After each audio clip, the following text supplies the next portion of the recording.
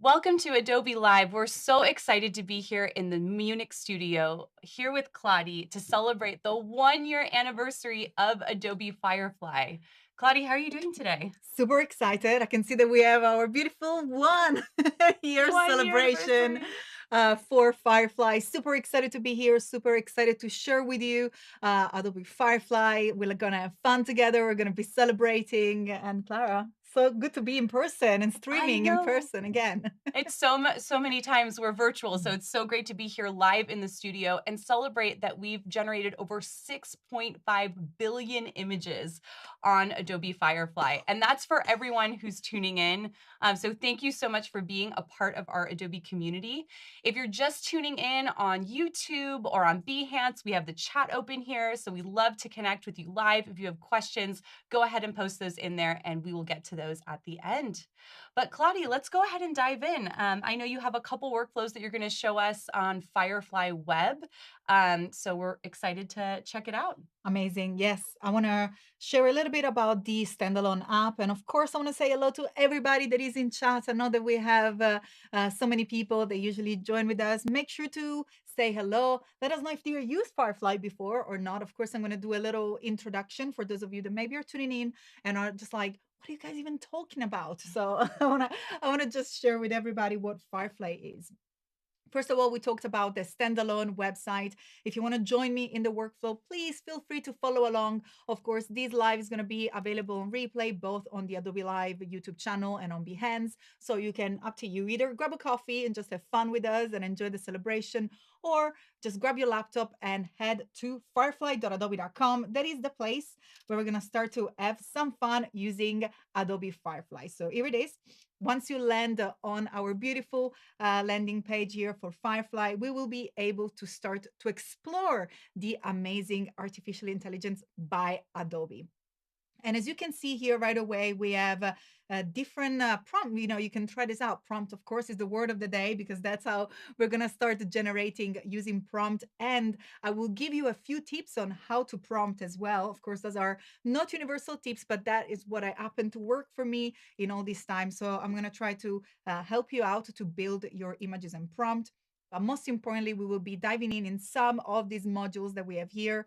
Text to image, of course, is one of the most popular, in which you can translate your ideas into a sentence, a prompt, like I just mentioned a moment ago, and then transform that into an image. So from your thoughts into pixels. And then we have generative fill, text effect, all these amazing modules that are part of the main standalone Firefly website. Now, before we start generating, there is a specific way in which I love to introduce Adobe Firefly, which is the community page. Now, in the community page, we have a beautiful collection of the many images that are generated by our community. And not only images, we also have tutorials that come from social media. We have TikTok video, you can see over here. We have Instagram Reels. We have our lovely Anna McNaught, my colleague here at Adobe, and so many other inspirational Chris. That's Chris with her turtle. We love it. Super cute. Yeah, so that's a fantastic way to start experimenting, especially for those of you who never started prompted before and don't even know where to start. Well, this is the starting point. So let's go and have a look at any of these images here. There are so many. Again, more tutorial. I love to watch so many of these. But what you can do here is once you hover on the image, you will be able to see, let me go ahead and zoom in, that you have the prompt there. So whenever you have something that is resembles something that you like, look at this lovely composition. We have a bunny, look at this dancing dog. I'm That's probably so gonna go for helpful. probably gonna go for the dancing dog. It looks like he's Yeah, dancing for a party. love it. Once you click on it, you'll be able at the bottom to see the prompt, which is a Mhm. fantastic, as I say, way to start. And again, here is a cute people dressed as a ballerina in a pink tutu dancing. So as you can see, this prompt is only taking care of the main subject. And this is one of the first thing that you will have to remember when prompting. At the very least, you need to have a couple of words. So I would say 3 words is the best way to start. But we're going to go ahead and build our own prompt. before doing so, I want to show you some of the different properties that we have that in order to dive in and change our images. And again, I'm going to start from these images just because it's available here from the gallery. So it's a perfect way just to play around and to have an idea what we can actually achieve with this image. So first of all, here we have the aspect ratio that allow us to change the images and change, of course, between landscape, portrait, and of course, we know everybody from Instagram, we want square images. Yeah. Whoever thought that we were gonna create square images as the majority of our creation lately? Perfect for the post. Perfect for the post, of course. And then we have, of course, widescreen. Other thing that we can do is to use a style in order to reference our images and to reference images and their style to be applied to the image that is generated. And there's a big fluff of word just to say, for example, here that if we want to add a specific style, so let's go ahead and click on upload your image. I have something that I've created myself, like this illustration with cats. That's an image that I've created using Photoshop and Illustrator. Let's see if I have the actual screenshot of my composition. Here it is. And if you're wondering where is that, that's actually the file. If you can see here is in Photoshop. So this is something that I've created in Illustrator, and then I composite inside Photoshop. But now that I have a screenshot or any image from that specific style of illustration that I've created, I can go ahead and upload it in order to match it. Now, of course, as you can see, there was a little banner that was talking about content credentials. If you do not know what content credentials are, I love to give a big shout out at Adobe because even before joining, as you know, because I was in calls with you even before, I was part of that community, and I know the hard work that Adobe has done to protect as designers and creatives. And that's something that I think that we should really put an accent on in one of our latest call with the community. I think that there was a big request, like, and we do protect artists. There is a content credential that gives you full information regarding where your images are coming from, and Adobe scans them. So even if we don't know, all these data are actually written within the image, and you don't have to fully understand the way it works, but it's there for our protection. And also, this amazing model is being trained on the Adobe stock libraries. So it's probably one of the big differentiators with all the other AI. I don't know if you want to add something. Absolutely. So even Adobe is part of the Content Authenticity Initiative too. So I'll pop that link in the chat. But Adobe's really dedicated to this, to making sure that artists are getting recognized for their work, that we're amplifying your work, and making sure that we're doing it ethically. So it is, I think, a unique approach in the landscape at the moment, and we want to make sure that you're continuing to be part of the conversation. So I'll pop that in the chat if you have any questions. We are live, so if you're on Behance or YouTube, go ahead and post those questions in there, and we can get to them later. Amazing. So taking back to what I was creating here, I did upload my design because, again, the idea here is to see how this lovely dog dressed as a ballerina will look like in my style of illustration. And that's one of the way in which I love using Firefly to just brainstorm, to have ideas, and to generate more ideas. And usually what happens when I start creating is just that I just get lost in an absolute, loophole of, look at that. I mean, it's like so many options. How do you know which one to choose from? And they're so close to the original image that you put in there. It's amazing. And then it just like makes me want to do more and more and more. And I tend to get a little carried on and distracted, and I keep generating maybe different animals. So, as I said, that was just a starting point. That image caught my attention. And then I moved into my style of illustration, which, again, that doesn't mean that that's something that I'm going to use for my project, but at least it's a fair guideline that allow me to think, how can I use this specific image if I wish to perhaps have the ballerina dog within my Illustrator file? I then can go back in Illustrator and create my own file. But look at that, I have different position for the dogs. I have different way of wearing the skirt, which is so cute. Love all the movements too. It's like we get a whole ballet. It's a little bit of Marilyn Monroe moment there as well. Yeah. So love cute. it.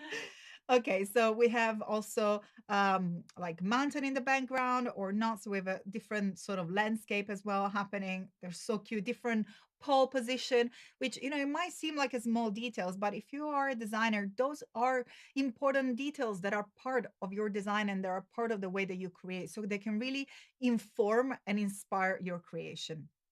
And that was, by the way, just round one of generating, because that's something that I love doing as well. I like to press generating a couple times just to see all the options. Yes.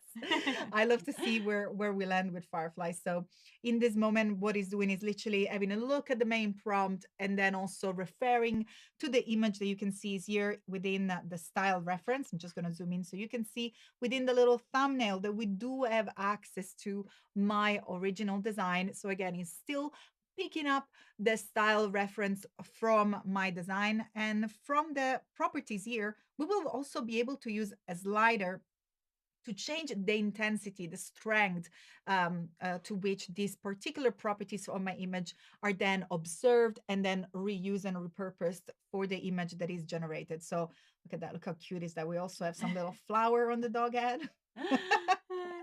That was actually, it's actually like dancing. Yeah, dancing for the party. And if you know me, if you ever seen any stream before, there's a lot of dogs, a lot of cats. I love animals. I usually put my dog River in the spotlight. We're going to have a little moment with my dog River as well coming up. But check this out. That is so cute. So as I said here, the beauty of adding the more and more generation is because, again, I get inspired here of different positions. So I definitely have pretty much a mood board of different illustration that I can go ahead and then insert within my design, even if it's just as a reference or just an image to start with. Now, let's talk about these 4 different options. I have different steps that go from here. So one of the step is, first of all, to apply generative fill. We haven't talked about generative fill yet, so stay tuned because I'm going to head there in just a moment. Generate similar, which will select one of the image, in particular, the one that I've clicked on, and we'll use that specific image. In fact, let's go ahead and do that. So I'm going to go ahead and select this image here with the dog on a profile. And then I'm going to go ahead and select generate similar.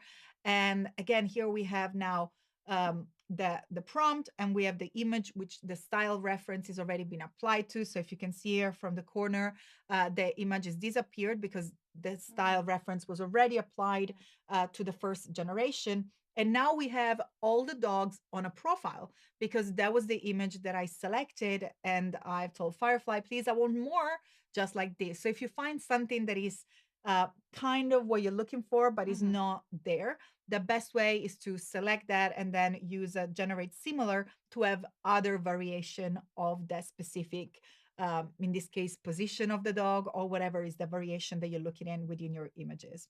I like how you also selected the unique dog and it copied that type of dog too, and not only the position. So it's incredible to see what it can continue to replicate. Yes. And of course, you can use these as a style reference itself.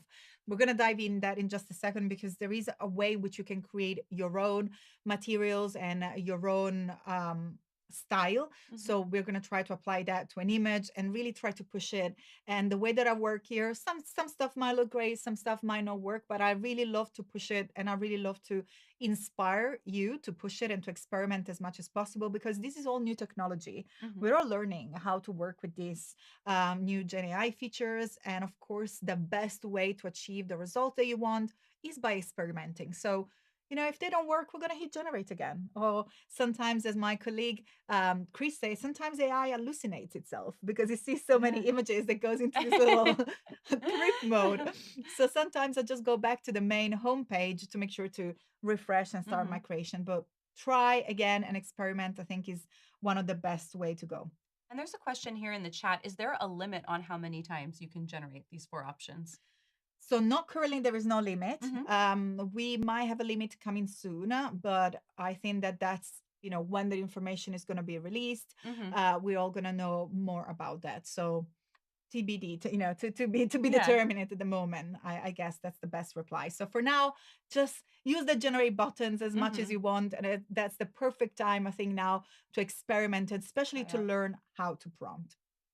So I'm just going to talk about these little stickers that we have here in the image before we move forward and we just focus into the actual prompt itself. So we're going to generate something from scratch because remember, we're still working on the original image that we found on the gallery here. So we already had so many other variations, just starting from that lovely pitbull that was dressed with a ballerina.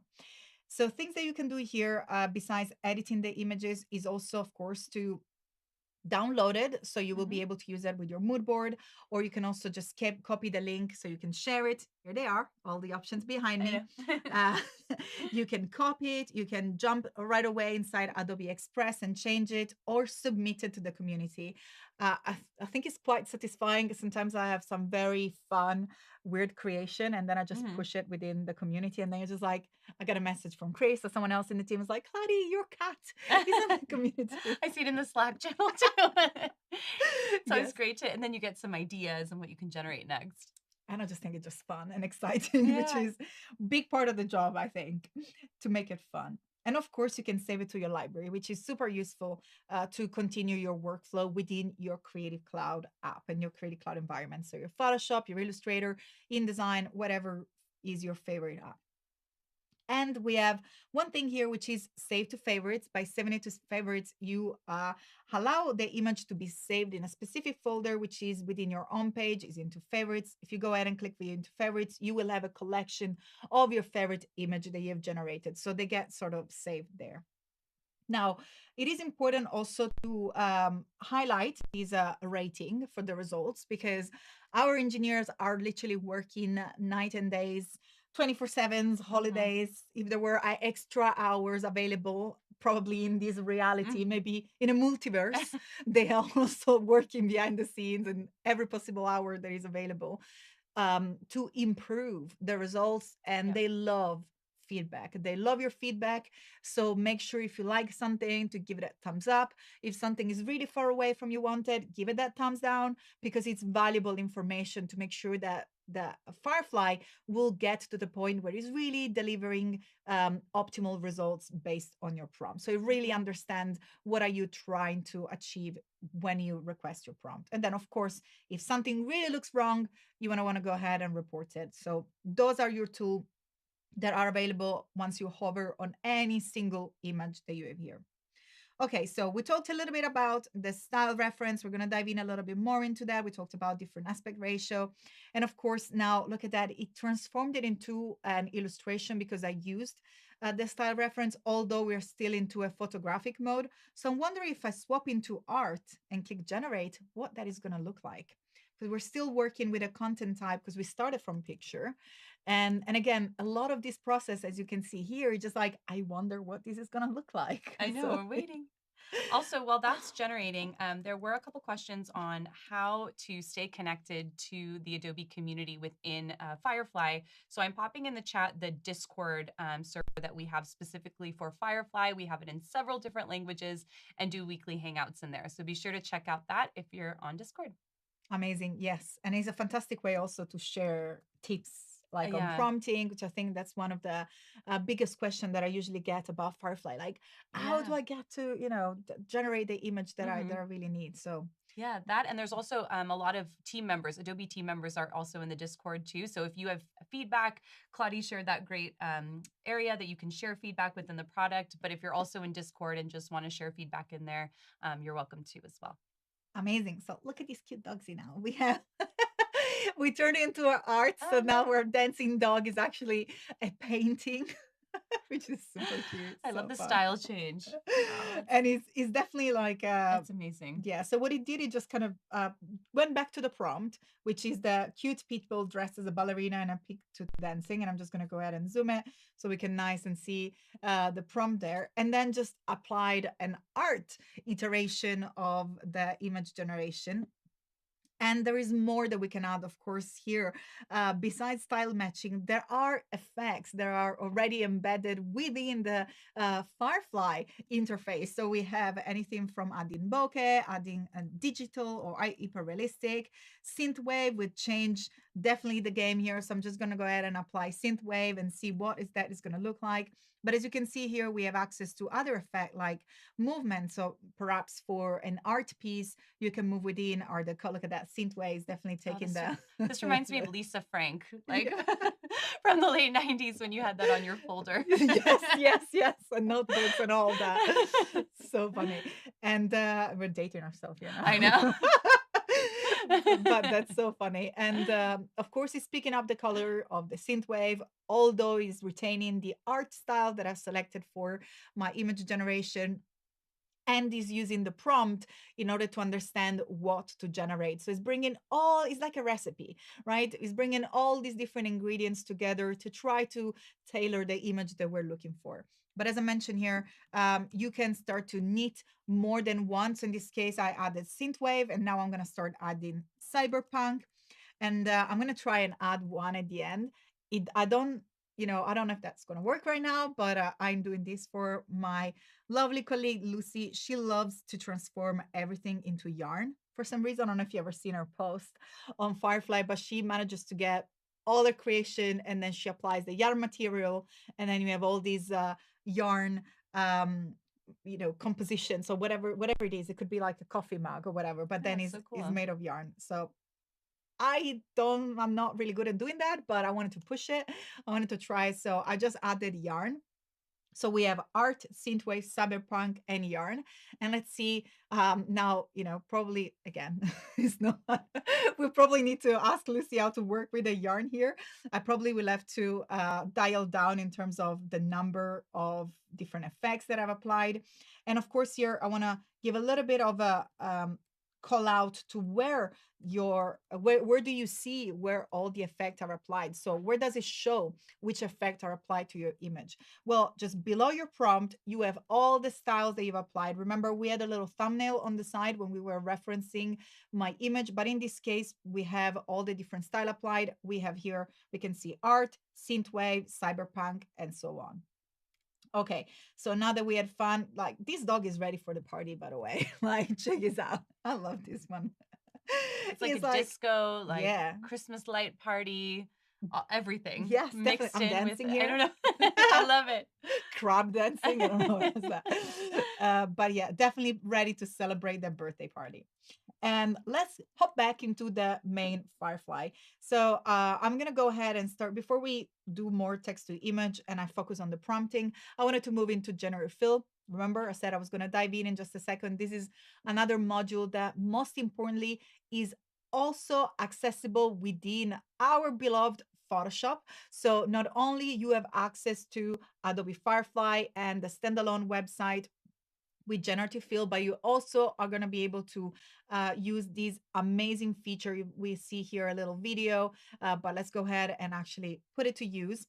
Again, we have the amazing gallery here that gives an idea of how this could work. But the beauty of generative fill available within Firefly and within Photoshop is that once you have your own image, as promised, here it's River. Oh, so cute. My lovely puppy dog. So we have River here, and there are different ways in which you can start to work with this image. So the first thing that I notice is that we have the lead that is definitely, creating an issue with the image because we have a lovely river. I really don't want to have in that, piece of string hanging there. So what I can do is quickly click on remove. And then once I paint, you see here, I have these little brush settings at the bottom that allow us to change the size of the brush. And then of course, to add a subtract, I can go ahead and start painting over. Now, if you're wondering what is going on here, what is this checkerbox pattern? So this is just simply a selection. So whenever you see the pattern, those are pixels that are getting selected from your image. At the moment, it just says that it's transparent, it's empty, nothing in there. But once I go ahead and click on remove, what Firefly is doing is looking at the entire image. And if you're thinking of something like a content aware fill, which is a tool that we're now familiar with, and if you've been using Photoshop in the past, you probably have encountered content aware fill before, which is a fantastic way to looking at the image and looking at the neighbor pixels and then going and replacing the neighbor pixels within the selection. Well, this is much more complex. And you see here the results because it's not only looking at the neighboring pixels, but Firefly and artificial intelligence, they look at the entire photo, at the entire image. So when they go and replace the pixels, they're actually taking account the entire image. And we have here 3 instead of 4. So remember, when we're generating and prompting, we have 4 results. Now here we have 3, but nothing stops us to add more. So if we're not particularly satisfied with the result, we can just click more. Also, Clara, feel free to interrupt me as much as you No. want, because It's amazing to see just how it blends into the background, like immediately, instead of having, and it saves so much time if you're trying to remove that Yes, and piece also of the I was a image. bit upset because he didn't remove this bit, but I just realized that Yeah. because I haven't selected it. So Oh, that would be important. yes. Select So it. you want to make sure that you select everything that you need, because in fact here I was like, why is not remove that bit of the lead, and it's not part of my Need to be selection. selection. So we'll So reselect it. yeah, so we can go ahead and keep whatever the result that we prefer, Yeah. and then just select whatever I was missing there and remove it. So we have There we go. we have a clear you know, a picture of my beautiful dog river. We removed the lead, but as you can see here, just give a lovely fluffy little fur that it wasn't there, because again, in the past, the content aware field would have looked on the side of the image and tried to populate, but here it's looking at the entire fur of my lovely dog. So once it goes and generates the pixel, it's trying to understand, is this part of the dog, is this part of the background? So it really does a complex work in understanding how to change it. Okay, perfect. So I'm happy with these results. I'm going to go ahead and select keep to make sure that I keep the result that I want. But now, what if we want to get like into the party mode? Remember, like we're celebrated. We need something more. We need something more. Yeah. Maybe not in a forest. Like I'm just gonna take the dog to the beach, as if we're like went for a walk in the beach. How do we do that? Well, in one click, we can remove the background simply by clicking in background. Gone. So easy. Quick. Wow. Done. Now, if you really want to work a little bit more, you can work in the details. We don't have the time here. So I'm just going to go ahead and remove it if I just wish to remove it. And in that case, you can download the image, go into Photoshop and do whatever you want with it. But if you want to replace it, we're going to move into insert. Again, we always have the background. So in one click, background gone. We're going to have our checkerboard pattern. Remember, this is just a selection that let us know what is the area that we're going to be substituting with the pixels. We have a little suggestion here that let us know that if you leave this blank, basically it's just going to go crazy and figure it out on his own what we want. But if we want the dog on the beach, all I'm going to have to type here is beach background. Oh, probably even beach would have done it. Beach simple. background, just beach. And next we'll go to beach party. Oh yes, we definitely should have done that. I know we're all dreaming of summer. Yes. I don't know why that was like the first thoughts of like holiday. And look at that. So some of these are also quite crazy, because the fur of the dog looks like she just came out of the water as well. Yeah. So it's actually, because we have water behind, we actually have the fur of the dog that she looks like she just came out of a walk. But most importantly, check this out. We have shadows. We have shadows. We have the area. So even look at the different generations. So this one is maybe not the best, because looks like there is a puddle of water where the shadow is, or it's the weather's where the shadow is supposed to be. But here in the other results, we actually have shadows. And again, if we're not happy with any of these, in this case I press keep, but we could have gone on and generate more and more. Now I'm just going to keep these because I want to add a little bit more of this fun, like something maybe like a pair of sunglasses. Let's go ahead and do this. You can even see the detail on the ears. It looks like, just with that water background. That is so funny. Yeah. So I'm going to do like sunglasses. And as you can see here, like I'm really using simple prompts. The most simple you keep it, that's my experience, the better result you have it. Of course, when we are in the text to image model, you can be a little bit more articulate, but look at that. Oh, it's so good. They're so funny. That's a little bit less structured. Also, the shape helps. Yeah. I think like I've done a little bit more of a goggle shape. If I would have had a little bit more from the top. Yeah, it looks more like a goggle shape. Or if you have like the selection be a smaller area, it could give more round the shape of the sunglasses. Yeah. While that's generating, we have a couple comments in the chat. So thank you, Jojo, on YouTube for sharing your thoughts. I wonder how Firefly can inspire architects making inspiring architecture plans for the future. I've seen a lot of this shared on Instagram and other social channels, just imagining what a cityscape could look like, or even for interior design, imagining all of those different spaces. So keep those ideas coming. We'd love to see how you plan on using Firefly. Absolutely. And once we jump into the text to image in a second, I'll show you how to prompt. And I'm going to do something like, again, today we're celebrating, we're Yeah. having silly prompts with cats and dogs. And look at that river with the sunglasses. It's so ridiculous. We see him. It's like he's right here. He's right behind us. Oh, baby river. She'll definitely be eating a carrot. If Oh, she he was, likes, she she likes to eat loves carrots. loves carrots. She's there like a little how do you call them? Like a squirrel. A squirrel. I was gonna say a reindeer.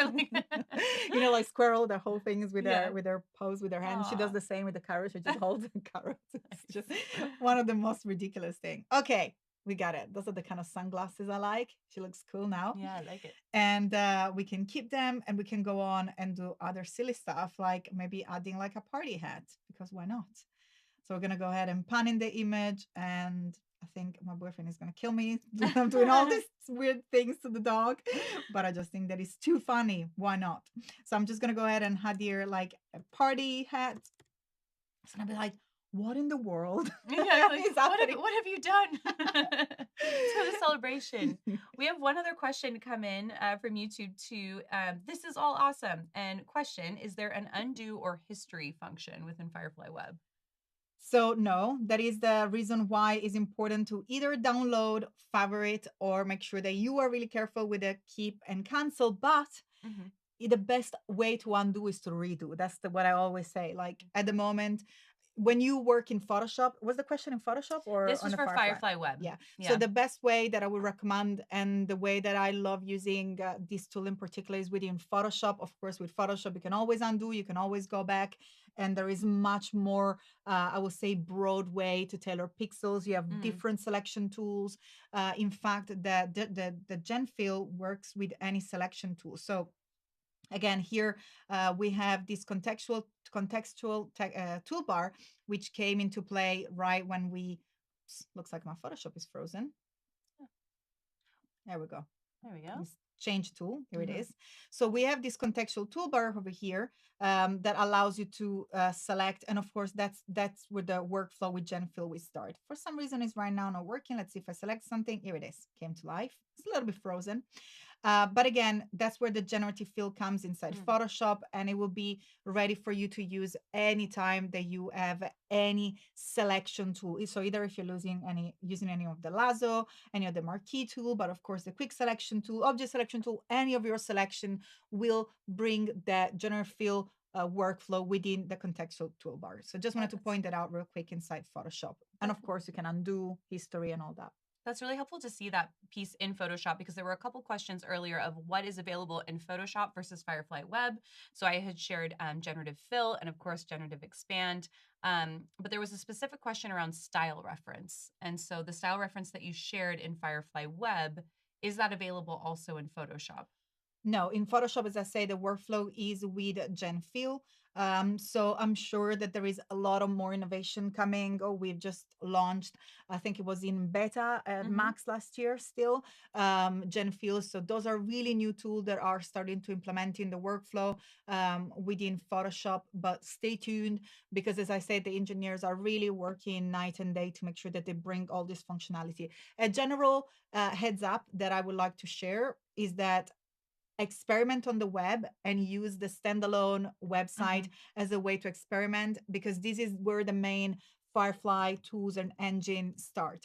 And then eventually you're going to start to see dropping inside the different app because of course the goal is have to have this amazing machine that make our workflow faster and will take all the mundane and more time consuming tasks within our usual workflow within every app, which is photo, video, illustration, and just help us as a tool, part of our workflow in order to create faster. So they will eventually roll. Now, I cannot be specific because, as I say, there is a lot of work going behind the scene, but my general guideline is try to experiment and focus and work with a Firefly website, and then eventually you'll see and you will discover all this tool within your favorite apps and you already be familiar with it. Exactly. And you can always work on Firefly Web and then bring it into Photoshop or bring it into Express. And I know we'll show some of those workflows in the next episode later today. But I will tell you a little sneak peek behind the scenes. There's a lot launching this year. So just stay tuned. And we really look forward to your feedback. Again, like Adobe Live, all of the work that we do on Discord and with our community, your feedback is so important. And we want to make sure that we're building tools that are best meeting your needs. But be sure to stay tuned. More to come. Absolutely. I think that's very well said. And we have more than one Adobe Max coming up. So I think we should give a little shout out to Max coming up in London in April, 23rd of April. 23rd. So we'll be in London. Make sure to register, make sure to join the conversation. There's going to be a ton of love for Firefly, of course, Photoshop, and so many news coming up and announcement. Of course, we're going to have a keynote, a little sneaks session, of course, a ton of fun. And then we have our usual Max later on in the year. So make sure to stay tuned for these amazing events because they are going to bring you a lot of the new information. And check this out. And I'll put that in there, the Max London registration. So if you are in London or in the UK and you want to join us, be sure to register there. And we will have a booth where we will be streaming sessions like this straight from the community's pavilion. So be sure to stay tuned to that and register. And look at that. Now River is on the beach having a cocktail with her party hat, and she's ready to celebrate the 1-year anniversary of Firefly. Check her out. Oh, I love it. What is that, a mimosa? It looks very She's fun. having a mimosa, yes. She's got a party hat and she's ready to go. This looks like a party I want to go to. I'm gonna go ahead and download these and keep that as a memory. So, of course, here we were saying before we have content credential that will be applied to their image. So we know that everything that we created within AI, it will be informed as an image that is created with AI. So I'm just gonna go ahead and save this image because I think that'll be a lovely memory. I'm probably gonna post it on my Instagram later on as well.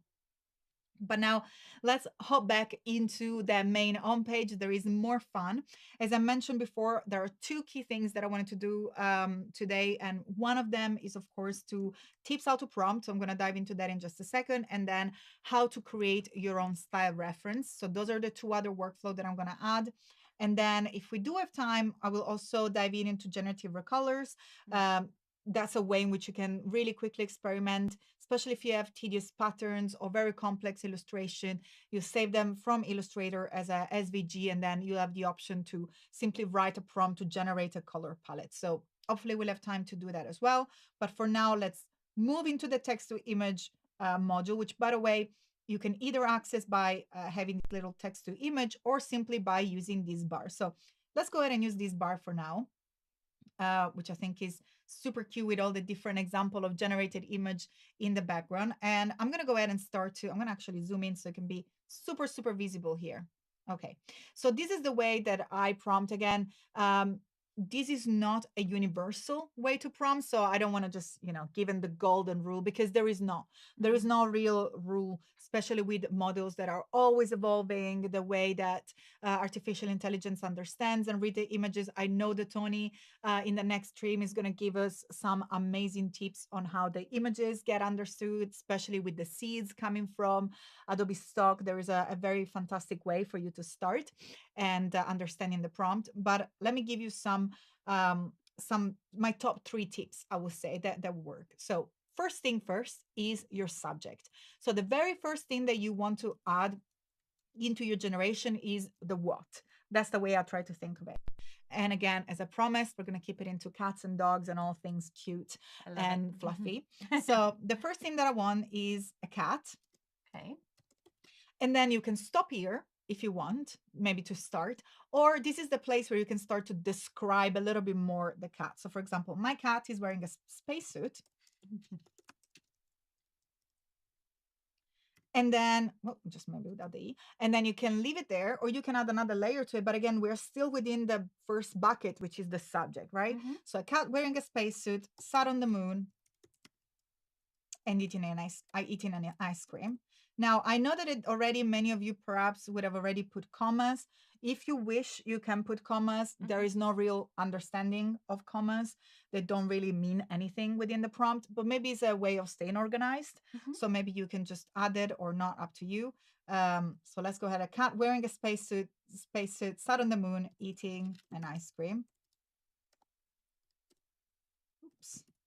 And then I will move into the second block. So the second block is the background, the environment. And in this case, I will start, for example, put with Earth on the background. And then here you can also start to add lights. So for example, if you want something super well lit, and you can also put like studio lights. And then we move into the third block. The third block is where we have style, like the effect that we've seen before, like, when we've done the synth wave and we've done all the different colors. So for example, here I can add bokeh, which I'm not sure if that's the way you spell it, or any other style. I'm going to stop here, otherwise we're going to lose the entire prompt. But those are the three blocks. So first thing here, we have the subject, and as articulate as you want. Maybe I pushed it a little right away. I added quite a lot, but I think that's the scene, right? That's the main thing that I want. I want a cat sat on the moon eating ice cream. And of course, he's wearing a spacesuit because he's on the moon, right? And it's cold too. Eating ice cream. And then the background. So where is the set? What is outside the subject? So we have, of course, maybe I could have wrote like galaxy, but we have Earth in the background. But that's why I wrote bokeh, because I want these like little light effects. So Let's see. Let's go ahead and hit generate. And as that's generating, there's a couple people that have just joined in. Welcome. We are on firefly.adobe.com. So this is a web-based solution that you can access free of charge. It's not part of Photoshop or other Creative Cloud tools. You can access it directly on the web at firefly.adobe.com. So here we are. Us and the cats. I was actually putting the cat between us because it's just so ridiculous. But here it is. I love these different versions of the spacesuits too. Like, look at this last one. His helmet's so tiny. Oh, that is so funny. So that's exactly what we want to hear. I mean, here is a little bit more like floating, but I guess it's space. So, there is no harm in floating in space. Here we have the ice cream that are floating, which I think is very fun. We have another moon, because why not having an extra moon? But we have the little bokeh effect that we wanted with all the dots of lights, which is what I wanted in terms of having a galaxy. We have a Earth in the background. The cat is wearing a spacesuit. Look at that with the little hair peeking out. It says very serious cat. Now we have to be more specific. A smiling cat, licking ice cream. Let's go ahead. A happy cat. A happy cat. Let's see.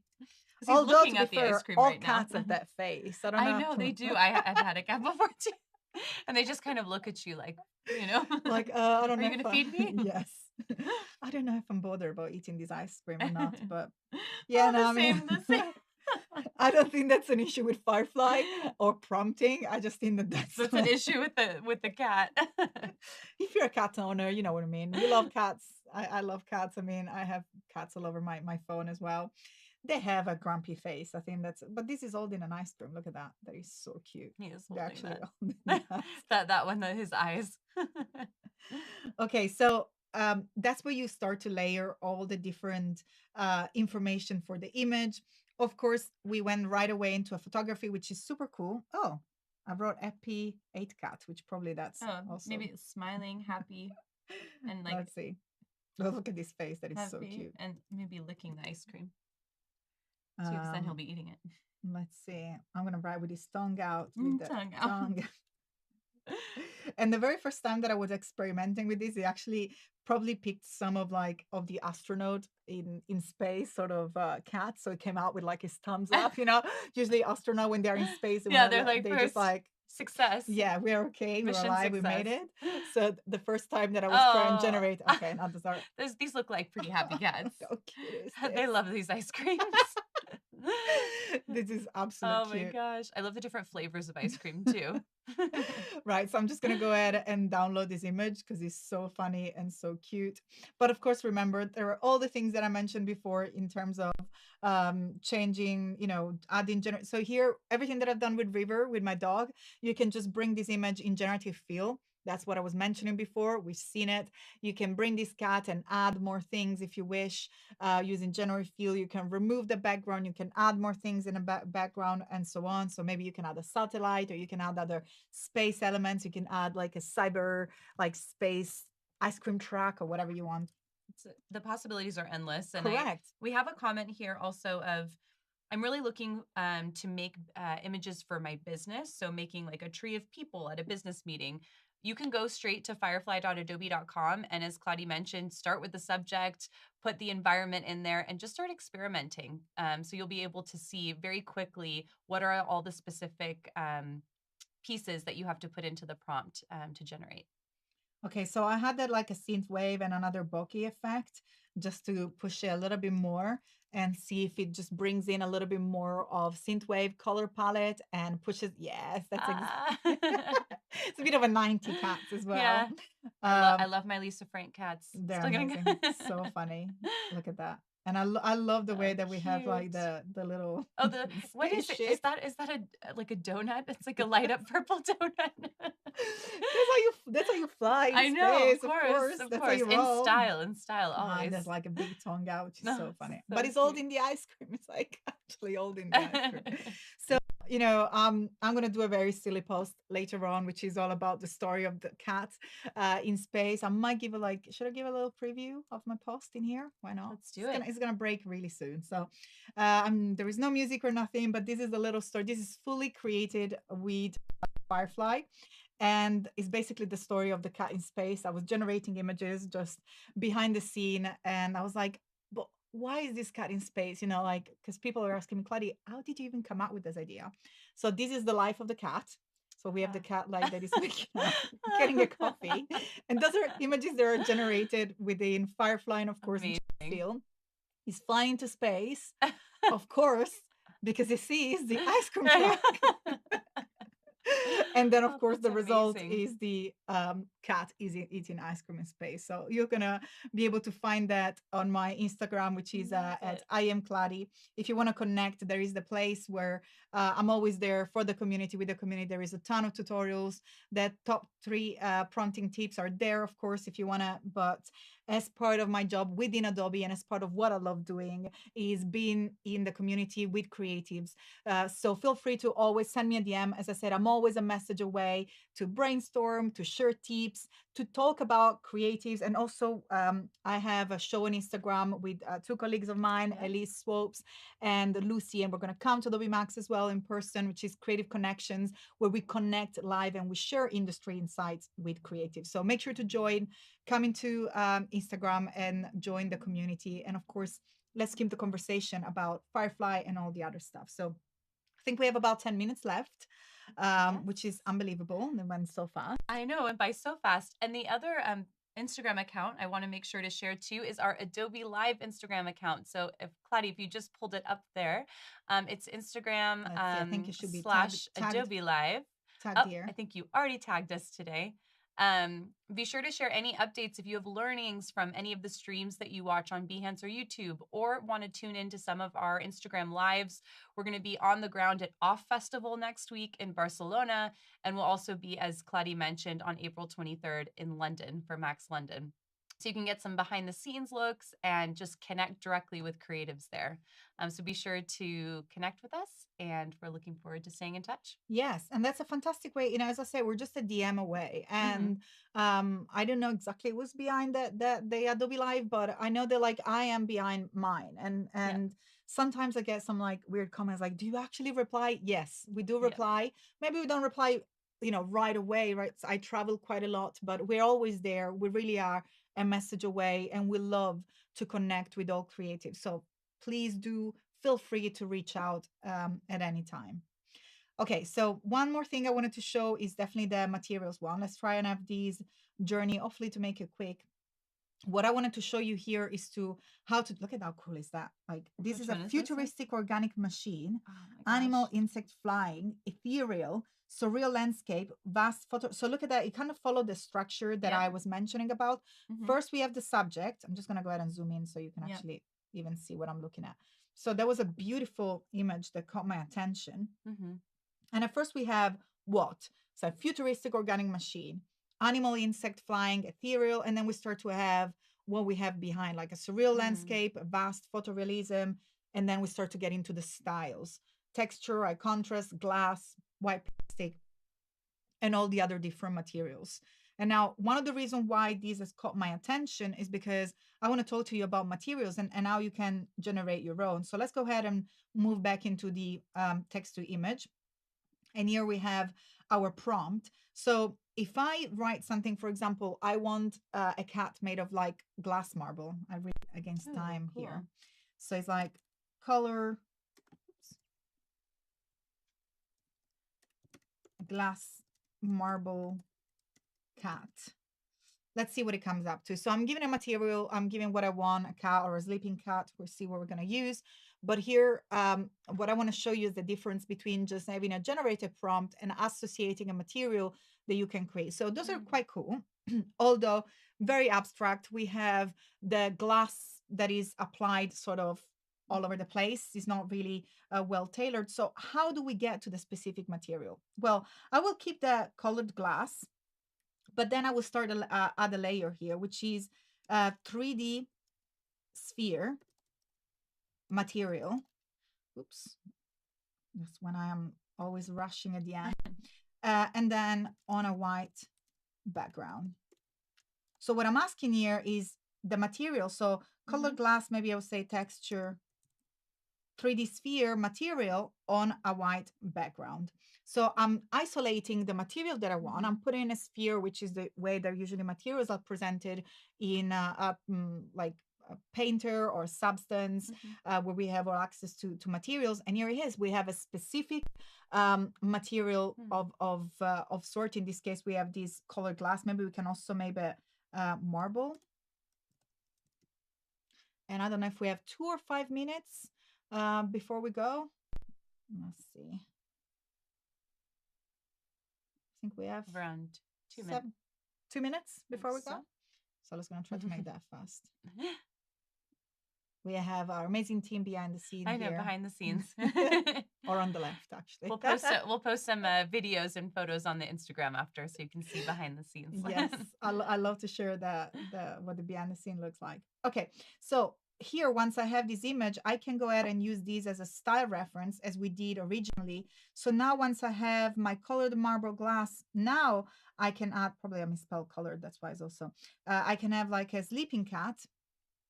So I can make like a statue or maybe like a sculpture of a sleeping cat.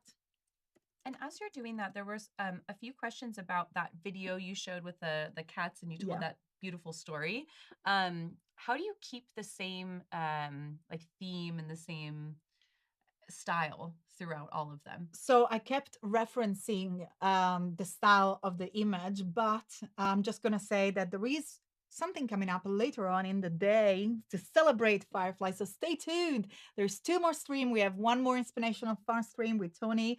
And then we have Danielle Morimoto and Paul Trani that are going to reveal all the juice. It's going to come to you through Adobe Live directly in about 2 hours, right? On an hour time now, because 1 hour is already gone. In an hour time. A very exciting announcement. So stay tuned. Don't miss it. Yes, I can't say much. But this is the difference, or what I was trying to show you. You can see behind us now, we have the cat that is exactly made of the material that we wanted. And that was a way in which you can start using your own material. But unfortunately, the time I think is already gone. I just got a note here. It looks like we have 5 minutes left. Okay, 4 minutes left. Exactly. Okay, perfect. So I'll look and see here if there are any questions. Let's see. So if you have any questions, we have Val in the chat. Oh, and another question. How did you create that video? So before you posted that to Instagram, you had all those different images. Did you use a specific tool? So I just used Adobe Express for the video, simply placed in the timeline different videos. And I know I'm not going to go into details because, as I said, I'm going to be hosting, so we're going to switch spots, and I'm going to welcome Tony Harmer. I know that we're going to jump into Express. So we're definitely probably going to, I'm going to stay tuned because I'm going to ask Tony to dive into Adobe Express a little bit more, just to explain also how the video work. But if you head to express.adobe.com, that is the place. Maybe you can just show the website to start. Express.adobe.com. Remember, every service or product with Adobe is always the name. It's pretty much like prompting. It's the thing, and then it's .adobe.com. So for Firefly, it's firefly.adobe.com. Express is express.adobe.com. And probably it's actually a good place to be here. So I can also share with you all the different generative AI, so Firefly powered features within Adobe Express. We have text to image, which is the main module that we have played with.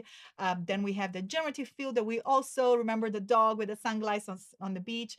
There was that. Then we have text to template and also text effect. I know that we're going to play with Tony and I'm going to have much more fun with that. So remember, we do have access to these different to different tools within AI. Now, going back to the video, here it is. We have a video tab, and then you can start to import. Those are just simply stills. So it's just one still next to the other and then export it as an MP4. So that's the quickest way to create a video, and I've done it using Adobe Express. But now we have 3 minutes left. I kind of like went too fast because I thought we had to wrap it up. But before we sort of like, again, wrap it up with all the different features, we do have time for generative recolor. So why not? Let's give some love for all the illustrator and of course, all the people that love illustrations. I'm just going to try and start that from scratch so we can go ahead and see it. I know that we already have a SVG that has been already uploaded. Oops, what happened there? So firefly.adobe.com is the place where we want to be. And yes, we're celebrating 1 year of Firefly. I see so many beautiful videos and images. And here we have, we have, oh no, something is happening. So the news is actually happening live. I can see. I think something is being launched as we speak. Okay, so welcome to this amazing new page. As I mentioned, there are a lot of things that are happening behind the scene. So I will say, let's just wrap it up for now. That's good. And generative recolor, as you know, you can also access in Illustrator too, or and text to vector. So you can access a lot of different pieces for illustrators and then also on Firefly Web. So be sure to check that out. But don't go anywhere. Stay tuned because next up we have Tony Harmer and Kladi is going to switch seats here and take on the role as host where we are going to dive into tips and tricks on how to use Adobe Firefly with some fun gamified prompts in the mix too. So be sure to stick around and thank you for celebrating this exciting 1 year anniversary birthday of Adobe Firefly with us. We can't wait to stay connected. Amazing. See you soon, everybody. Bye, everyone.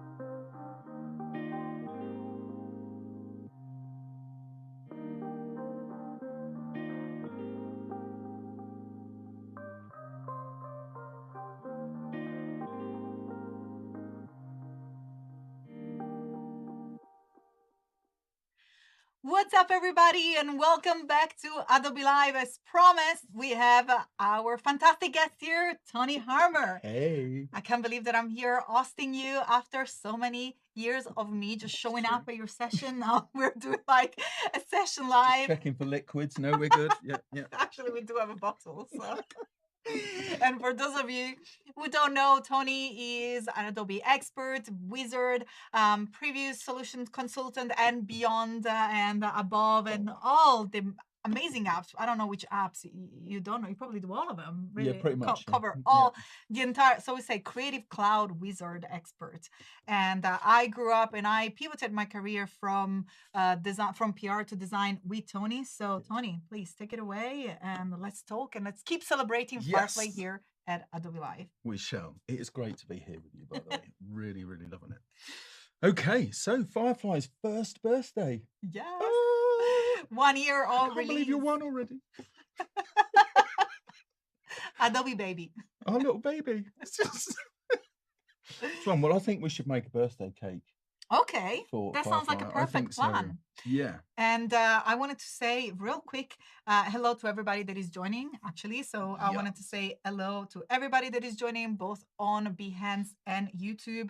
Of course, please say hello, drop in the chat. I will be reading your comments and your messages in chat. So feel free to come in and say hi, ask your questions regarding Firefly. We're going to have a ton of fun here with Tony. I can see Michelle, Sean, Carol, so many familiar faces in the chat, but also new people. Come and join, and please join the fun with us. Nice little crowd in there, loving it.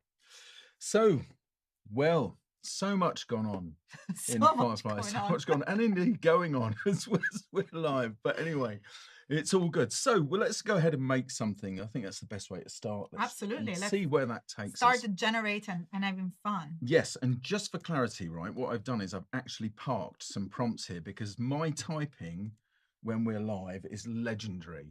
And I'm not going to run the risk of any of my super faux pas while we're doing that. So I think I'm just going to go ahead and start with that. So I'm typing here a futuristic city with a gigantic birthday cake on Giant Plaza. I should maybe put on a Giant Plaza. Let's just do that. Okay, Synthwave, because I like those colors because I'm old, and UHD 8K. There we go. So let's see what we get. And straight away, we get some stuff that we're just going to say okay to and just collapse just for the moment, just here. So we've got a whole bunch of stuff. You'll notice the panel now has moved over to the left-hand side. From it was on the right earlier. Now it's on the birthday left. celebration. So there's another new feature. I think that actually that panel's been on the pop already, so it's really good. What side do I live on now? I find it quite useful though. Having everything on the left, I think compared, that was a good change from what I was working on before. We definitely have more focus on the image. We see the image are much bigger compared to what I was showing before. So transformation happening. It's nice. The baby's evolving. The baby's growing. It is. Well, this is what they tend to do. It's just doing it very, very quickly. It's out of control. But I've not even been saving any money for its college.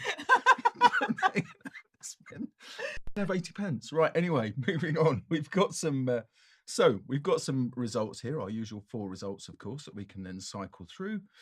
They're moving along for us, so we're getting this much larger view. Now, as you just said, Claudia, it's really good. We're getting that. We've got some great stuff going on in there. Now, some of the things, and unfortunately I missed your last session, so I'm not sure if you looked at reference or reference images in here, but we'll do it anyway, of course, even if we didn't. So we can go ahead then and let's choose one of these candidates and see. So I'm kind of thinking that this one here is pretty good. That we could maybe change that and put a giant number 1 in there later on or whatever. That would be really good, I think. But let's have a look at reference image here. So we can upload an image. Important to note that if you're doing that, you have to have the rights to be able to do so. And you'll get a dialogue which asks you to confirm that you do have those rights and so on. Okay, so let's try a couple of these different reference images. So there's one immediately on the left-hand side here at the top that I think is a good candidate. So that's now moved into my reference image space just here, and a style reference is now tagged down at the bottom here as well. So we'll just go ahead and generate that and see what we get. And we have Liz in the chat saying hello, and Liz Mosley is in the chat, Liz. and Michelle, Sean, and all the amazing people here say that we had way too much fun before. Yes, of course, we had a ton of fun, but that's the whole point here. Like I have so much, I get lost like generating, and then sometimes I even forget. I just keep generating cool stuff, and it just generally mesmerizes me and inspires me to do more and more. That's the standard operating procedure for me, unfortunately, is to just forget what I'm doing, but there you go.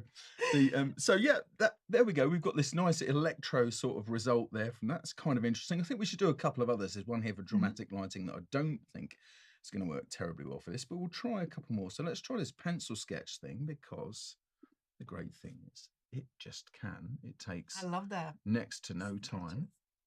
And of course, I'm the only one today who's on the slow laptop.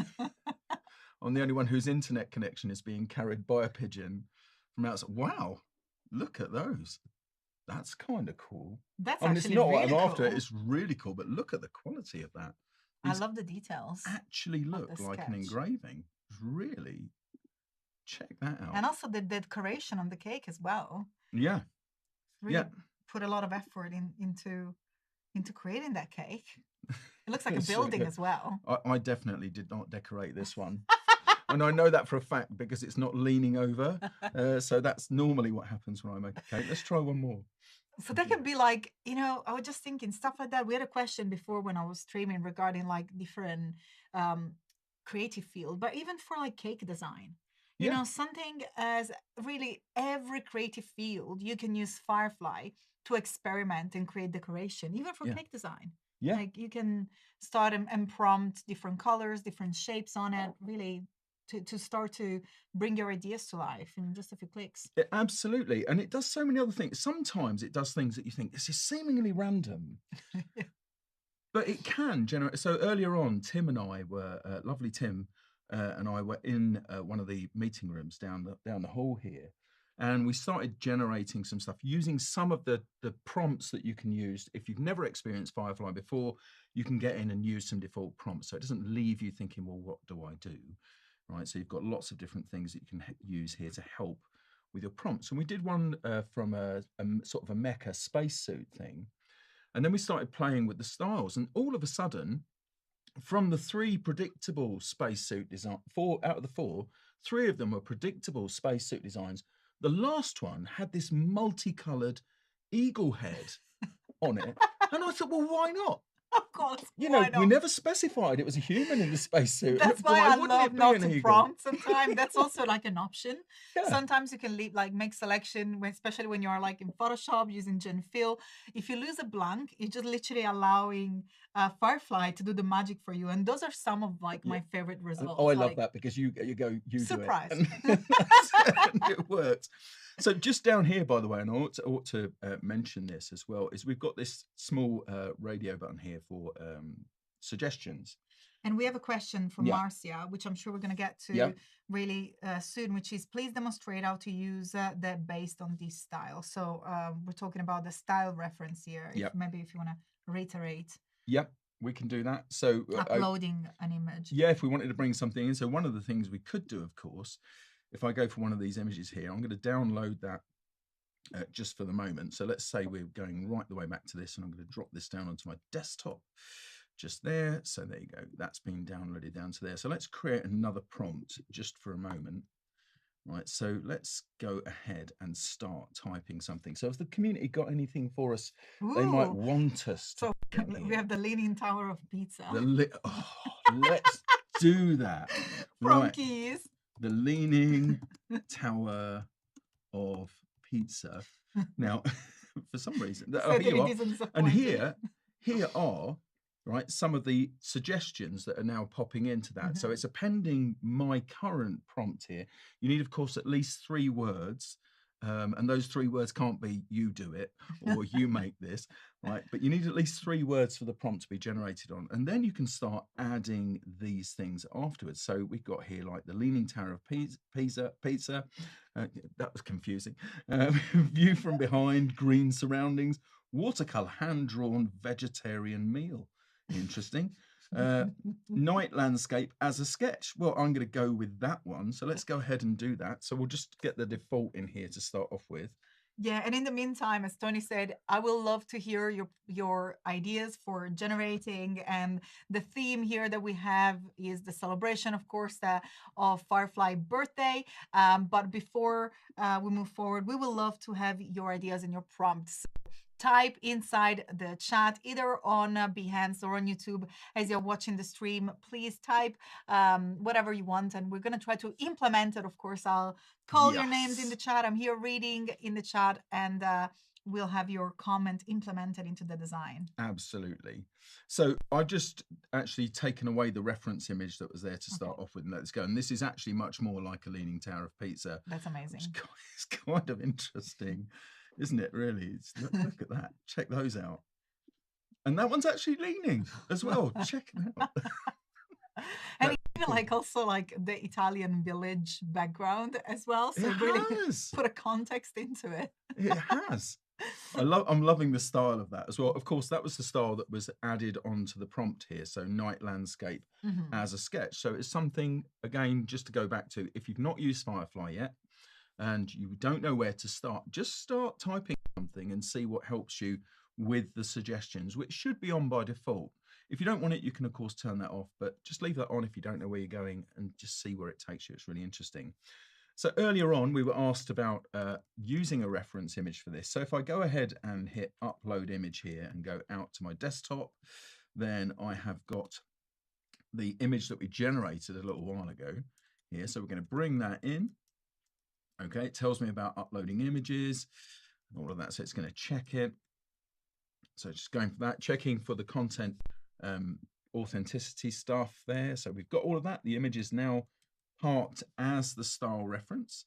And if we hit generate, then we should get a result based on that as a reference image. So let's see, we should get those exciting colors. Drum roll. I wish we had some sound effects or some sort of like... We do have sound effects. Thank you, Backroom Studio team, for coming in with the drum roll. And next, we'll announce each and every prompt arriving on screen with a quick burst from a flugelhorn. We should have like that noise within the Firefly, we like should, as an addition. Yeah, and if you're on a slow internet connection, you could always that would work really well. But surprisingly enough, it's returned us results not entirely dissimilar from where we were in the first place, but it is actually using that reference image. And again, if you have a reference image to hand and you're thinking, well, where am I going to get something from? Good news. You can just click on Browse Gallery, and then you'll get a whole bunch of different styles here for you. And these have all been segmented into different areas. So you can see here that we've got architectural sketch, we've got 3D, we've got digital illustration, and all of these different things here to play. So let's just say this was going to be a landscape. There's something here with the Northern Lights. I cannot wait to try that one out. So I think I'm going to give that a go. We'll make that one the reference image. We'll try this again. Let's see what happens with our giant. I love to see all these different styles and all these, because some are 3D, some are flat, some are illustrated, some are photographic. So there is really, good diverse chain. Look at that. Wow. I mean, that's... I love the addition of the basil to match the Northern Lights. Yes, as well. Oh my word, it has. And I love that. It's kind of interesting. I mean, I went for something Northern Lights, which doesn't typically go with pizza, but that's what creativity is about. Okay, so we could try any of those things just there. I'm loving that. Okay, right. I think we'll go back to, let's come away from reference image just for a moment. We'll go back to the prompt that I had initially. So let's carry on with our birthday cake idea here. So just in case you can't see it on the screen, if you're watching on a phone, it's difficult to see. My prompt is futuristic city with a gigantic birthday cake on a giant plaza, synthwave, okay, UHD 8K. And guess who forgot to not turn off the reference image? So we'll just go ahead and get rid of that. So we'll try that again, because even though it's trying to do the synthwave, of course, it's not managing to do it. So note to self, remember to look at the reference image there to see what we've got. So conjure something up for us. Wow. Look at those.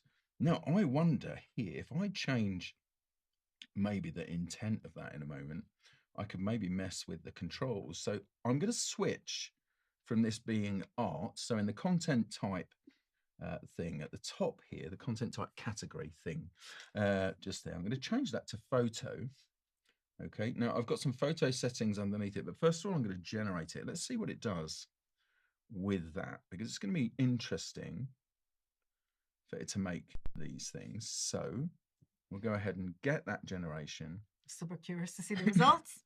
Wow, that's pretty good. It really is pretty good. I know I sound surprised. I'm not. It's fantastic.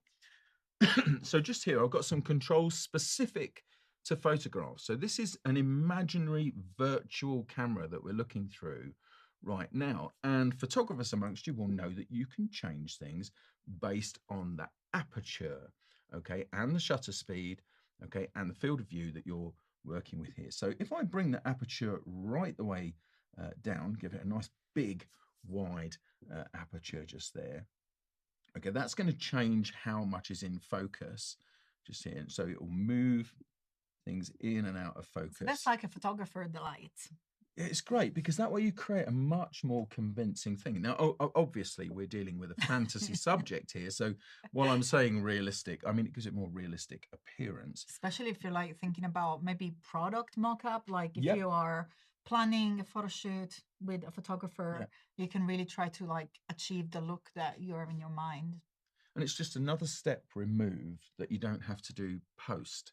You don't have to do that afterwards. You don't have to generate the image, then go into Photoshop and select it, then make those effects. And trying to get closer to what you imagine, even during a meeting. Like I found that, you know, when I was with my studio, I was directing some photography for some of my clients. You know, it would have been so useful to be able to sit down and do in the meeting while talking with Firefly, because even some adjective, even when you say something luxurious or something fun, or when you're talking about fun,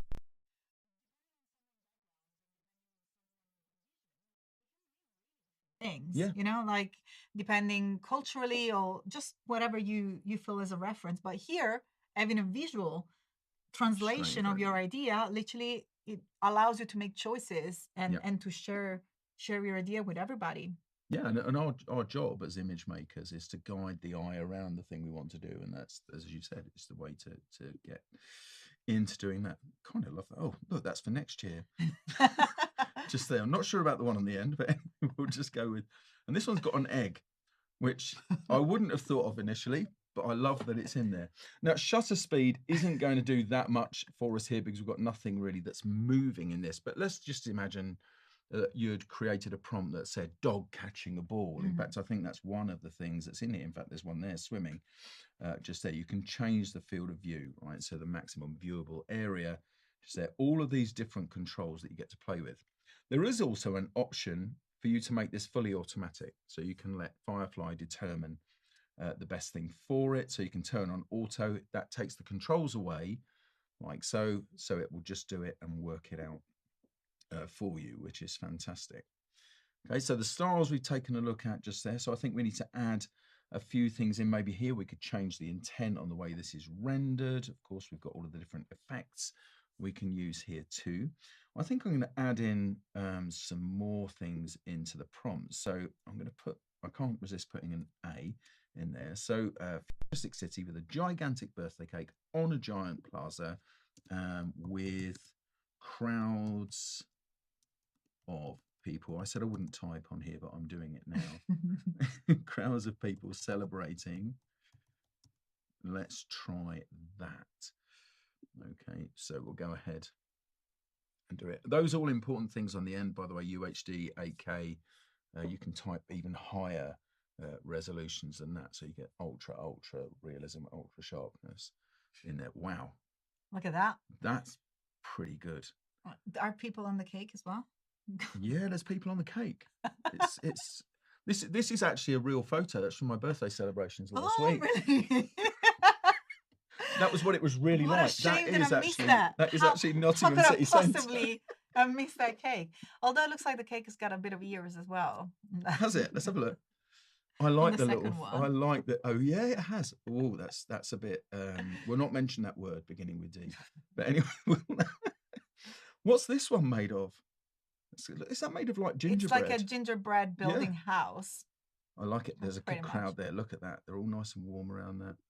I mean, these are lovely, right? It's a lot of fun having those things there. I think I put one more thing into my little prompt list here.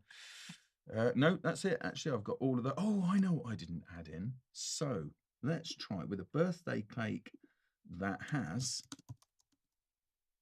a firefly. Check me out. Ooh. Candle. Ooh. Now the thing is, it won't understand itself. Okay. It's not gonna go like, oh right, I'm Firefly. I'm gonna render me on there. It's not gonna understand that. It's gonna recommend. It's gonna actually go like, okay, Firefly is essentially. And I think an we're going to dive insect. into the reason why as well, right? No. No? I thought we were looking into prompt and stuff. Well, yeah, I guess so. Okay. But yeah, it's so it's working away. Maybe he's thinking about it now. Yeah, it is. There you go. We're getting loads of tiny fireflies all around it. So one of the places actually where if you are trying to create better prompts, one of the places you can go to actually help you with it is Adobe Stock. If you go to Adobe Stock and search on the things that you're trying to think of, you'll see what keywords and what phrases people have used in the titles of their images, because that's where all of this stuff comes from.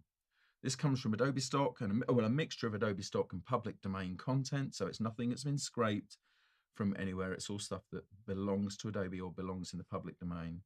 And that's the best place to inform your prompts. If you're thinking, why isn't it giving me exactly what I want it to do?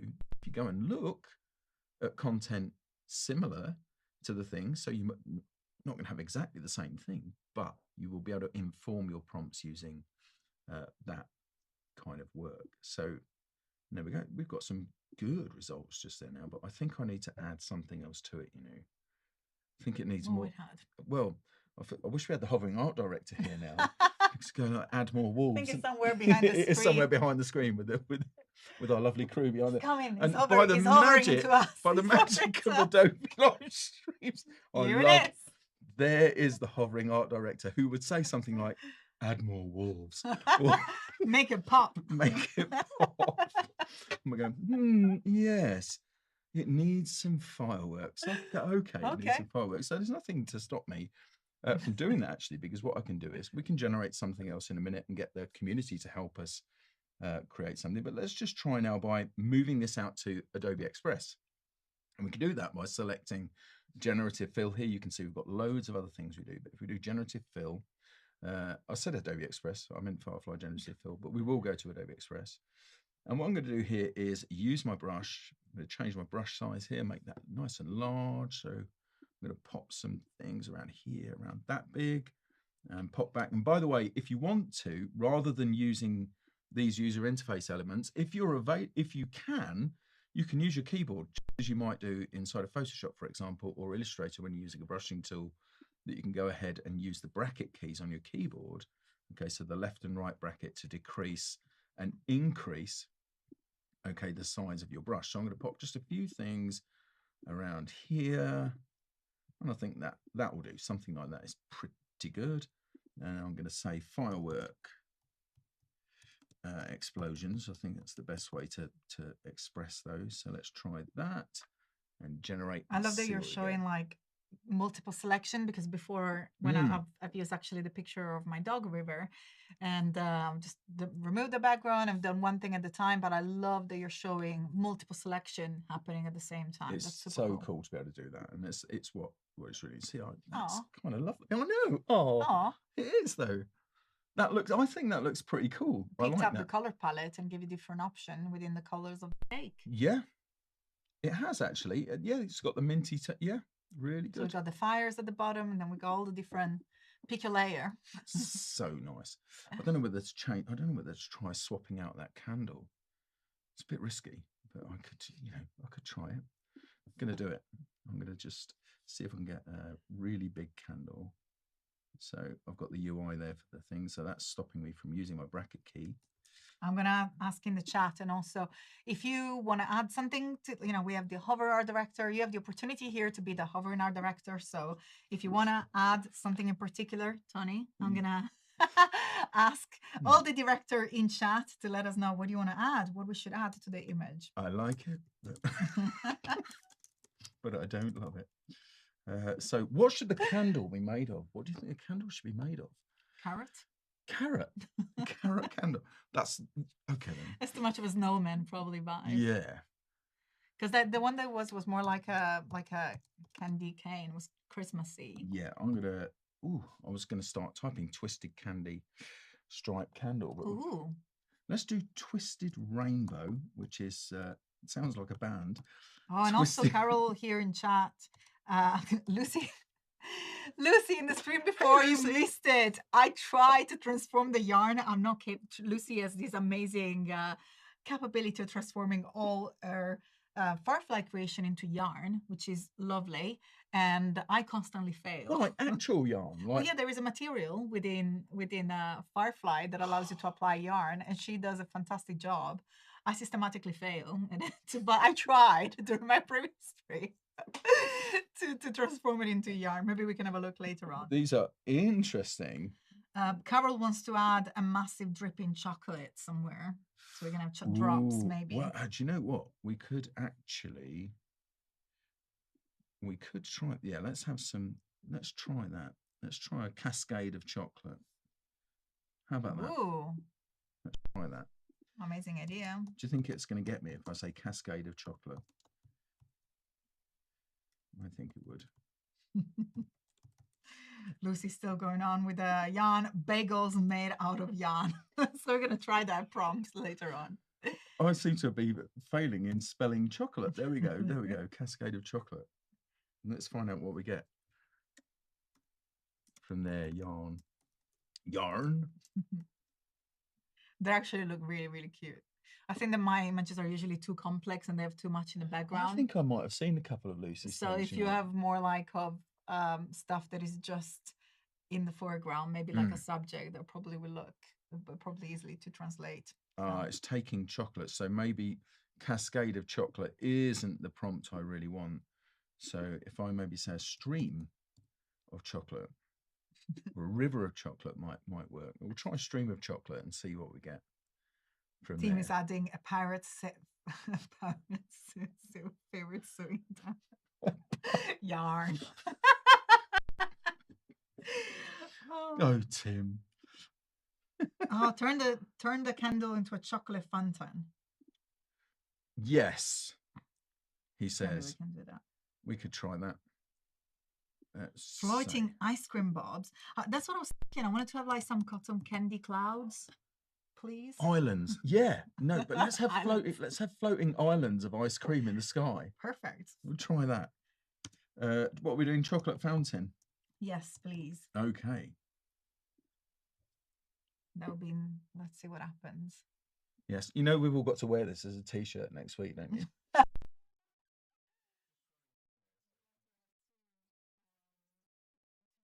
Though. Okay. Well, do you know what? It hasn't given us the chocolate fountain. But remember, there's other constraints on this, right? Yeah. We have to think about the image itself and the colors it's using, because I've been really specific about what I would like in terms of the colors. So it's probably thinking I can't easily make chocolate, and this could be white chocolate. Oops, we went blue again. You've gone blue. Let's see what happens here. There we go. We're back. There we are. You're back. It's just that Tim keeps doing his jumps behind the screen, so we need to cut them moments out. Ah, there we go. Let's try. I'm going to try. Let's see if we can get a floating island. Floating. That's. And also, like, what I love doing is, maybe start over and add with different things again, because it's Chris Casanova said, I love that term. I know that I used it in the stream before, but like any AI really hallucinates itself after a while. Yeah. So I love sometimes just to like have also the option of adding things. Look at that. We have floating ice cream island. Oh. Well, it's kind of, I mean, it is. Why not? It is. Yeah, it is. In this reality in which we have a building cake. Yeah. With people all over the show. It looks I'm like gonna we keep have a. It's staying in. But I don't know if you noticed, but we have like a full top floor made out of candles because we're We little do. flames in there. Yep, And then we have also a top roof garden. we do. We do. We've got some going weird on? stuff. It looks like we've got a couple of restaurants in there as well. A couple of restaurants. There is definitely a club, the one in pink. There's definitely a club. Yeah. And then we have like a stadium entrance as well with everybody like. Yeah. Like, I mean, that's quite a crowd, but I mean, it's Firefly, right? So they're going to be, of course, you know, everybody naturally. joining the party. Yes. Let's do another one. So I'm going to keep this one. I'm going to download it and keep it. So we'll go ahead and let it do that. Applies its content credentials, gives it a meaningful name just there to itself. And there we go. So we've got that. Let's go back to Firefly. So tell me, what are we generating this time? Let's try the yarn. So I'm just gonna go ahead. Let's try the bagel made out of yarn. And then there is a yarn material. So if it doesn't come out as we want, we can add the word material. Yeah, or we could actually generate a sphere of. Oh, okay, we can of also that. try that. But for the yarn itself, yeah, it's a material that should be available within the effect. So if we try and generate that, and then we go into the. We scroll past and we move to the effects and we're going to materials. Materials is there. Yeah. And then there should be yarn at the bottom. There it is, yarn. But you know what? That's not. That looks like a very Italian Easter cake. Usually we have that and then we have an egg in the middle. What, you have cakes made out of yarn in Italy? That's not yarn. It wasn't yarn, was it? It looked like bread. I know. I just tease it. Let's see. Oh wow, look at that. So I think is getting the yarn more as a shape, rather than the material itself. But the second one actually has yarn within the composition. Yeah. Oh no, that's actually, I was looking at the old one. Yeah. This is made of yarn now. Yay! There you go. Perfect. See, check that out. That is so cute.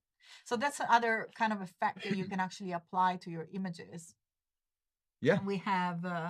Shall we try a couple of others? Of course. Let's try layered paper. Oh, that's one of my favorite ones. Yes. So one of my friends, Mr. Gildersleeve, does lots of layered paper stuff.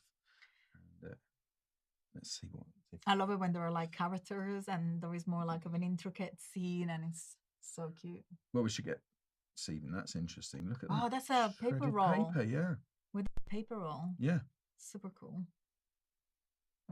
Let's look at the. What's Tim's favourite? Macrons. We should do macrons. Oh, let's do macrons. Let's do stack of macrons. Ooh. Is it macron? No, macarons. Macarons, and then we can try another. Not a stack of French presidents. Not a stack of macrons. Also, we're not trained on images, so we have no brands, no people. Everything is randomly generated, so it wouldn't work anyway. Yeah, let's try a stack of macarons. Made and we'll just leave. We don't need to do made out of, so we'll just do stack of macarons and leave the material set to layered paper, and let's see what we get. So we have a really fun from, let me see, clever. I want a giant inflated gorilla balloon. Okay, we're on it. So now these are interesting because those are beautiful. They are beautiful. Are they layered paper though? So, yeah, they are, because there's little bits of layered paper in there. That's cool. There we go. Now all we've done is make the studio manager hungry. He'll be wanting his snack time. Let's try those. I want to try something. What was Clever's prompt? Because then we have also first a giant gorilla. Giant inflated gorilla balloon. Giant inflated gorilla balloon. Or also there's like a dinosaur option as well. What is wrong with my typing? Oh, nobody can type. I know. It's the other thing, by the way, to remember with prompts is to actually say what it is you want. Although you can now use negative prompts to say don't include these things. So that's something you can add into your prompts and say. So if you're getting people in there and you don't want people, you can say don't include people or don't include certain other things. So that's the way you. I just wanted to add to be more specific as you can, because people is not necessarily read as all humans. Yeah. So, for example, you will add man, woman, girl. Yeah. You want to really break it down to all the possible visual options of what people are. Yeah. Because otherwise you might still find, maybe say no people, but it will add a girl. So, Yeah. you know, especially if it was originally there in the first generation. Yeah. So you need to be very specific and add as many options as you want in the negative list. Yep. So let's see what we get. Hang on a And minute. then I'm here just we going to have call like the pigeon back. And then we have also a fur option in the effects. Oh. So depending on how this gorilla balloon looks like, or is a gorilla with a balloon? Ah, we need to be more specific. giant inflated balloon. Wait a minute. So let's modify that. So Yeah. giant inflated balloon shaped like a gorilla. I would have done an inflatable gorilla. Okay. Giant balloon. You're making good sense there. Shaped like an inflated gorilla. Let's try that. Let's see what happens. You know there. it's going to end up looking like me, don't you? And then let's add some other effects on it as well once it comes out. Yes. Every time that I look at my screen, I'm looking like a bit of a delay. So that's why I don't. That is an that's inflated gorilla. Let's try the ones that we can't see on screen. Oh, wow. check It those definitely out. are balloons. Floating in there. the sky Ooh. above a small Italian. Hello, Tony. Right, Italian village. Do you think that it gets the localization? Yeah, see what it does. If the village has got maybe like a flag. Or just the colors. But I love the way that it gave all the creases of the inflatable. Look at that. So he's in Florence. It's crazy. Look at He's it. on the hills. That's amazing. I love that. Whoa. Oh, those are so cool. I want to go now. It's really, really good. Shall we try a different rendering intent for this, or a different Can we just zoom in material? on the first and the last one, please? Because they're my very faves. These ones, what? Keep them? Do you want to keep them? Skip them, please. Skip them or keep them? Keep them. Keep them. Right, okay, I'm just doing those two, so I'm going to keep that one. Look at that. One. It's so cute. And let's do something based on... My next business is going to be animal-shaped hot air balloon. I mean, that's You're going to see in Italy a new company of hot air balloon shaped like gorilla and dinosaurs. That's right. We could use one of these, of course, as a reference. Yeah. So, you know, there's a couple of different things we could do there, maybe. We could also say generate similar. Mm-hmm. So let's do generate similar and see what we get from there. That's so funny. And so it's now using that as a reference image to... But look how beautiful, like you also matched it with the light, like depending on, it literally brought the balloon into the village and then we have everything sort of matched there. This is where it gets really fun. I love it. What is happening there? So that's where we will use the not people, not faces. Yeah. Let's put a period in there and let's say don't include. We hear giggling from behind the scene. Let's try what it does with that. So let's see if it does that. I love that we're really entertaining the people. And then like there was someone, I think it was always clever saying to like do a dinosaur as well. Maybe we can use the image that we thankfully saved. we have, so we've got that. As a reference, and maybe use dinosaur instead of gorilla. I still want to see what's going on here. Okay, right. So it's a tad confused about what we've got there, but then again, we're asking it different things based on that. So what I'm going to do is just take away don't include human faces. So let's change it to a giant inflated dinosaur. Dinosaur. There, like so. We can also go ahead and use that reference image. So if we do upload image, we have got it kept, by the way. So it's not that one. It's maybe scroll down. Yes, that one or that one. Yeah. That one. So let's use that one. Into here. Into the style. Okay, hold on then. Yeah. Yeah. So let's go ahead. Sorry, my apologies. There we are. So we go with that. It's not apologize. We're here having fun. I know, and it's creating new images with inflatable animals. Right, so hovering we've got a over giant Italy. balloon shaped like an inflated dinosaur floating in the sky above a small Italian village.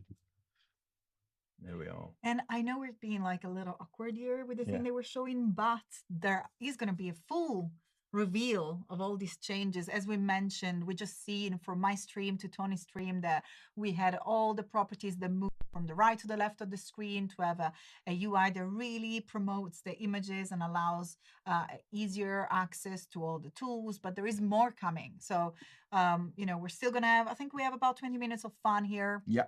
15 minutes of fun, and then there is going to be more to come. So if you see some awkward silence, it's because there is something that is coming. You probably may see, you may not see it, but you're definitely going to learn more with Paul and Danielle shortly. Yes. So stay tuned. I'll be following us right up. So I've just changed the prompt to giant dinosaur balloon. No, it's still not quite on with that one. I think because the reference there.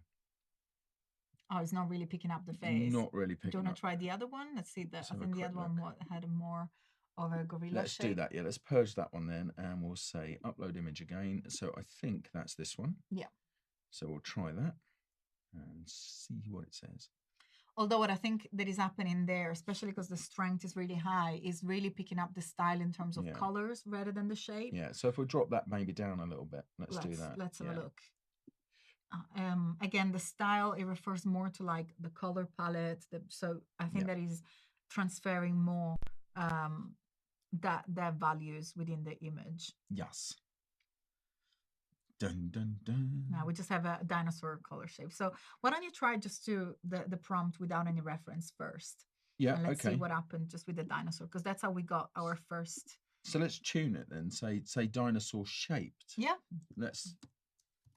And the beauty is that when you download an image, you also retain the actual prompt. They use it to generate it. So whenever, if you go back to the image that you have saved, you will have there the name of the image is the actual prompt. So if you ever forget where you've generated, or you want to go back to one of the generation that you saved, you have it there. Oh my God, we have a flying dinosaur. But that actually does look like a dinosaur shaped balloon. That is so beautiful. And you could remove that with the gen fill as well. We could do that actually. The other balloon. They're so funny. I'm going to just I'm just going to change a small Italian village in a minute. So we could do that. We could actually do that. Shall we do some generative fill and get rid of that balloon? Mm-hmm. Let's do that.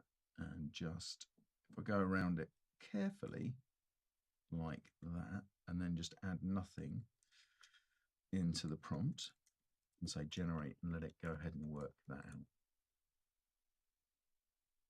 And I love that it's able to find, I could have done remove actually if I was there. That would have been a more sensible thing to do, but it does its job. Yeah, that's pretty good. Now I can tune that further if I wanted to, because I haven't done too well around the face just here. Okay, so I could go ahead and change that. So if I zoom in, this is one of the advantages of using a trackpad. It's simple, like so. I can see all the texture as well of the dinosaur. Yeah, it's really good. Really, really good. I'm just going to cancel that one out for a minute. I'm going to go back to the brush setting. I'm going to make the brush a lot harder just here and bring that size down, and then just brush this in and see what we get just here. Let's try that. And then we'll go back, very, very shortly, we'll go back to our birthday card, and we'll take that into Express and use some Firefly in Adobe Express. And by the way, you said Liz was in the chat earlier, Liz Mosley. Yes, I'm just reading. Everybody's having a lot of fun. Who I'm hoping now is recovered. She was poorly last week. Yes, Liz, let us know how you're doing. Yeah. And we have Michelle saying these balloons will scare all the birds flying by. And Nora's adding, except Angry Birds. So let's see what it does. There you Amazing. Go. I mean, come on, that's really, really cool. So in just a few clicks, we're able to generate the image that we want. And you could potentially also, like, I don't know how much you want to push it, but we can like get rid of the entire town and just make like a moon sort of like Yeah. more like a dinosaur-y sort of mountains and or moon surface sort of background and stuff like that. And the important thing here, of course, that we haven't mentioned yet is that if you are trying to get an idea across to a client, if you were doing this manually, even if you were comping this together in Photoshop, you're taking the time for doing that, from sourcing all of the different elements. If you just want to, no pun intended, right? But if you want to float the idea past the client, right? I'm here all week now, foot bingo, right? So the then this is a way you could do it. Yes. Yeah, this is a way you could really quickly say, look, my idea to sell whatever it is, or the idea you've said, can we do this? La, la, la. Here's my idea for it. What I love is like in the past, I used to do a ton of collage and mood board. While right now it's just so seamless. And I think that the problem with collages and mood board, like traditionally made, they really didn't bring the puzzle together. They're still pieces. So unless the majority of clients, the majority entrepreneur, they're not visual people. They have ideas, and but they're more business minds. Or even when I work with university, with researchers, they just really struggled to put the pieces together. So even if I would have shown, for example, an image of the balloon itself and an image of Italy, they would have struggled of putting that together. So I love that how everything gets combined in a visually pleasing way. We got one too many arms. We've got one too many. Let me just go ahead and just not do that for a sec. So I just noticed there was one too many legs there, which is a thing. So we don't know. We've never met one of these creatures. So for all we know, it could be anatomically correct, but I suspect not. But mind you, it would answer some things in terms of archaeology. But let's new discovery. Who knew? Who knew? But that's the thing, it doesn't really. It can only base on reference that it's searching. And Marcy's asking, using Firefly, start with an actual photograph and continue from there. So that best way is to use generative fill. So if you go directly from the home page, you can start by clicking on generate, and it will give you a prompt to upload or drag your image directly within the website. And that's a fantastic way to start with your image. And then you can move forward like Tony's doing, using inserting and generating to add more elements or edit in your image, or simply use remove to remove any unwanted object that is in your image. And it just does it, it does it really, really quickly. All right, there's a little bit of extra work there, but if I wanted to do that, in fact, in a couple of the other things, it just changes because it's looking around this particular content here just at the moment. But to take this into Photoshop and do this in Photoshop afterwards would not be a big deal. Although if you were, and I'm just going to say it again, floating this idea past the client, right, they would kind of get it. They wouldn't see small details like this at that point. That's not really the key part. The key part is getting this, the idea. So Tony, we got about 10 minutes left. So time to make a card then. Time to make a card, birthday card. Absolutely. So, and just before we jump into Express, can we just show once more with any image how to drag the image in GenFill? Because Marcia asked the question again. So just if you want to bring an image with the GenFill module, starting from an image directly. Okay. Yes, just that. That was so helpful. Just upload one here. Yeah. Just to convey that we can simply add the image in, and there is it. And there it is. So you start with your own image. All you do is you upload it, and then it's pretty much the workflow that we've done so far. So I'm no longer a fan of that particular ice cream. Okay. I'm very, very sorry, Kladi. Okay. But it's and there you are. That's how easy it is. And it will remove it, and it will add, and you can start compositing with any photo. Of course, this is a composition that we just created, but you can take it from there. Yes. Yeah, because we were just asking to demonstrate it again. Yep. Perfect. There we go. Good stuff. So we'll just let that complete, and then we'll start. There you are. Poof. It's as if that ice cream never existed. I'm so sorry. I'll buy you an ice cream later. Okay, please. Yeah. All right. So let's go back to Firefly then. Deal.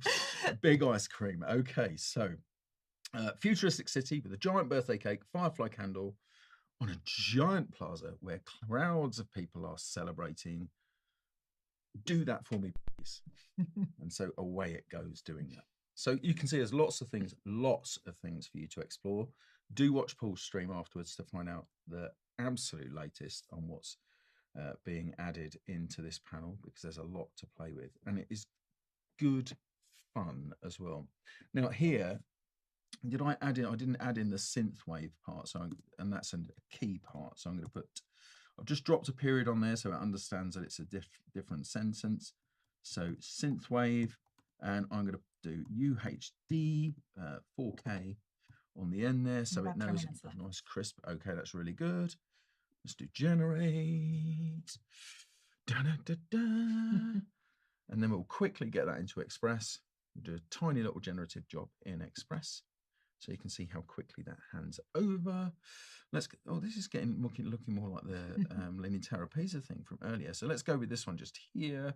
So we're going to do edit, and we'll do add text and more. So it hands over to Adobe Express. Adobe Express says, hi, what you got for me? And Firefly says, hi, I've got you this image, you know, and so we can play with that. We can go ahead, add some text. It's so beautiful. Ah, so good. Right, so let's do that. Add our text, and we can say, happy birthday. That was so quick from one app to the other. Oh, no, it's really, really slick. Happy birthday, Firefly, exclamation mark, because it needs one. And we're going to change this into an arc of text, like so. Countdown. Oh, so good. And we're going to do some of these great suggestions here. So let's choose something fairly solid, like that, really good. So we'll bring that up like so. Now that's ready. So let's get that and drag that up into place. Like that. Happy birthday, Firefly. I'm just going to make that text white so it's easier for contrast just for the moment so we can see it. But then, of course, I want to use one of the other places that Firefly surfaces inside of Adobe Express. It sounded very technical. I'm going to go for text effects here. We can, of course, generate whatever we want from here.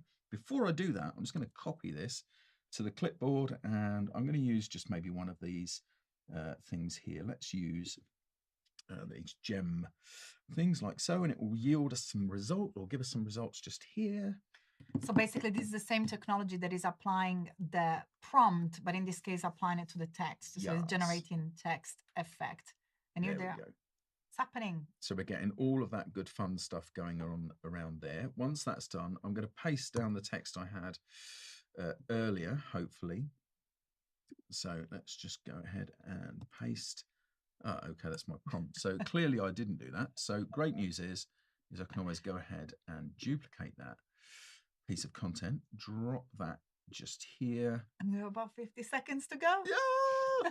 All I was going to do here was change this one back to take the text effect off of that like so. So to remove pretty much all the text effects, then group it together, because when you group it together, you create a separate object. So if I just bring that one for a second and select both of those things and group them, right? Because that's text, to group the background with it by accident. There we go. Tony, I'm going to have to stop you there, but we got the card done, and I just want to make sure to tell everybody, stay tuned. We had a ton of fun, Tony. Thank you so much. Thank you so much, everybody, for tuning in, and stay tuned. Danielle Morimoto, Trani, live from San Francisco with the latest on Adobe Firefly. So all these changes that you've seen while we were streaming, you're going to learn more and more in just a few minutes here on Adobe Live. Thank you so much, everybody. I'll see you soon. Bye.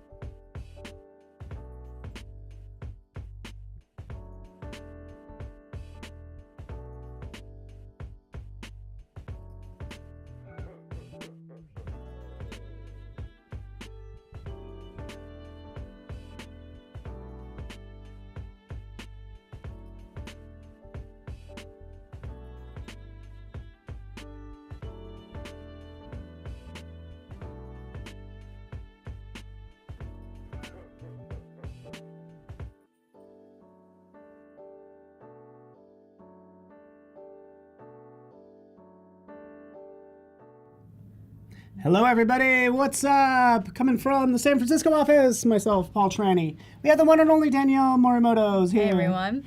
Good to be here. So thank you for all the European streams and everything that's happening there. But now we're in San Francisco. Yes. And this is really fun. We're super stoked to be here this morning. We're excited to be here together, to be showing you all of this. It's exciting. Well, exactly. Speaking of showing things, we could just get right into it. But before we do so, I'm an evangelist for Adobe. Some of you might know me as I'll take a look at chat here in a second. But feel free to say hello. Danielle, I don't know if you want to explain your role and why you're so awesome at Adobe. I know you're awesome, but I don't know if you want to talk about like what you do here. I mean, thank you.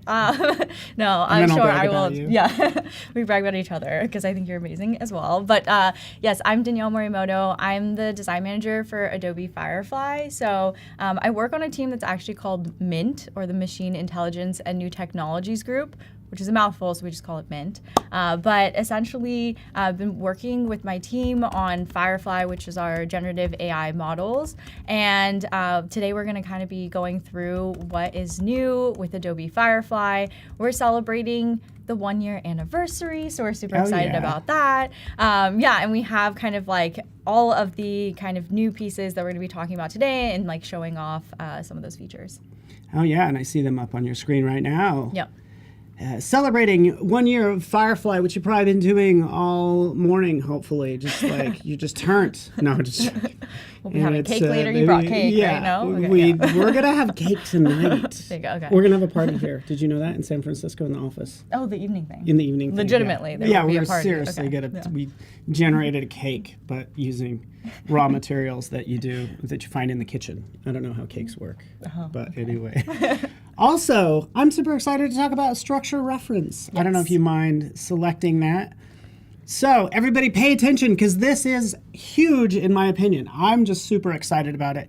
Danielle's internally working on this clip like up to midnight every single night, I have to say. And I'm just happy that she's here. We had to get her out of bed. She's probably missing other meetings to be with you guys, but working on structural reference. And the team has done an amazing job with this feature. Like really, like I think this is definitely the highlight of the release right now with the latest. I think we also had to date, and we'll go through it, but we already have what's called structure match, and I know a lot of people have really enjoyed using it. I think it's super powerful, and now we're adding another thing, which is structure reference.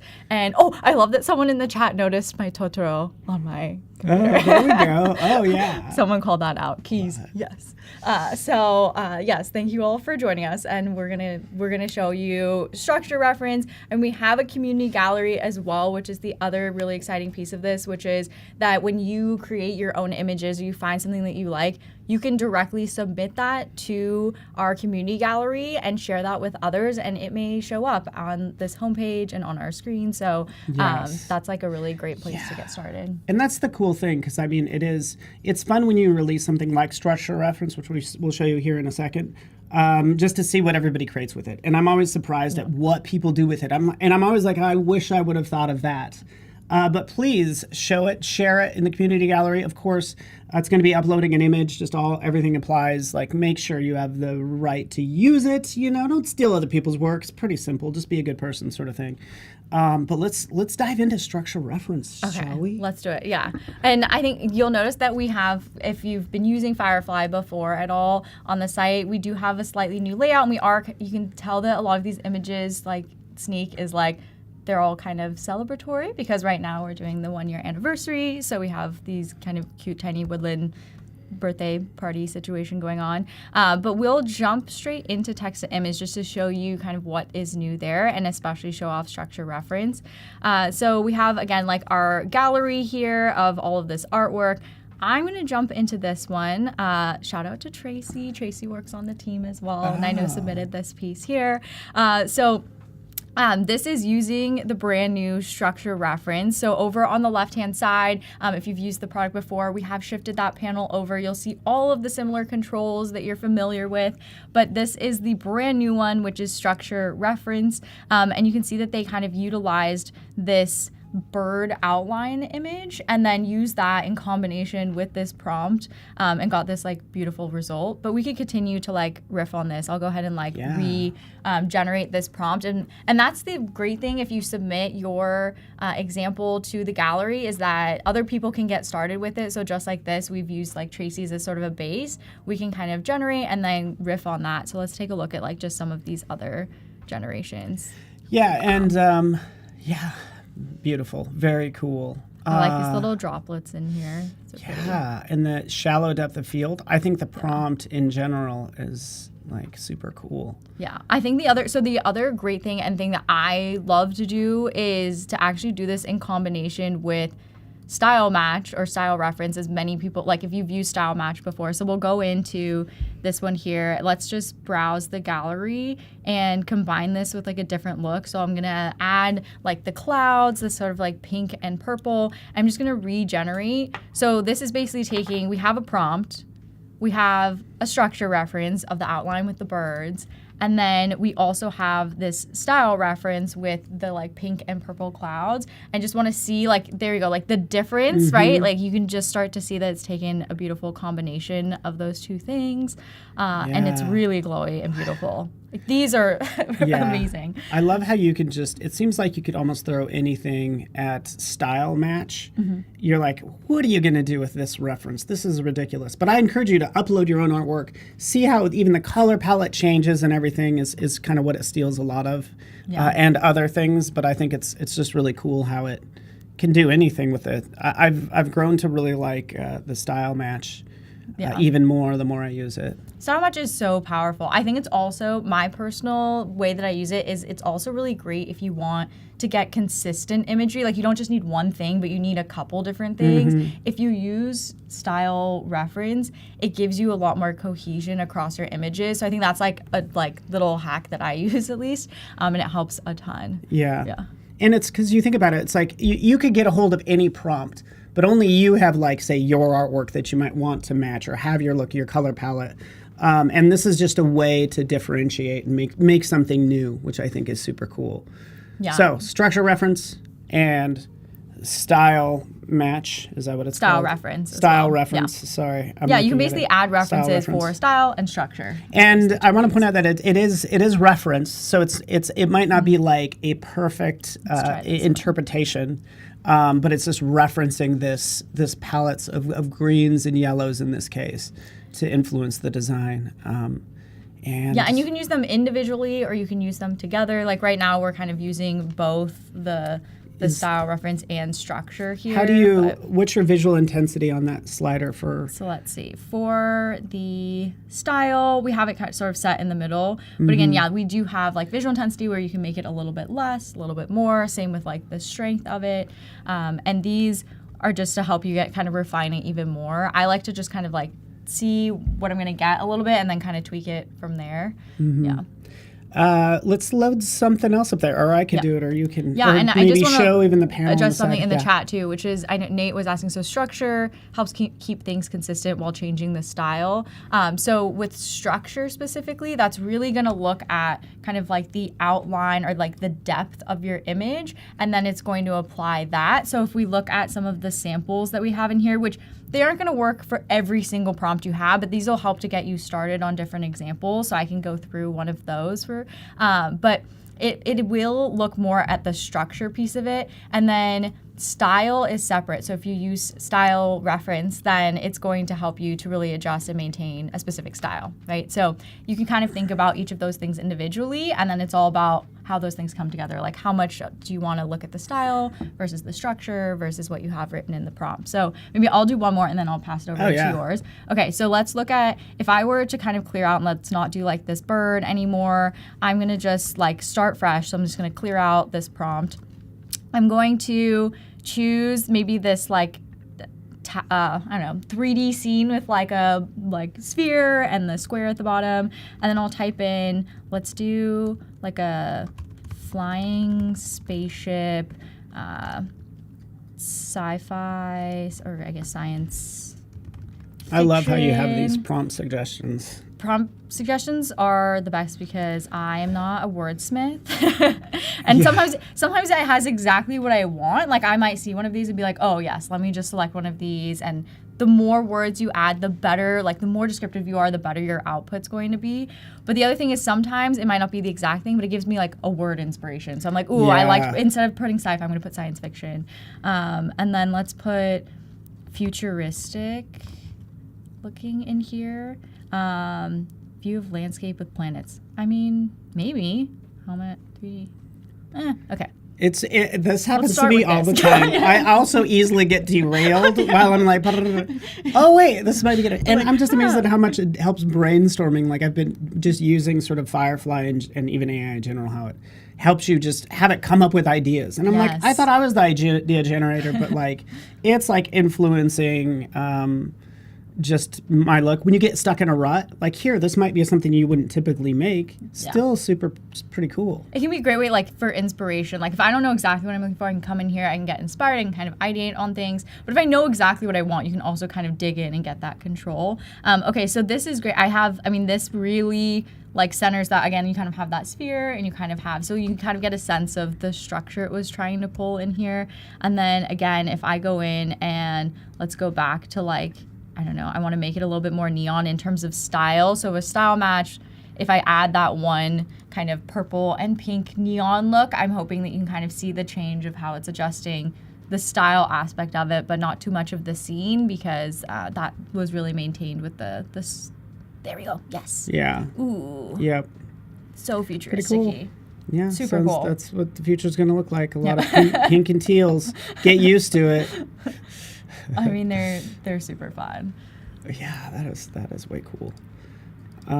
My other favorite thing is, and Olivia from our team is going to be on the stream later today, but one thing she's done is like she has her kid like artwork that they've done, like their young kids like drawn some pieces of artwork, and they actually uploaded that as the structure reference and then like used it to generate prompts, and they're amazing. I hope that she puts that on the stream later. Keep tuning in when Olivia's on, maybe ask her about it. I think that is awesome. I was playing with that as well. Were you? Yeah. Okay, cool. What are you jamming on over there? I'm just doing, well, here, I'll just switch over to some other things that I'm working on. Okay. But let's get out of there and get out of there. I'm just working on, so I tried that. But let's do this. I'm going to switch over to my screen if you don't mind. Because I was like, okay, what if we, just take, again, your company logo. And I think this is the easiest thing because that's what most people do. It's like, oh, I'm going to design a logo. You usually design your name. But now that you have your small business or whatever, it's like, okay, this is the Adobe logo. Can it sort of remix this in a fun way? So that's right down here. That's my reference. Strength is scrammed all the way up to the right hand side. And I'll just keep it as is because I really like the colors. So this is a Big Bang Universe Explosion Supernova Blast made out of colorful bath soaps.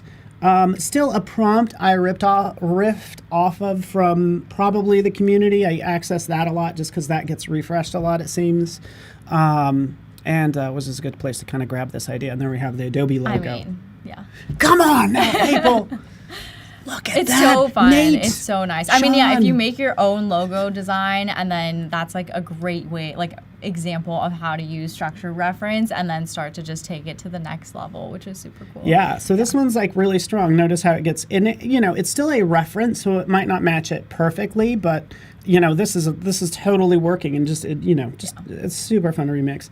Like I've done this like 1,000 times already, so just to kind of give you a preview of what you just saw, like here's another one. This is multicolored. The clay. The clay looks cool. Yeah, the clay, and then let's just kind of click through some of these. Alien landscape. Yep.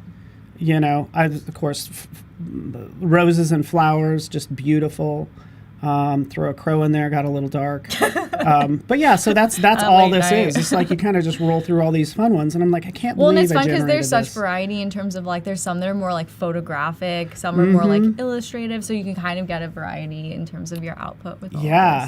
Yeah, exactly. Do you have a favorite of the ones that you were making before? Honestly, I'm into these. I like these ones. Do you like the kind of more ornate kind of floral ones? Yeah. And I want to get to that. I've play with materials because I think the materials. I threw cats in there too, just for fun, like knit and cats. And we go back to the last one. I like how the cat's face is. I know, isn't that funny? Is the A?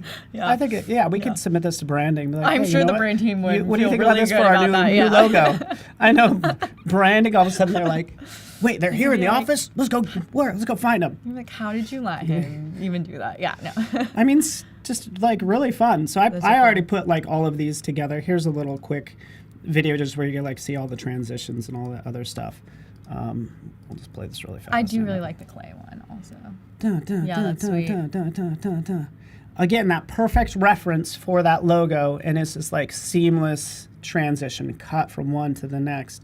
And for each one of these, I generated like 4 of them. I could play with this. Oh, I love how it did this trail, how it makes the A through there. It's like, just absolutely brilliant.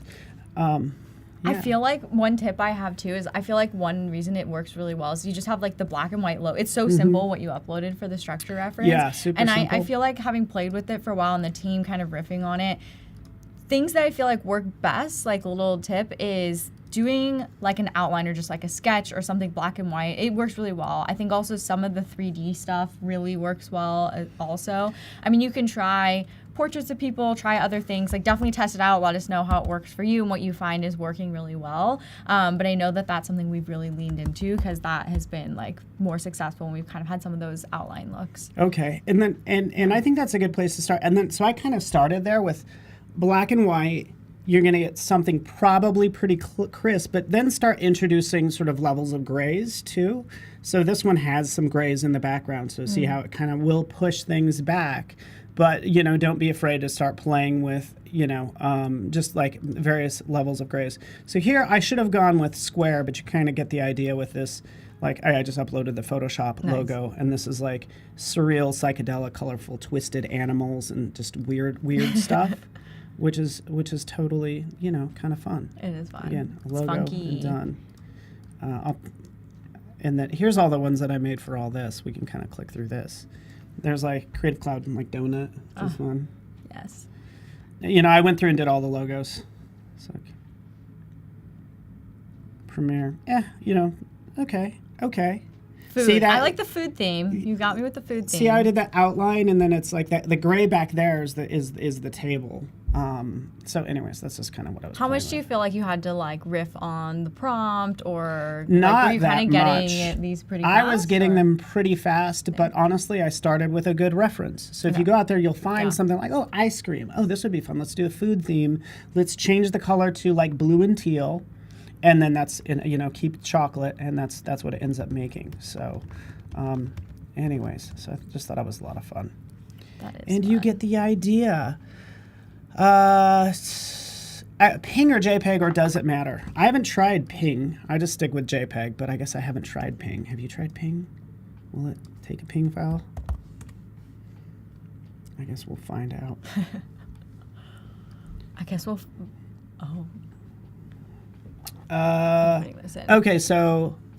please upload JPEG, Ping, WebP. Did it say WebP as well? JPEG, Ping, WebP. Ooh, it'll. WebP file. Yeah, so those are the file types, and now you know. What do you got there? You're just working on a kitty? Can we switch to Danielle's screen if you don't mind? Well, I was trying to mess around with something that was a little less of like the black and white like we talked about for the actual example. So I just browsed the gallery, and we have this like a photo basically of a cat. So if you wanted to start from something totally different, I started from that. And then just put in a prompt of like cat with aviator glasses. And I still had that same like neon selected, but I kind of want to change it. I kind of want something more like drawn and less like 3D. So I'm gonna go into my style here. And let's make something flat. I like this one because the example here is, it's like really flat. It's just like creamy. There's a bunch of different colors. There's also like a little bit of this like texture on it, which is kind of nice. And I think the exciting thing is, honestly, every time I generate, I don't know exactly what to expect. Like, you don't know what to expect. We might, even if you've tried these prompts before, like you get something totally different every time. Fun. Yeah, I mean, I don't like this one that much, but this one is nice. But There's this sort of is a funky case, blend. I like this one. Yeah, I mean, it's just cool that it's. I think the thing is too, when you find one that you like what I do, like, because I'm not really liking the other ones, is I'm going to go in and I'm going to generate similar. And what that does is it's going to keep the one that I really like, and it's going to regenerate the other 3 around it, so I can get something a little closer to this. So that's also like a way that I start to narrow down when I'm like finding something that I'm liking. So this is just look at this chunkster. Yeah, I like. Oh yeah. You need one of these at home. He's you know just that, right? hanging out. You need one. You need one. Oh, yes. I was telling Paul that I had a visitor last night, which was a mouse in the house, which is never what you want. So Paul was telling me beforehand that I need to get a cat. Yes. I don't know if I really need a cat. I said I think that I need the neighborhood owl to come back, which also I love like nature photography, and I want a good photo of an owl anyway. So like win-win. Yeah. Get the mouse, and I'll get a photo. I'll get a photo of the owl getting a mouse. Getting the mouse. Yeah. Oh, yeah. And then you don't have to worry about, because the mouse always like brings it to you. It's like, here's They do. Yeah. a thing. Whether you want it or not. So, I'm still working on this, but let's, you're generating some things too. Ooh, let's do this. What is that? I just wanted to see with a different style reference here really quickly because it's a little different. Yeah, it's kind of more like illustration and kind of flat here. So just like really quickly able to get a totally different style, which this cat is rocking it in space. Pretty cool. Oh, and I had talked about earlier, like if you find an image and you want to submit it to the gallery, like how in the world would you do that? You can go in, and when you like want to, like, you can download any of this stuff, right? And we obviously are adding all the CAI to it, but you can share one of your images here and you can submit it to the community, and that will add it, like you can go through the workflow to basically submit it to the gallery and potentially have your images out there for other people to kind of take a look at and get inspired by as well. Yeah, love it. Yeah, I like how people like the reflection in the goggles also. Like some of these get some good reflections. Not in this one, but like the versions before I really liked. Yeah, but you can tell also in Firefly we have this new like carousel layout and everything. Before we sort of had these like static kind of 4 images. Now you can, I'm just like scrolling through. You can click, but you can also just kind of like pan really quickly and kind of be a little bit more immersive in the images, which is nice. Yeah, I like that.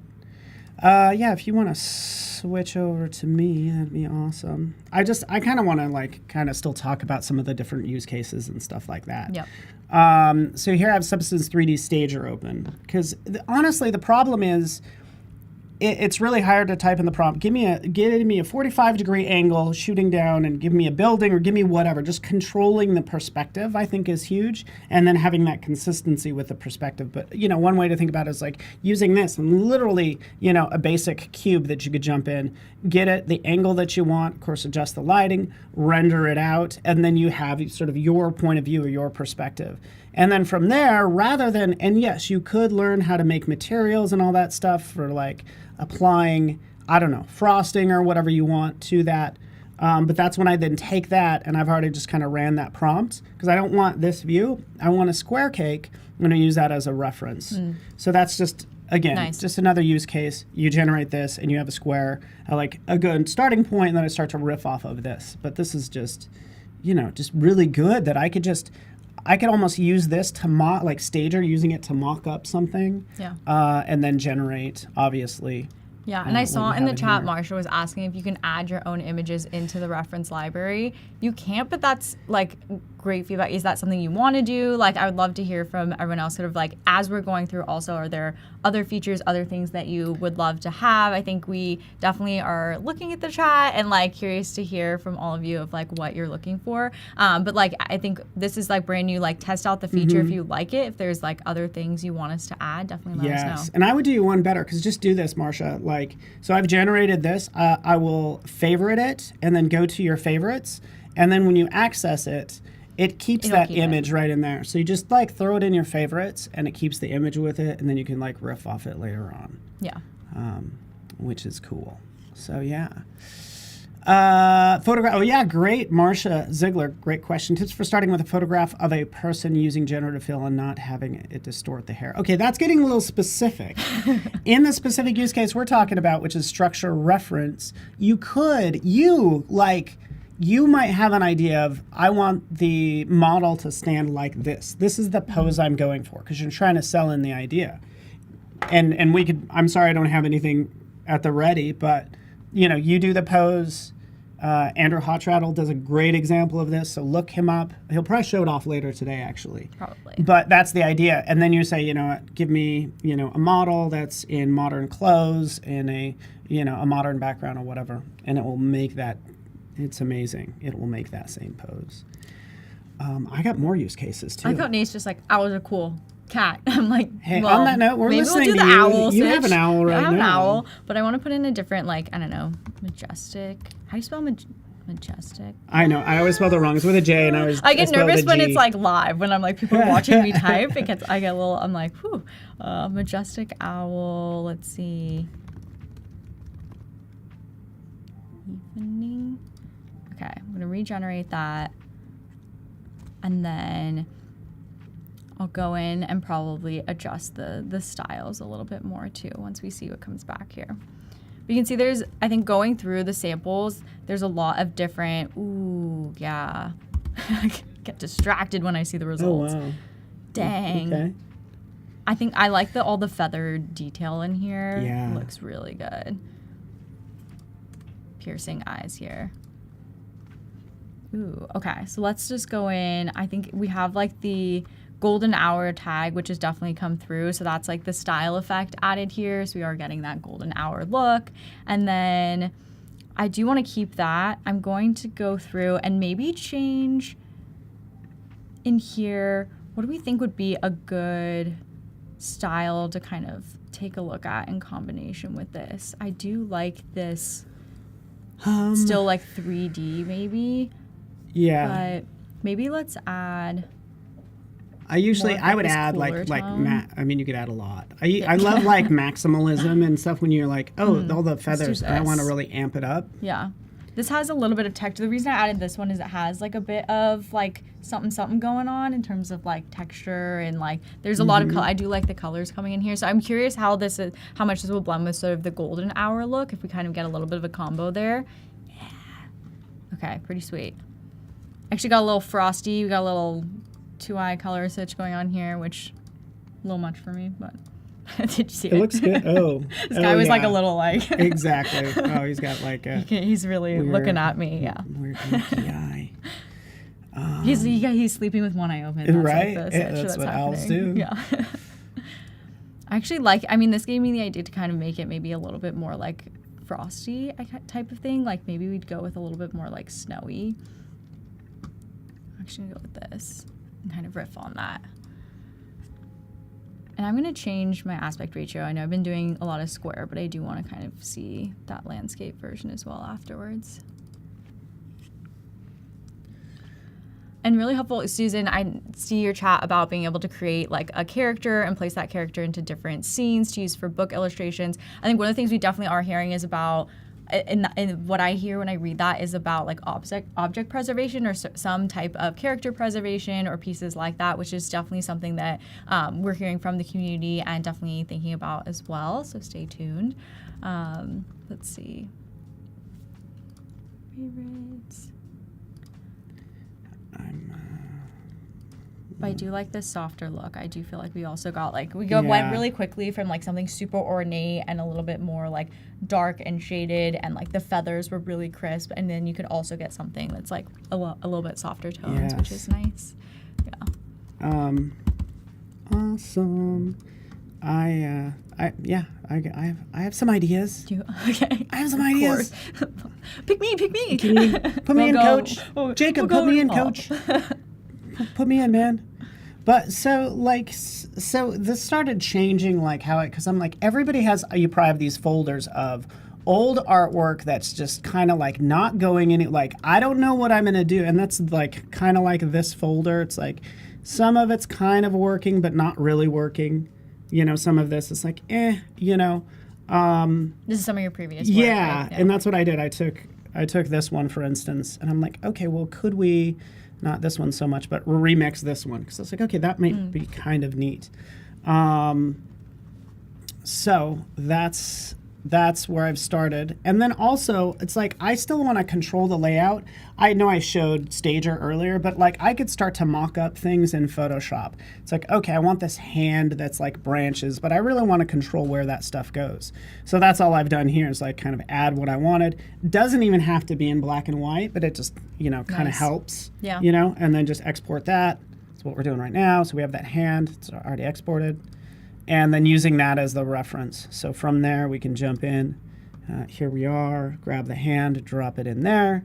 That's our reference. And even take some of my old artwork, because I want it to look similar to just like other stuff that I've built out, like this one. Let's kind of have it match that. Which might get, I don't know, maybe overwritten. Actually, I kind of like that too. So I'm kind of torn. But let's drop this one in. There's my reference. And our image, and then let's do a tree limb with big branches. I could do spooky gothic, but it will add those. I'm not adding anything color related. That's going to still be taken from my style reference. And, so you added this one as style, not structure. So we're just going off of like the colors and the tone and like texture, if there's any. Okay. Yeah, it'll be interesting, and I don't know what it's going to get, but I like forcing. Okay, so let's... Definitely got that gradient, some of the pink and I really yellows. needed like change the, you know, and guess what? It wasn't perfect right out of the gate. Imagine that. Let's switch it up and then generate again. So I just did magical forest because I didn't like that background. Just steal the colors, but don't give me that same background and we'll see what we get. Plus we weren't getting all the branches. So we'll give it a second there. It's okay. Okay, so this is what I would do. So this is a situation where, like, look at the strengths cranked all the way up. It's, like, very much a hand. So that's when I would just take it down some, regenerate, and see what you get from there. And I have versions that are already created if we don't want to wait for this. But we'll see what we get. And, it's okay. Not so much. Okay, it's a little bit my favorite noise. I feel like every now and again, as we like work on stuff, we're like, Yeah. So this is what I was generating like last night. So this is like still kind of looks like a hand. Like that definitely looks like a hand, but I don't know. That's just kind of what I was going for. And then this is a fun one. I did the same thing. So I have one that's the hand image. Let's get rid of that because that's only going like so far. Let's take this cool image. That again, it's like old artwork that I'm like, it kind of wasn't really going anywhere. Same thing, structure, style, generate. I've still done a lot of the work in Photoshop, but I'm just like, you know, just reimagine it for me. All right, it needs a lobster. It does. What's up, everybody? Okay, so this is kind of interesting. Look at this. So this is what it did. Okay. Because the reason it's not perfect or not going exactly off of what the reference image is because I don't have it cranked all the way up. So it's only halfway, but gives me sort of that new experience of that artwork. If I want it to match perfectly, just play with the strength and we'll see what we get. And let me know if you guys have any questions. Want to say hi to Viola, General Kenobi, of course, Sean. Okay, so look at that. Like this is super. This is kind of neat. I mean, look at that. So here's where we were. I don't know. I think it's interesting. Like here's where I was. Just wasn't working for me. I did a lot of the work, but I'm like, okay, now we're here. And we kind of end up with this stuff. Well, I think what's great is it can get you part of the way. It could get you all the way there of what you're looking for, or you could just open that, like from Firefly, you could open that into Photoshop and then take it even further, do all the things that you want, like add some other aspects of it. You can even just use Gen Fill, right, and add like some more like butterflies. If you're like, I actually want to add one more here, you can just kind of like layer on top of that, which is nice. Okay, so I'm Forrest. You might need to come back to me. Yeah.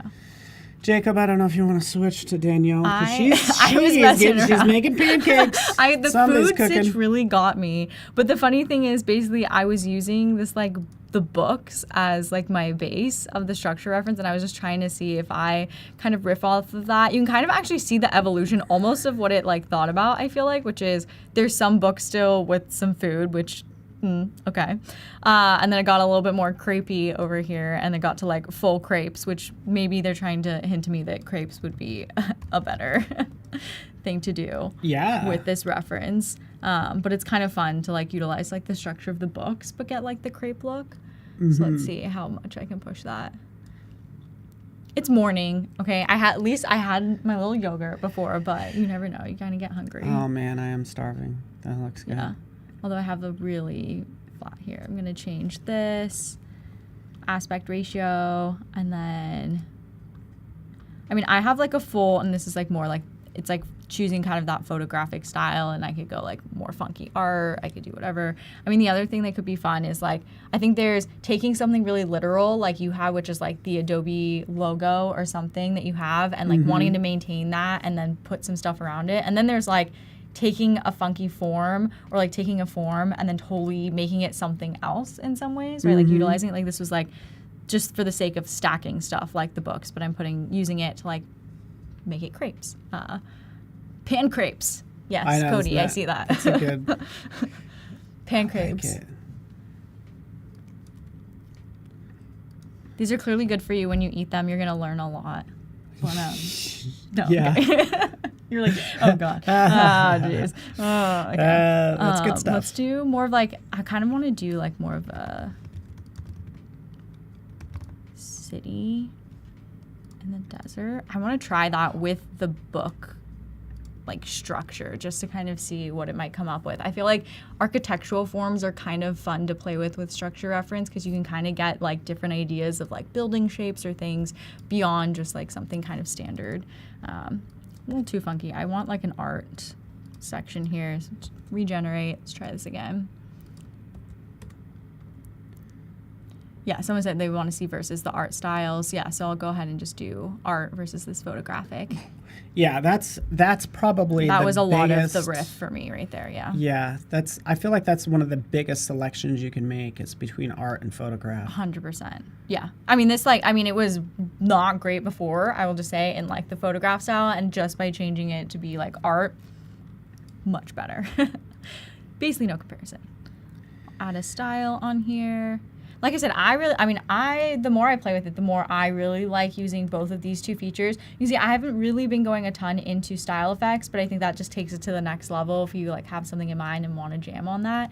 But like, this is kind of fun also, kind of like this funky illustration style, and it has more of like the books, but there is sort of like this like space theme kind of attached to it too. And I could kind of riff on like how much I want each style or like structure to actually maintain. But I feel like I come up with like so many ideas. I could spend so much time just like riffing on different concepts in this. Yeah, honestly, I feel like it enables you to like explore more ideas earlier on and then see where you want to take it. Because let's be honest, like this is a great, you might not nail it out of the gate, but like here it's like, okay, now what can I add? I love how it's breaking the borders of the book. You know, so like more of that, but you know, just being able to concept things like super fast is just new, is awesome. Yeah, I can. Got it. And I see the feedback, Brad. Yes, that is something that we're looking at, which is like, how could you apply this more in bulk, right? Like, so taking more of the style and do that for multiple versus just like one at a time. So definitely hear that feedback. That's great. Something we've been hearing from the community as well. So the team's been kind of thinking about that. I'm opening up more stuff. I got some stuff. Can you want to switch to me, Jacob? Oh, you do have. So yeah, I mean, this is a case where like I would mess with this all day long in Photoshop because that's like what I love to do. But I was like, okay, how can we use this? Again, it's still the idea of like this is the basic structure, so I want to use that as a structure reference. I'll go in here. I already have it loaded up, so there's my little statue. Again, 3D model in the position that I want. And then we'll take that and we'll just do, again, something surreal, psychedelic, colorful. I don't have the strength cranked all the way up. I should have cranked it all the way up. But in this case, it's a mystical twisted woman. So I might need to run this twice. But I'm like, I would like to composite sort of different versions of that same statue. So like here, look at this. I did woman, and here's this beautiful really mystical, again, eyes a little weird, but this is such a good, it's just a little wonky there, but.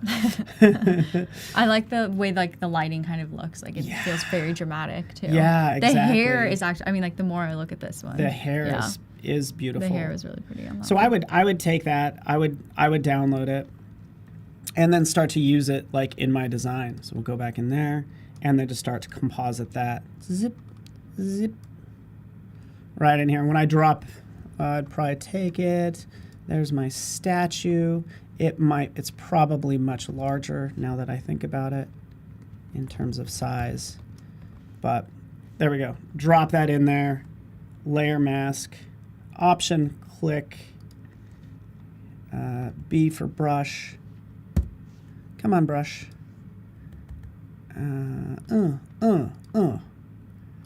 And then just like, then it's like, ooh, reveals, fun, right? So that's what I did. I made so many different versions of this. Again, like I was able to just like nail the position. So there, it's like I have the position. Now I can start to mash a bunch of these together. So here's all the different versions I made. So here's the original, keep that in mind. And then like here's one of just a beautiful woman serious. And it's still that art style. That's why it did that. Something more, just a little bit more playful. Let's go beyond that. Here I got a realistic. I switched it to photo. So one is art and one is photo. And just look at the dramatic difference. I can composite this together. You don't understand how hard it is to find a photo of that exact person pointing that direction. It's just insane. So these are all the different, it got weird. Here's cut paper. Always does. Cut paper is like super fun to play with. Playing with the colors. Of course, we had to make it a statue this time, and then into some of these. Like that's a version that I made. Nice. Yeah, and Carol in the chat is even saying like you could try a painting style and add realistic to your prompt, which is so true, right? Like you can imagine these being like more like painterly. I kind of imagine that like a oil brush, like really thick too, that you could do. Oh, fun. I'm still working on this because but I was able to kind of iterate and figure out what style I like the best. And it really is this surreal look that I think it just kind of is winning out. It's like mashing this other stuff. Some of these flowers are cool, but again, just kind of like working and riffing off of it to make something fun is kind of the idea, like we're doing here. That's kind of fun. Yeah. Yeah. Zip, zip, zip. So you get the idea.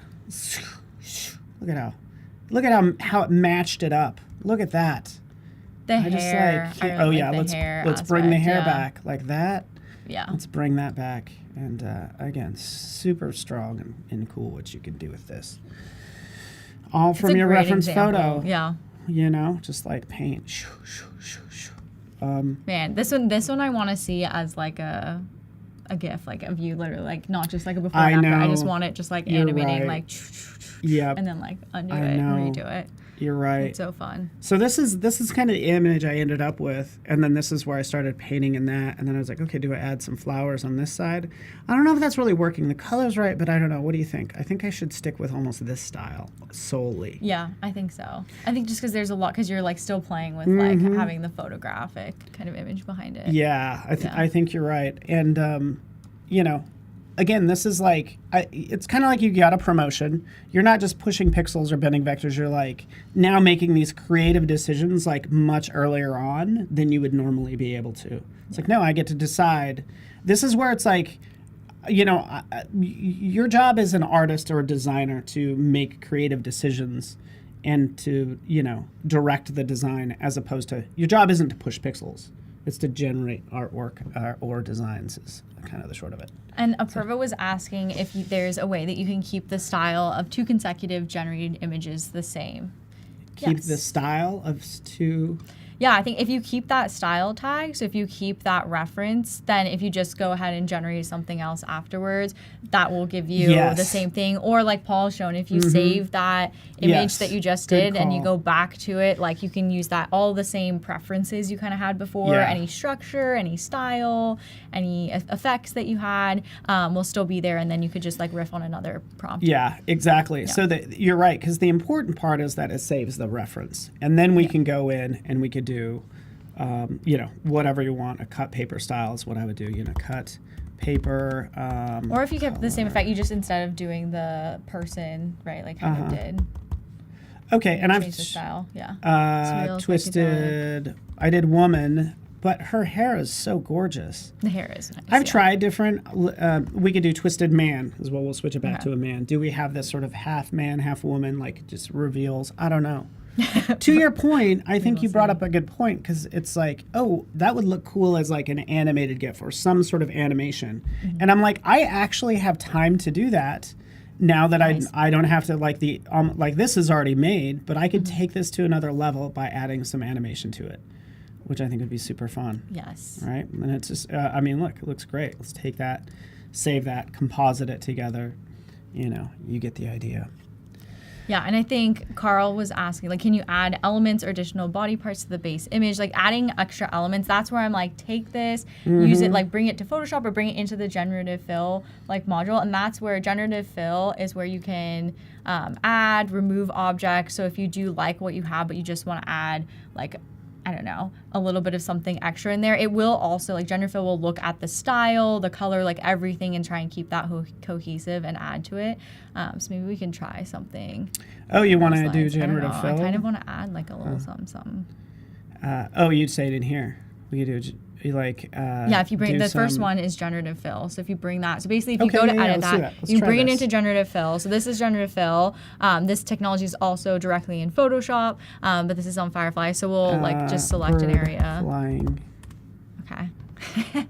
We'll see.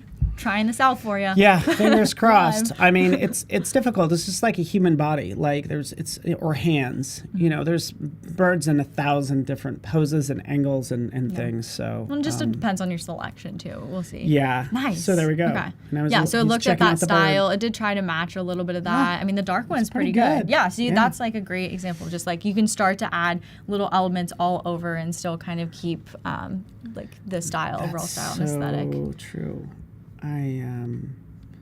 Let's be honest. The Firefly. If I did the same thing in Photoshop with that image, and tried a generative fill, generative fill, we may or may not get the same thing. Right? That's kind of part of the. Like, there are two different Firefly models, from what I understand. So that's all. It might be a little bit different. So that's. I mean, if you did it again in the other generative fill, it's always like you're always getting something unique, right? Because it's never creating the same thing twice. Yeah, and this is looking. Oh, yeah. I mean, I think the thing too is with this one, it's a slightly different style. Plus, you also have kind of the photographic element in there too, right? You kind of have the blending of two styles, but it still looks pretty nice. Oop. And if you don't like the first results you're getting, you can just generate the prompt again. It'll give you 4 more variations, so you can kind of continue to riff on it. I'm just going to eliminate that bottom part was maybe a little weird. Maybe I just want to like cut that out. But hey, I'm in Photoshop. Birds flying, super fun. Birds. But I really like where this is at. So you know, does that become part of my animation of, sort of cycling through different images? I've tried a ton of things. Like, think about anything, any logo. I could show us just some other examples. I think our goal, we only have 10 minutes left, but like take anything that you think of. I was doing like astrology signs. So it's like, okay, do we take each one of these? Because like we have a Taurus as a bull. Let's reimagine this as a bull and as a scorpion and as an archer, which was kind of fun. So I'm kind of halfway through that. Some of those might be in here. Nice. So here's one like, so I'm a Capricorn, which is like a sea goat, which is weird. It's like a goat with a tail of a fish. But here this is kind of like reimagining that. Kind of worked on the scorpion. That was realistic. I know it's kind of weird. Not a huge fan of that one, but that's kind of where that one's going. I like this idea of I like the series kind of look also. I mean, obviously you can do great one-off pieces of artwork, but it's kind of fun. I do like doing I don't know, riff on the alphabet or something also, where it's just A is for apples, and you just do a whole generated image of different things for every letter. And I was trying so many fun ideas. I was even using this.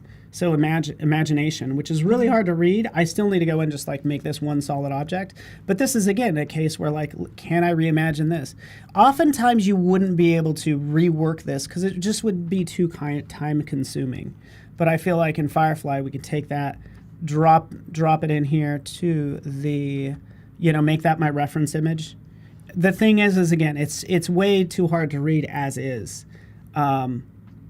But from there, we'll just hit generate and we'll see what happens. Yeah, and people were asking in the chat earlier if Firefly knows numbers, letters, things like that.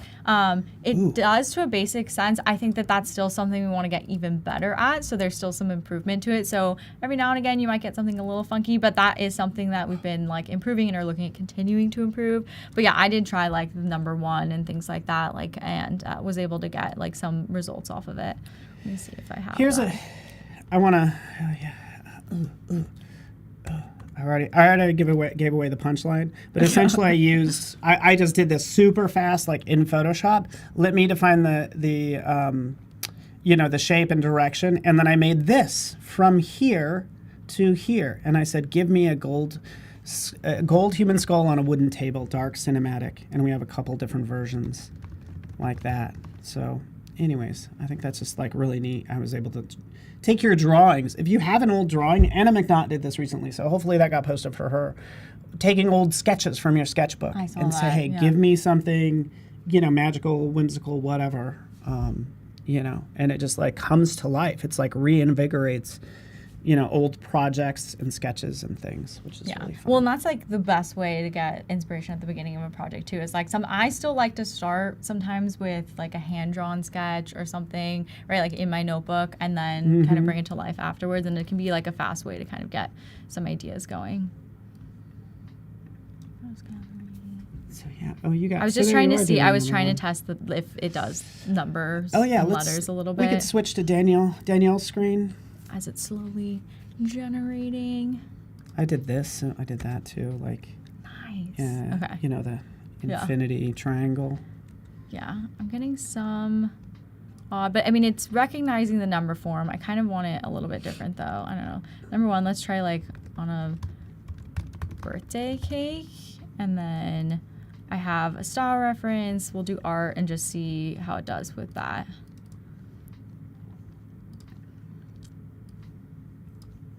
But generally, I feel like it's getting a little bit better. There we go. Yeah. So now we have the number 1 on a birthday cake. So it did hold to that form of what I wanted, which is pretty nice. And I think it's just a matter of a good style reference here. Let's try something a little bit more cartoony, digital illustration. See what it does with that. Yeah, this is fun. I'll sometimes have things running in multiple browsers. I'll be generating something here and then generate something over here. Is that just so you know? Oh, yeah. I'm I must try more. I know, we've generated so many different ideas and things in the past. 3D cupcake character. Oh, I mean, I love a good character. I love a good character. Yeah. The prompts still matter. And yeah, that's a whole. Oh yeah, that's looking nice too. Wow. Prompts do matter a lot. Yeah. Okay. Let's clear this out. Let's see. I liked the little character you had. Is that something? Did you start just by typing that with the prompt, or if we switch over to your screen, or was that something you had a little character for? I'll show you. So this is an old. This is an old drawing that someone make, and there's all these characters. It's okay, let's take this thing my child drew and let's reimagine it. So that's what I've taken is. This one is at least a starting point just to get the angle and everything down. And I could do sitting on a table because its feet are obviously out. But even from that, sort of creating your, again, this is a cute I frosting think that's like one of my character. favorite things is when people take their kids' drawings and then use Firefly to like bring them to like a more animated or like different look and feel. It's so fun. Yeah. So there's this one. I just threw this whole thing in there, and then let's see what it just got. It got to be madness. But again, we're here to like inspire you. Oh, you to put the do whole this thing stuff. in. I put the whole thing in. Wait. Okay, I gotta look at the details here. Yeah, it's all over the map. I love this guy. The guy at the bottom. I always Right, isn't it cool? Hey, Yeah. Look at this little. Some of these are gonna haunt your dreams. Don't get me wrong. Wow. Yeah. Yeah. If you look too look at closely, that. the Yeah, don't bucket look. one underneath the like eye. That might be one of the more normal ones. Yeah. When you zoom out, we're like, oh, it's so cute. And then you like slowly Then zoom you're in. There's like, like 5 zoom in, eyes and like. There's Yeah. the candy's fun, It's though. dragging its foot behind it. So I'm coming for you. I like the But again, candy, really though. cool. Like, do that for your kids. Make yourself a hero. Be a hero to be the Funkle or the cool ant or whatever. Just by taking some of your kids' drawings and like reimagining it. And Kids, they'll they're flip out. my favorite thing. Yeah. Yeah, it is really cool. Man, we're just down to our last 3 minutes, 2 minutes. What other pro tips can we give them for even prompts or anything, or just like, I don't know? Do you have any last minute words of advice? Yeah, wisdom? the more that you play around with it. I know a lot of people get a little intimidated to be like, I don't know how to write a prompt. I don't know where to get started. Like, jump in. I think that like as you've seen us kind of working live too, there's a level that we have to continue to riff and iterate to get exactly what it is that we want or that we're still testing out, like what the model is going to give us back. But the more that you kind of use like Adobe Firefly, the more familiar you'll get with how it's kind of working and how you might kind of maneuver it for what you want. But yeah, I definitely recommend trying the new structure reference and style reference is already there, but using those in combination and playing with those will just help you to get to like that next level of control with your designs. Yeah, I'm so excited because you could finally really control visually what you want something to kind of look like, or it's being able to create that reference in Photoshop or in Fresco, and then generating sort of a finished version. Wow, it's really kind of cool. Yeah. Save those prompts. You probably know those fun keywords. Follow Danielle, like myself, everybody today. I think you're going to see a ton of content hit, but I'm looking forward mostly to what everybody generates, honestly. Yes. Like, show that before, after. Would love to Submit see it to the gallery. We love to see it. Submit it to the gallery would be really awesome. So I guess we are kind of winding down. Thank you so much, Nate and Carol and everyone. We just really appreciate you guys. Keep us in mind as you're on the interwebs. If you have questions, feel free to reach out. My phone number is 17. No, just joking. So Paul slowly disappears in the boat. I'll get cut off. Thank you, sir. But thank you so much, everybody. That's it. Stay tuned, guys. There's more coming today. Super exciting day. And it's going to be awesome. So thank you so much for joining us. Showcasing generative AI and how we can use that for brand assets. Today, we are going to be focusing on text to image. I wanted to be a cosmetic skincare background with like pink petals. Ooh, look at this. Like, I think that looks really cool. These are 4 different variations that it came up with according to our prompt. So visual intensity is basically like how intense your photo is going to be based on your text prompt. As we roll down here, we have where you can upload your own reference image. If you don't have an image, that's totally fine too. We got the gallery right here. Doesn't that look so good? Like, it really took like the color palette, the reference, like the style and everything, and like populated according to the text prompt that I wanted. Say I want more variations of it. All you have to do is go to edit right here, and then you can use this as a style reference. See? And you go pop it in there, and then we can generate even more. So I want to do shot from above. So I want natural lighting. And let's add some water splashes. Ooh. I think this one's pretty good, but I want to keep going. So show similar. Let's keep going. Yeah, let's keep going. One more thing is save to library. I absolutely love this one because as you hit continue, here's all your libraries. Nice. And then this is my brand, Ave Beauty. Save it in there. Now you go to your creative like apps, Photoshop, Illustrator, whatever it is. You go to the library, pull it up. Now you can start using it. Like, isn't that amazing? So I'm gonna actually edit, go to generative fill because I don't need that flower. So let's actually highlight that. and then let's hit generate. We're not going to put any prompt into it because honestly, you don't need to. See? Look at that. Doesn't that look so nice? Good? Let's do cosmetic skincare white jar with white cream inside. I hope that's specific enough. Generate. Ooh, oh, look at that. Look at that. Great. Doesn't that look good? Yeah, it does. And then I will download and I will open it with Photoshop. I have the design right here, but how do I pop it over onto Photoshop? So I'm just gonna quickly create this as a mockup. So I'm gonna use the rectangle tool. Let's hit done and yes. Okay, now we have that rectangle. We're gonna right click it and let's convert it to a smart object. Let's go inside. Let's go into our libraries and then let's add firm and tone. Yeah. Let's add the logo on there. Okay, and then little flower elements. I think that looks pretty good now. So let's exit, save, and ta-da! This is where I actually go under here and multiply it. Oh, wow. Yeah, so now doesn't that look so much better? Instead of this square, let's actually expand it. So I'm gonna go to the crop tool, generative expand, my favorite. So I'm gonna hit the option key and then let's do that. Okay. And then generate. Look at that. That the looks water so good. ripples and everything. I thought it would be really nice if we could add a petri dish right here. Petri dish with tiny flowers. I love this one. So we have our first like mock-up scene created by Adobe Firefly. Like, doesn't that look pretty good? Looks so good. Let's go back to Firefly.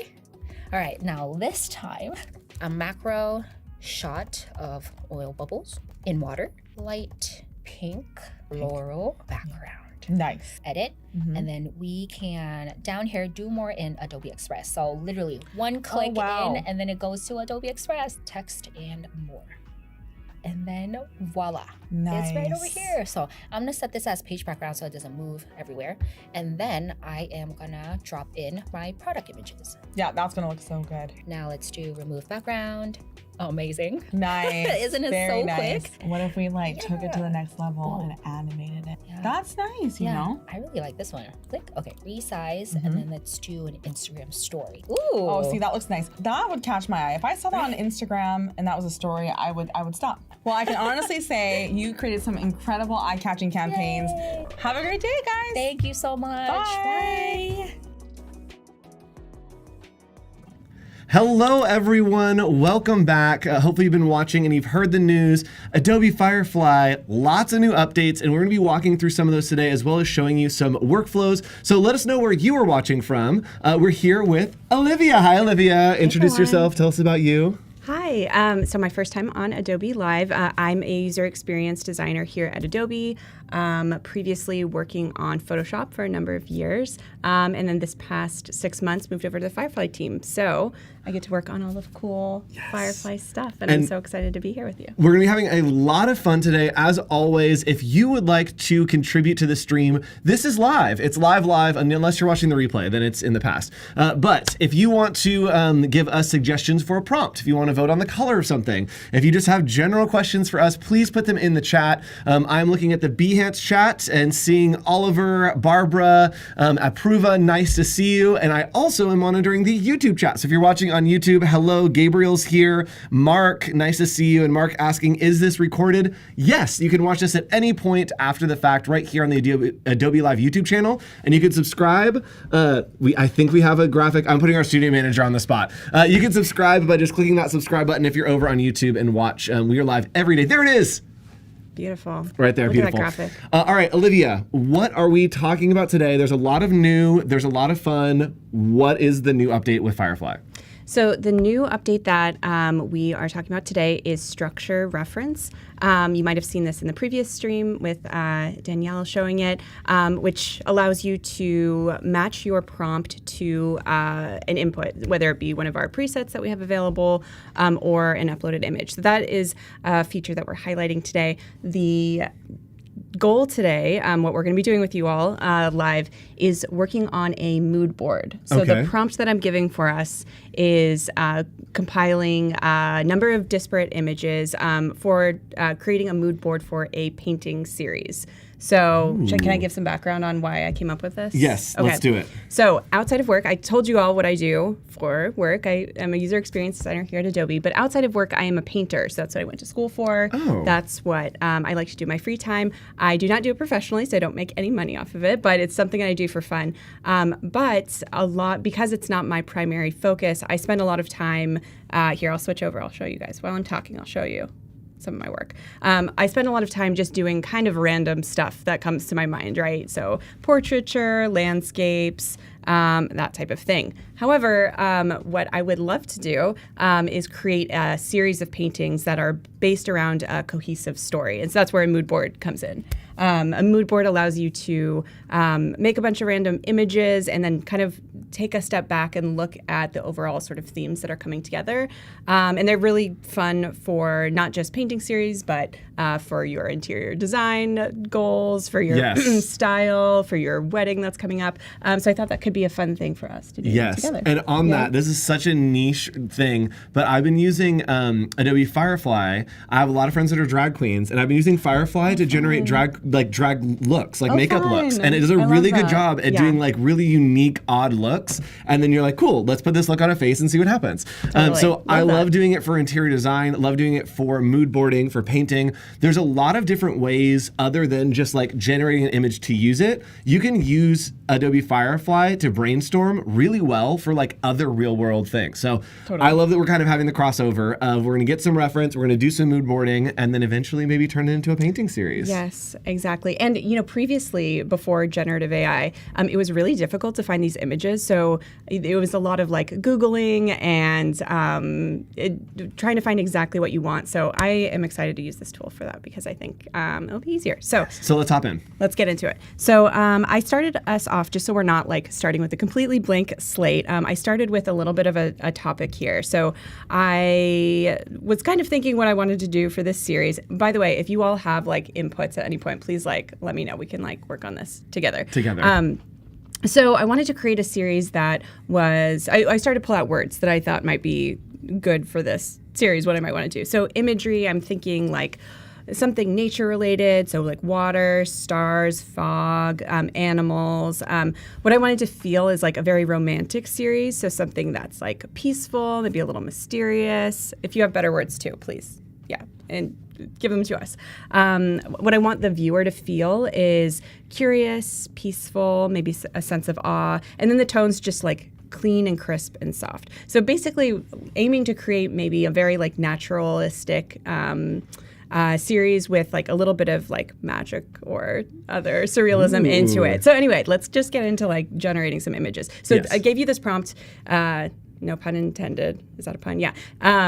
But yeah, we can build off of it. So let's start. Yeah, and I think that what's really cool about being a creative is we really are translators, that we translate like spoken things and written words into a visual medium, right? And we have to figure out what language are we speaking, and I love the little brainstorm of having all the words there, and then using Firefly to like help act as that translator of like all these words are together. How do I translate that into a visual? And I love the way that we do that as creatives, and we can use Firefly to help us with that translation to visualize things. So I was drawn to the word like fog or the imagery of fog. So let's start with that. We'll start generating some fog images. So I have this like image of like a boat floating on. I'm writing. Okay, I'm being so vulnerable typing in front of you guys, by the way. It's so stressful doing anything on a live stream. So boat floating on a foggy. Whoops. But what's really cool, and this is such a niche thing. Again, we're here for the niche content today. Firefly actually will now try to generate. I remember at the beginning, if you misspelled something, it was just like off limits. And because it has so much language support, it will kind of guess and help you if you misspell something. So don't be afraid. If you misspell something, hopefully you catch it. If not, hopefully you'll get close. If you get something totally insane, then maybe you need to go back and check your spelling a little bit. And yes, chat is saying, you got this, Olivia. Thank you. We're here for you. I'm glad you're on my side for now. Yeah. All right. So while this is generating, so what I want to show next after this, well, we'll see how this, I remember what I wanted to say. So, okay, this is good. I like this. I wanted a little less blue in the sky. Let's change that. Cool gray skies.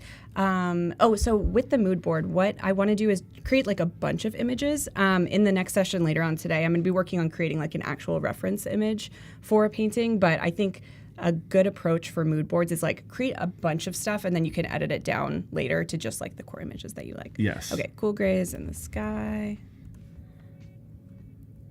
And I like that this is, again, like having a conversation that you say something, someone misinterprets it or doesn't like understand, and you have to give more clarity. Like, oh, no, sorry. I wanted like more of a gray sky. I didn't want the blue sky. This is exactly what I wanted. Yes. Okay, let's download that. Spooky. Yeah, I kind of want maybe a little spooky. Ethereal, yeah. Not Ethereal. quite spooky, no, but I like it is, spooky, though. All right, let's start bringing this in. Hold on, I gotta do 2 desktops here. Is that okay? Yes, absolutely. Okay Oh yes, the little swipies. Mm-hmm. And what's cool is as we're exporting this out of Adobe Firefly, we are downloading things, and as we download them, it gives us a little pop-up there, and it's applying content credentials to these images that we're downloading, right? Right. Can you talk a little bit about what those are? Adobe's kind of how we're trying to approach generative AI. Why do they exist? What are content credentials? I totally missed your question because I was wrestling with my computer. You're so good. I was asking about content credentials. So as you download, it is applying those content credentials. What are they and why are we doing that? Yeah, so this is basically a log that says what you've used to create the image. So it's a metadata. Basically just acknowledging that this was created with generative AI. It also can be applied to Photoshop edits as well. I don't know more details than that, but it is an important... That's pretty it. Yeah. And again, Adobe's trying to be responsible about using generative AI, and so content credentials are just a really great way to track that and see what is AI generated, what has been used in the creation of these images. And even for something as small as mood boarding, it is good to know, and it is responsible to know that it is AI generated. Yes. Totally. By the way, I'm compiling this in Photoshop, but that's just because it's a tool that I'm going to be doing some light retouching as well. But Illustrator is a great tool for doing this type of Can we go full screen on this window as well? Yes. Got it. Yep. So yes, wherever you work, and we could, in theory, do this in Express as well. If you've used Adobe Express, there are a lot of different options for you to mood board, and none of them are wrong. Whatever works for you is what is right. Easy. All right, so the next one I'm going to create, so from these like nature pictures that I want to add in here, I really want like some desert pictures too. I'm from New Mexico originally. Shout out anybody in the chat. I love New Mexico. Anybody from New Mexico? You have my favorite flag. The New Mexico flag is awesome. I know. You can tell someone's from New Mexico if they have a Zia tattoo. I feel like that's really common. Yes. I don't have one, but you can see it in the wild. Okay, so we're going into the desert from the ethereal foggy lake straight into the desert. Exactly. Well, there's something like there's something a little ethereal and spooky, I feel like, about an open desert. Okay. But again, I'm just trying to do a bunch of images and we'll pull them in. Okay, so photo of an Adobe building in the desert. Let's see, mountain, desert plants. Ooh. And I've actually tried to do prompts like this with desert and spelled it dessert, and I come out with like the candy land of New Mexico, and I look at it, I'm like, yep, nope, that's on me. And hello, Lisa is saying hi, creatives, hi. And if you're saying hi to everyone in chat, everybody say hi to Lisa. Welcome to the community of Adobe Live. Okay, let's just see. We'll start with this and see what happens. So we're photo of an Adobe building in the desert plants, mountains in the background. I like the structure of writing a prompt that gives you foreground, midground, and background to help it understand the entire image. Yes, totally. Actually, I'm going to add that in. Foreground. Yeah, because that's not exactly what I wanted. All right, let's see. Good luck, everyone. Hi, Lisa. Yay. Was anyone here from New Mexico? Oh, yeah. Is anyone here from New Mexico? Anyone in the chat? I'm not seeing anyone in YouTube chat. If you are in Behance chat, if anyone is from New Mexico, let us know. Let us know. Okay, so this is good, but I do want, I have a pretty specific, I guess, composition in my mind that I want to achieve. And on the way over here, I flew in from New York. On the plane ride, I made a little sketch of what I had in mind. So let's use that for our structure reference. Cool. So this is a new tool that has just been released, an hour ago? What is structure reference? How are we going to use it? Yes, so structure reference is in the panel on the left side here, and it allows you to use either one of our presets or upload an image that you want your generated image to follow the general structure of the content within. So the depth of the structures of within the reference image, it's going to try to match your prompt to that generated image. So let me give you an example. Yeah, and it's really great to do with sketches. I think has been a specifically awesome use case, and so we're going to show you that here. So this is the image. So this is the little sketch that I did on the way here. This is what I'm going to use for my reference. Let's see what happens. Good luck. And while it renders there, Lisa, Inner Glow from YouTube is saying hello to you in the Behance chat all the way over from YouTube. So I love a little cross-platform collaboration happening there. All right, so I got my structure reference applied. You can see it in the prompt bar. Have my prompt here. Let's see how this changes with that reference. And as you upload those, it will show up in the bottom bar any filters that you have applied, any basically anything you're telling Firefly to do. It's basically confirming, hey, I got it. Can we go full screen here as well? Yes. Oh, wow. Okay, so you can see now it took my prompt and it fully applies it to that reference image that I have. There is this strength slider within it. So all the way to the left is going to tell Firefly to take more liberties on the generated image. If I drag this all the way to the right, it's going to really try to adhere to that reference. So let's see what happens when I drag the slider all the way to the right. And what I love with this is, as I've played around with it, drawing and sketching like birds and clouds, where it's just like the little like M, or you just do like a little blob, it understands that like, oh, those are birds, those are clouds. You don't have to draw in high detail. It can be very, very sketchy. Okay, this is much closer to what I was imagining. This is great. Very Palm Springs. I love that it's grabbing the moon in there. I know. Because did you draw the sun, or you had a little circle? Yeah. Okay, so I did grab a sun, but I prefer the moon actually. I do too. I live right by Palm Springs and Joshua Tree, and this is very like early morning in Joshua Tree. Gotcha. Oh yeah. Wait, okay, cool. Yes. That's very cool. All right, I'm getting disoriented with my little screens here. Okay, we got it. We got 3. on. Okay, we're by the end of this, we're gonna have like 9 screens. That's what we're doing. Okay. And yes, okay. Lisa is saying it's bringing a sketch to life. Yes, it's really cool. Here we go. Drawing an image to assist Firefly, really great workflow that is just available today using structure reference. So if you are not a great like artist, compositor, if you're having trouble finding the right thing for your reference, you can simply sketch it and then use structure reference to generate something to help you get that idea of what you're looking for. And it's a great way to test, like, I have this idea, I think it's good, and then testing like, oh, it's not good, or, oh, it is good. Okay, did I fully lose? Sorry, y'all. I am lost. We're in Joshua Tree. Oh, it's so nice. The desert. Here, oh my sunny. Goodness, it's so sunny. It's a cool, brisk morning. I fully lost Chrome. Where are you? Sorry, guys. See, first time problems of. Oh, it's there, but full screen. Yeah. What? Get out of here, Chrome. Come on. Okay. We're out. We're gonna While we figure this out, let's talk about what's coming up for the rest of the day. I'm guessing that we have a schedule slide. There we go. So coming up right after this at 10 o'clock, we are doing the Cultivating a Mood Board, which is what's happening right now. And at 11 o'clock right after this, we have our friend Veronica and Emma coming through to explore game design using Adobe Firefly and a little bit of Adobe Express. Then we have some more painting inspiration, finishing up what we are creating right now on the stream at 12 p.m. And these are all Pacific times. And at 1 p.m. Pacific, we are going to be doing an imaginary cookbook. That's going to be a really fun stream. We are going to be creating recipes and putting them into Adobe Firefly for imaginary dishes. So coming out with that, it's going to be a fun time. We'll do some animation express, maybe a little bit of voiceover, maybe a little cooking show. So come join us for that. It's going to be great. Okay, I'm back, everyone. We're back from the desert. It was really nice, but I wanted to get back to reality for a second. As we come back from this, a question from Nate saying, is structure just in Firefly or is it in other apps as well?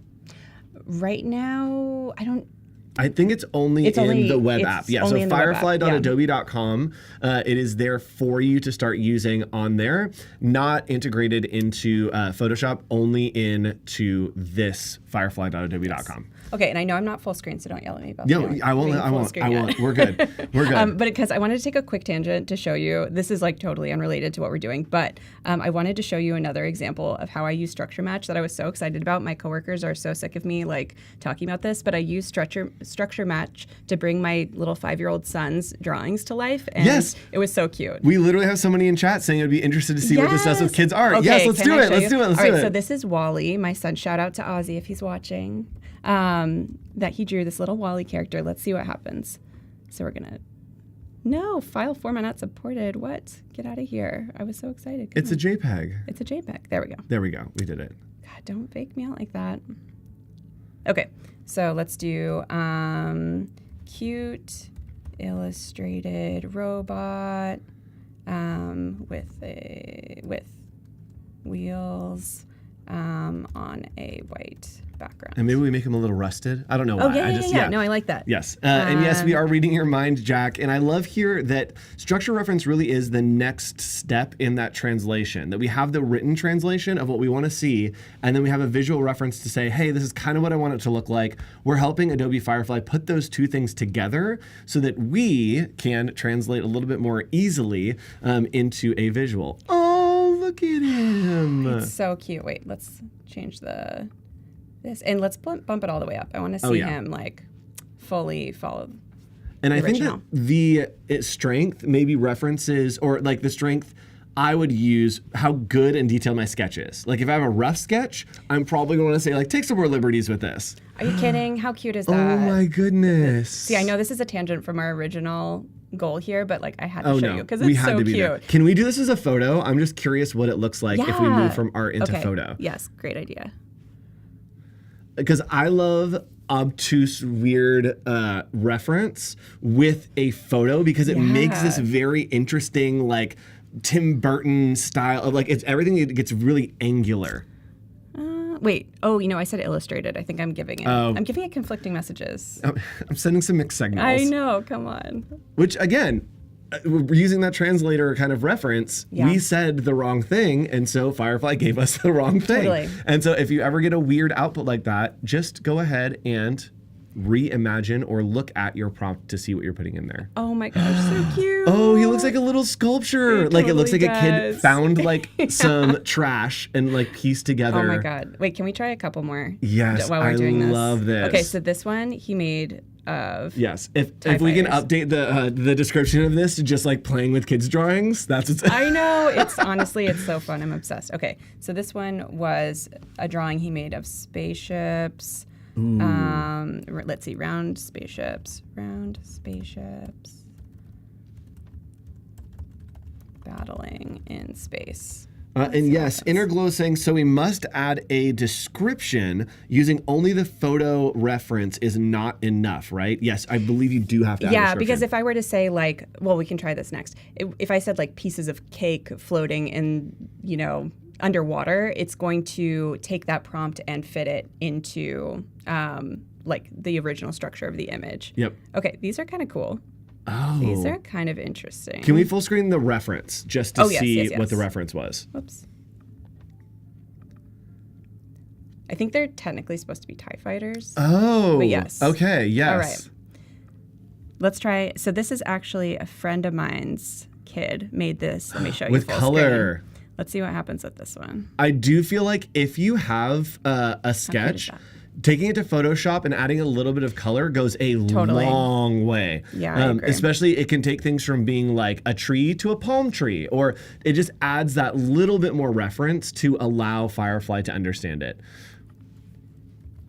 And chat, again, Adobe Live is always live, and we always have plans, and we have guides and ready to go on our content for the streams. But if you have questions, we'll throw it out the window because this is a live stream for you. We want you to be more creative and help you level up your creative careers and skills.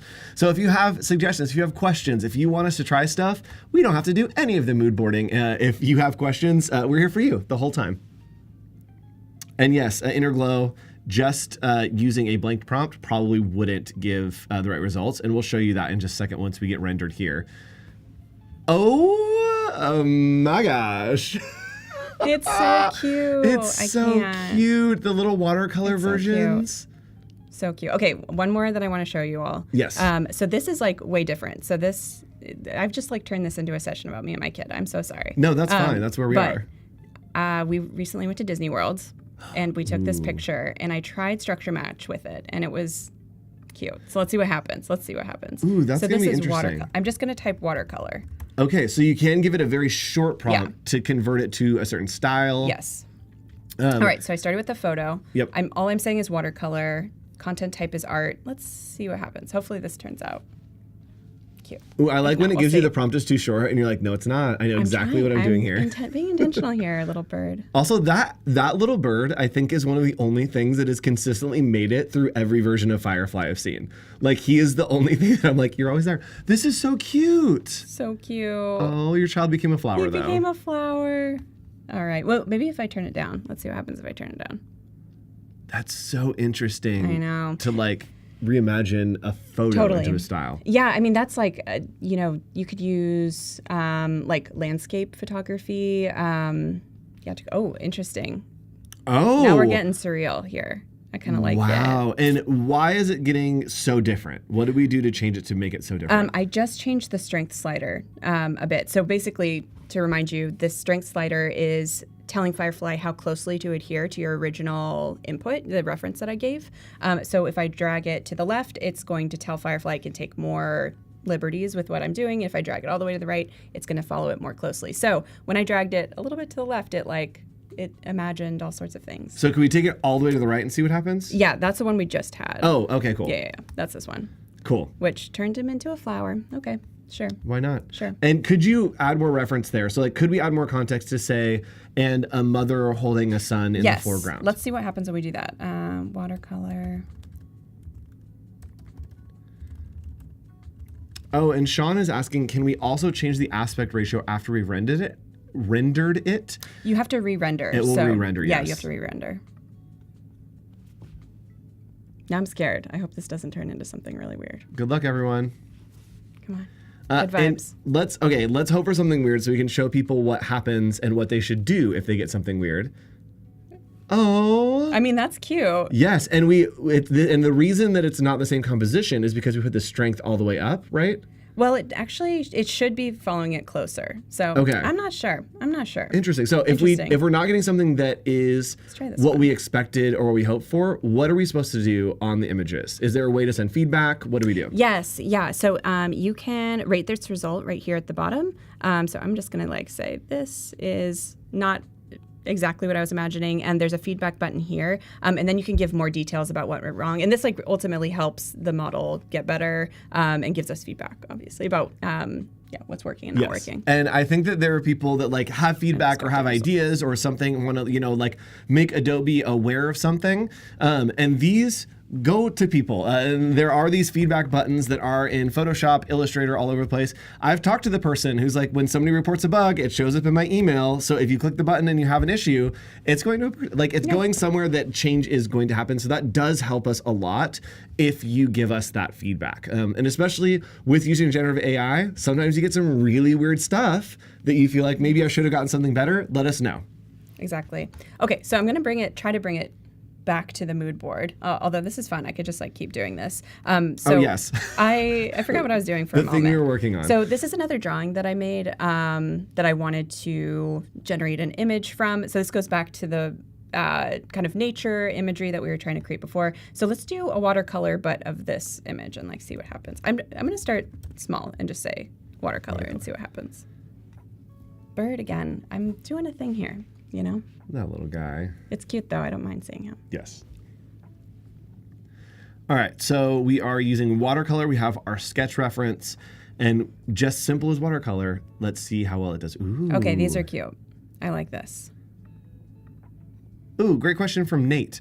What file formats does Firefly support? So JPEG, PNG for sure. It might just be. Let me check and get back to the chat because I believe I believe definitely PNG and JPEG. I'm not sure if there's other formats that are supported right now. Yes, I'm gonna try to upload a crazy file and see if I can get a pop-up on my screen. So let's keep going there. The sounds good. Okay, I'm gonna. So I like this, but it's not quite as many details of the original image that I wanted. So I'm gonna give it a little bit more information and see if we can get this closer to what I'm imagining. So watercolor of a woodland forest in spring. JPEG, PNG, and WebP files are supported. not videos, because that's what I tried to upload there. Oh, okay. I knew that it would kick back the error, and I was like, there's probably an error, and it's going to tell me the information I need. So sometimes you need to break something to make it work, get the information you need. All right, so we are giving a little bit more context here. Watercolor of a woodland forest in the spring. And we have our structure reference. Oh, very green. Ooh, very green. Very love green. these. You know what this I like reminds this me of? When you were in school and you'd put the watercolor drop on a piece of paper and then have the straw and you'd go and like blow it and it'd create like the little tendrils. You can do it like with like mix a little bit of oil in there too. Oh, yes. Give it some texture. Okay, so we got some more for our reference here. Let's see.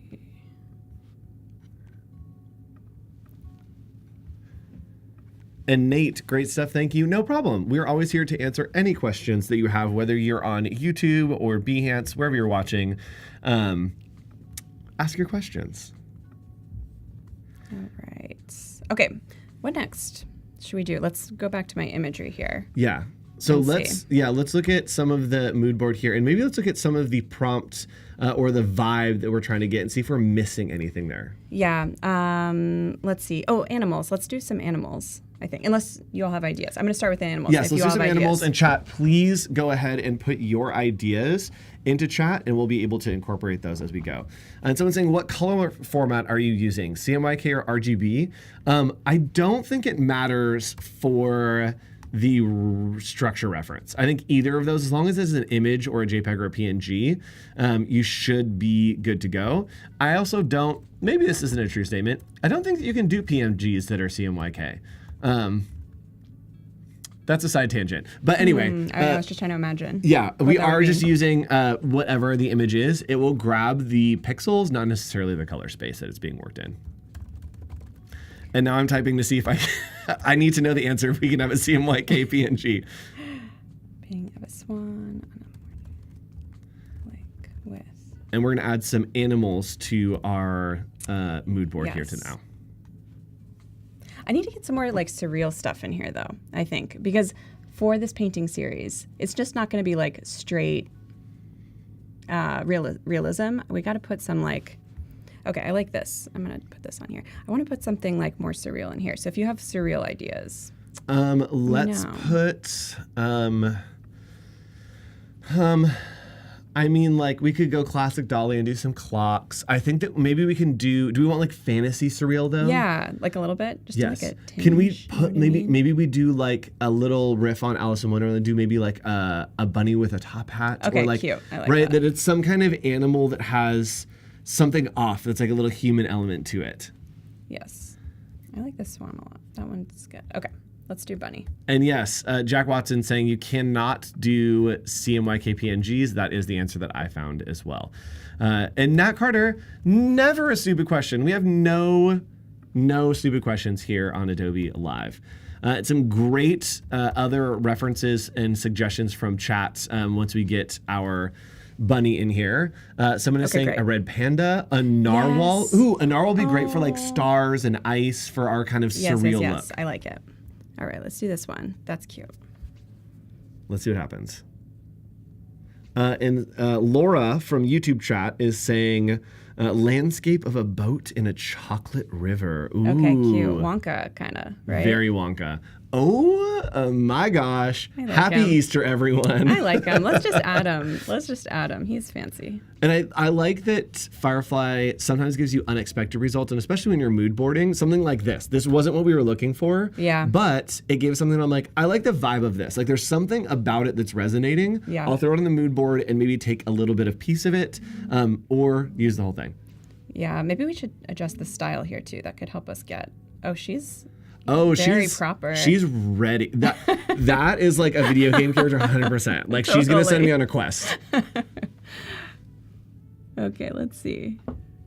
So I'm going to apply a style to this and see if it's like can get a little closer. You know, I think the word cute is throwing it off too. I think I want a more realistic bunny. Yes. And let's add a style to it. So let's add one of these like painterly styles. And Nicole is saying, I've had so much fun playing and trying with styles like tarot card. Yes, doing different kinds of styles can give you really cool results. If you do like lino cut, or if you do pinning. Pinning is the like rolling up little pieces of paper. And so you can get really cool dimensional paper effects if you do. So there's a lot of different things you can type in to just give, oh my goodness, this really is cool what effects. I wanted. So cute. That is so cute. I like this one. He's missing an ear, but he's really cute. It's tucked in his hat. Oh, okay. Oh, it's like jaunty. Yes. Yeah, like his one ear has poked a hole through it, and then yes.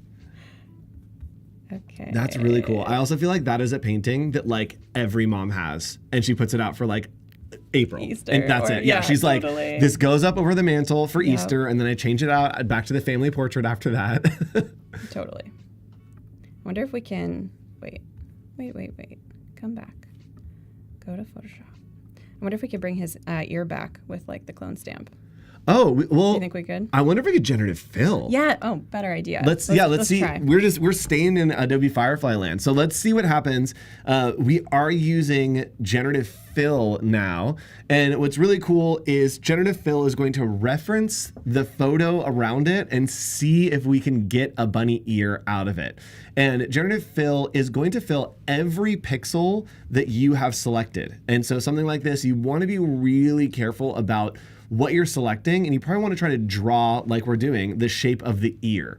So we got pretty good ear shape there. All right, decent. And then we are going to use generative fill and maybe just type in like painted bunny ear. Bunny ear? Is that Let's see what gonna work? happens. Let's see what happens. Painted bunny ear. And yes, keys. We're still talking about CMYK PNGs. That is true. Printers will convert it CMYK and flatten the transparency. That is the great workaround. And Lisa's saying, I love trying wild plants on patterns like clothes and flowers. Absolutely. Ooh, and Nicole with a great question. We'll answer that right after we look at these generations. Okay, first one, not great. Let's see the other variations. Yep, second one, closer. Third one, okay, yeah, a little better. We could do something with this one. Hold Yes. on, I think we can. Let's just make it a little bigger. So I'm using transform and making it a little bigger.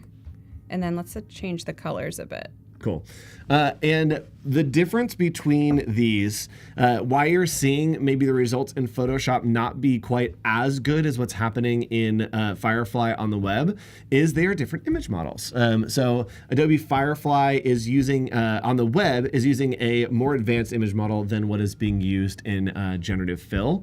And so you'll see a little bit of variation in those. And if we wanted to, you know what, we could probably do a version of this in Firefly on the web too. There is generative fill on Firefly on the web as well. Should we try? Yeah, sure, why not? Yeah. And great question.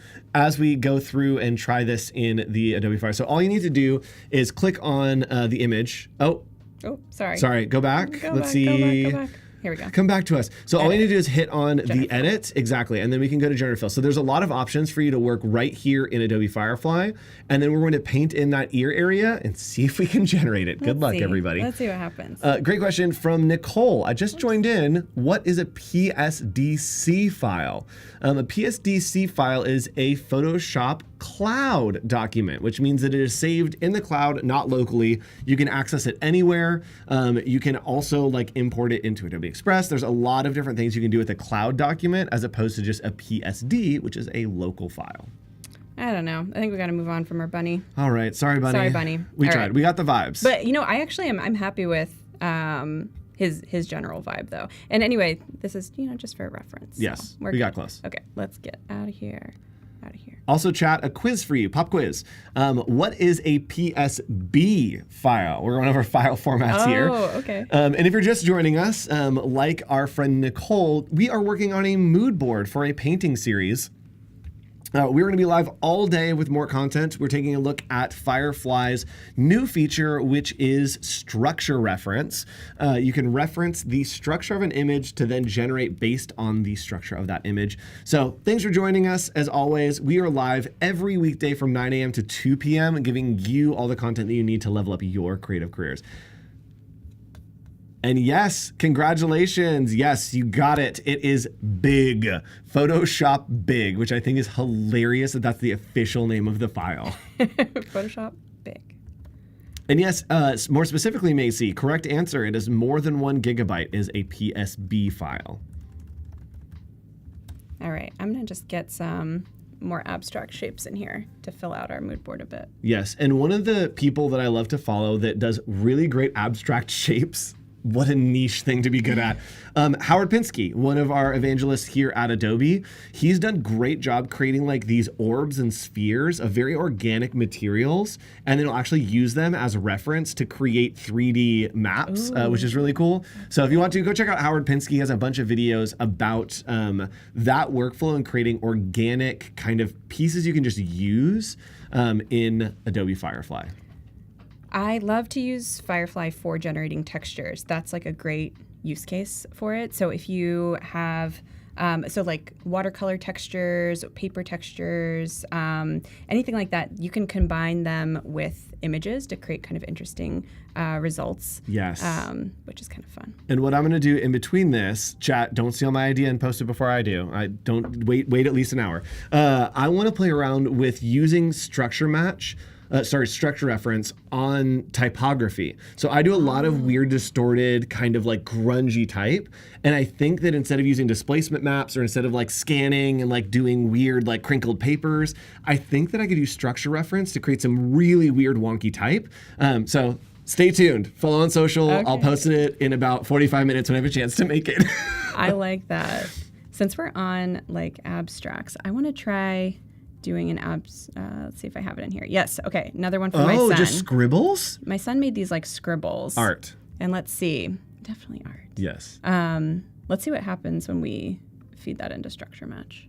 Ooh, what an interesting, I love when new features and tools come out and then you try to just like do the wrong thing until you get something cool. Yeah. You're like, let's break it until we make it work.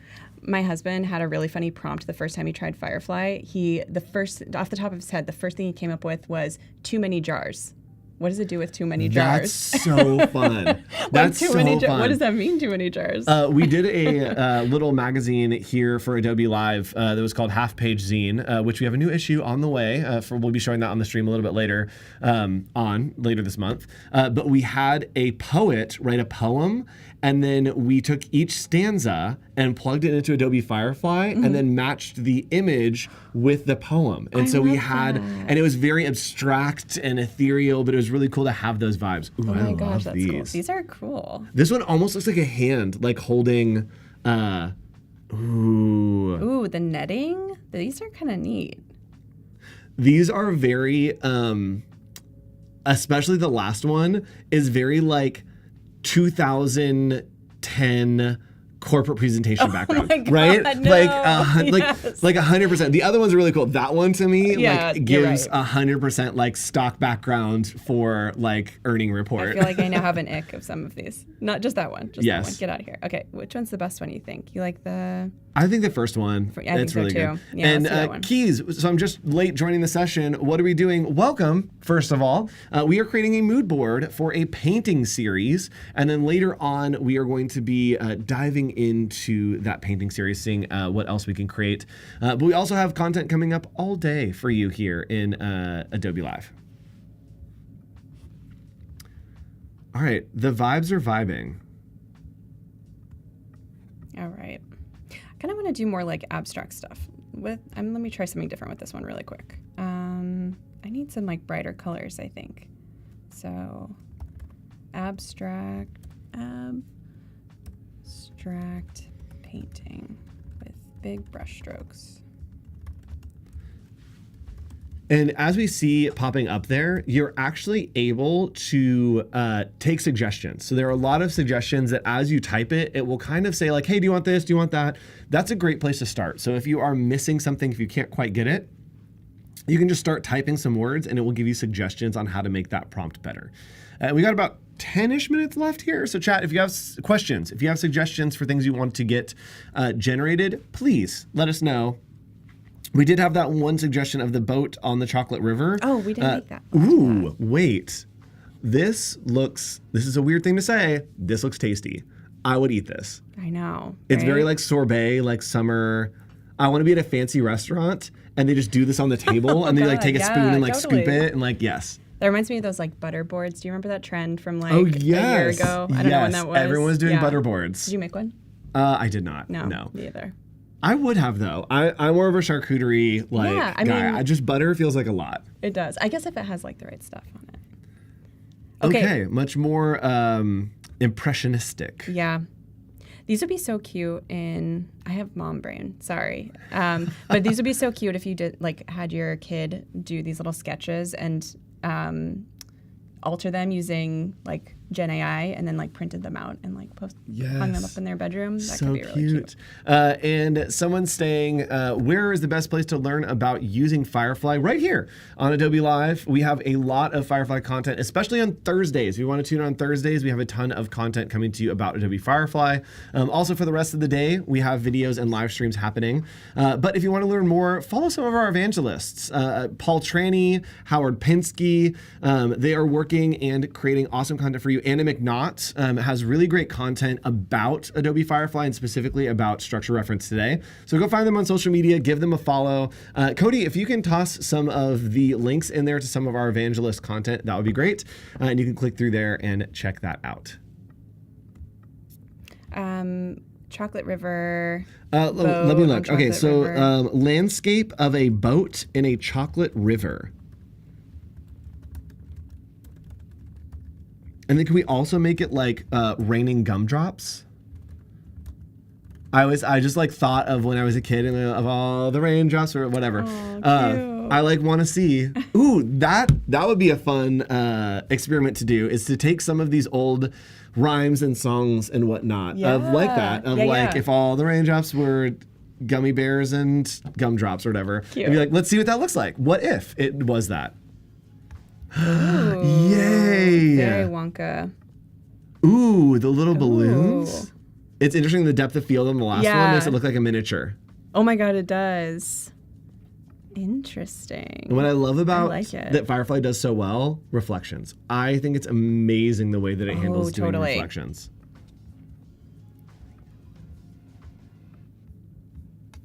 That's fun. I like the jovialness of that. It's a little unserious.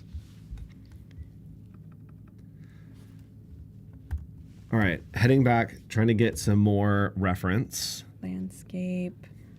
So I mentioned in my original sketches, or my original outline for this, something involving seasons. So I'm going to try something that transforms from one season to another in a single image and see what happens. I like that. And something that I've seen Ted Chin, is one of our streamers, do he has used generative fill in between images. So he'll have an image of fall and an image of winter, leave some space between them, select that space, and then generative fill, don't put anything in there and generate, and it will make that transition for you. That's so smart. Which again, using Firefly on the web, much more powerful, but you can get some really cool effects by merging images together. That is so smart. The approaches people come up with. Yes. Impressive. And that's interesting. A great suggestion from the chat. Thank you, Nicole, over on Behance. Let's get this forest landscape. We're getting the vibes for the mood board, chat. And we are jumping back and forth between your suggestions and the mood board, because we do have about 8 minutes left, but we want to get your suggestions as well. What are we trying to get here? Oh, we're trying to get this transition from summer to winter. Yeah. But I kind of I like the vibes of the painting more, so I'm going to try that and see. And once we get this, Nicole has an interesting question, is trying to get the names of animals to see a horsefly and a catfish relaxing near a pond. I'm very interested in that, to see if it makes a fly that is a horse and a cat that is a fish, or if it does an actual fly and an actual fish. Let's try that. Okay, read it out. Also, these are great. Yeah. Oh, yeah, these are lovely. Yeah, these are actually really lovely. What we're doing, awesome. What you're doing, we want to do better, that. Yeah. All right, let's see. So a horsefly and a catfish relaxing near a pond. Whoops. Cat, fish, relax. Relaxing near a pond. And I do Photo feel like or art, you think? with Firefly Image 2, it's much better at doing things like if you say like a bunny made out of chocolate. It had a really tough time in Firefly Image 1. It would do like a bunny and then chocolate, or like it wouldn't make it into that. Yeah. But it, okay. All right. Hey, it got the animals right though. Hold on, my favorite thing is that because the catfish is like a water animal, it's like we got to do it on land. The catfish is like, I want to hang out, and he's just like laying on land. Let's put him back in the water. I don't like the way he looks like that. That's incredible. Hey, but it got the animals right. It did get the animals right. Yeah. And something that's really great to do with structure reference is, like I said, if you have a hard time, and I know Ted has actually had a hard time with this, as we were just talking about Ted Chin, of like a goldfish made out of clouds. Okay, that feels better that they're hanging out. Okay, they Love look that. like friends. They're high-fiving. Yeah. Oh my God. As close as a fish and a fly can get to high-fiving. I love that. Friends forever. Chat, we need names for them, please. Please name them. We need a name for the horsefly and we need a name for the catfish. But something that Ted will do is he'll use Adobe stock as a combination. So he has a hard time doing like a horse made out of cotton candy.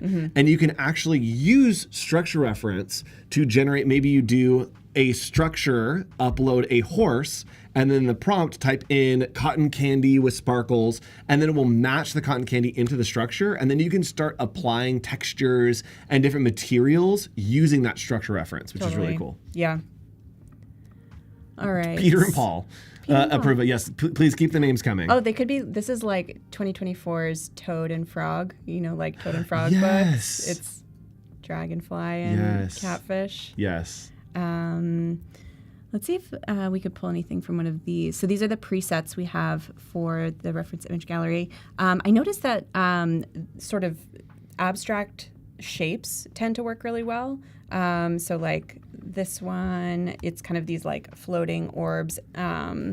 If we said like, let's do a charcuterie board. So maybe we could do like a charcuterie board. Do not make me type. Hold on, I got you. Okay, CHARCUTERIE.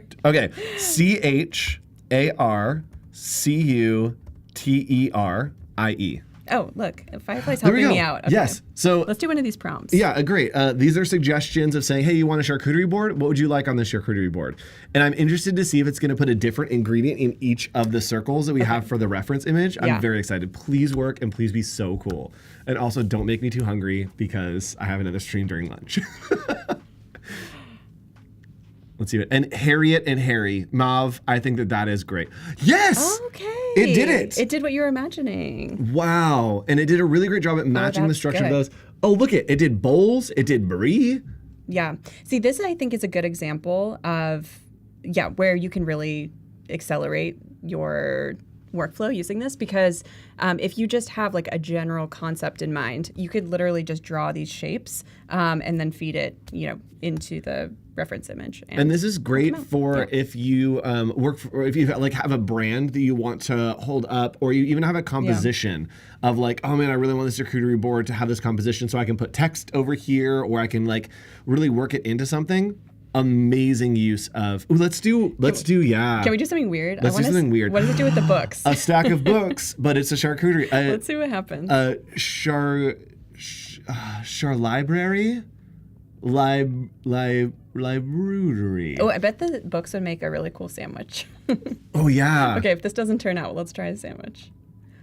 Oh, interesting. Okay, it's a charcuterie sandwich. I don't know about this. No, absolutely not on the top one. Once we got to like thick cut salami, I'm out. Okay, but pancakes I think work pretty well. Let's try pancakes. Let's do pancakes. Let's do maybe a twist on pancakes. Maybe let's do like a dessert pancake. Okay, dessert pancake. Shout out to Jonathan who had this idea. Let's see. Ooh. Dessert pancakes. I'm going to say a stack of dessert pancakes. Okay. We got to do a palate cleanser after that. Yes. Gross thing. And somebody's saying, what happens if you put an actual person into the prompt? Go check out my video I just posted right before this over on my Instagram. I put myself into the prompt. I used it to reference different poses for models. And so if you want to see what that looks like, it actually is really good. Go check out my reel that I just posted. It has 4 or 5 different use cases there. Ooh, we made some crepes. Yeah. I love this. All right, with we only have a couple minutes Yes. here. Let's do another weird one. Yes.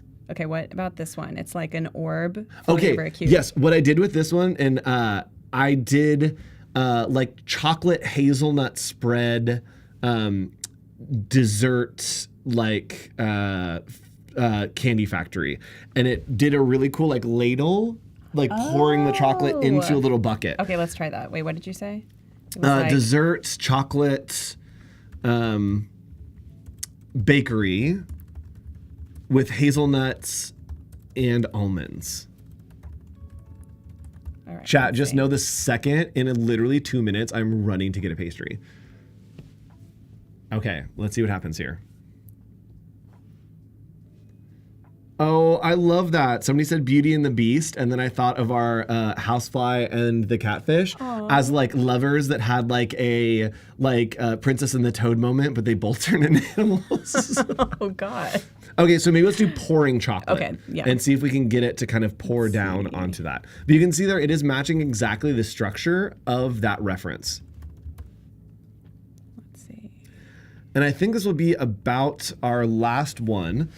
So stick around. We do have more content coming to you all day. We are going to revisit this a little bit later. What are we doing a little bit later with our mood board and painting and whatnot? So later what we're going to do, basically what we did in this session was create a number of images that will influence the painting series that we're imagining here. So next we're going to work on distilling some of these images down to an actual reference image. So these all were kind of loose. We have the bunny that's missing an ear, maybe the colors are a little wrong. So we're going to actually work on some final reference image outputs that could ultimately influence a painting series. Yeah. So let's see real quick before we cut. Right. Not the headshots yet. Sorry, studio manager, I threw you off. Let's see what we made with our pouring chocolate. Ooh, yes. That's an interesting one. And that's where we're going to leave you, chat, with these sweet, delicious treats. So stick around. We have more content coming to you in about 5 minutes. We will see you in just a minute. Stick around. And while we wait in those 5 minutes, chat, give us some prompts. Type your prompts into chat, and we'll try to incorporate them into the next stream. Bye, everybody. We're going to be doing some stuff with Adobe Firefly.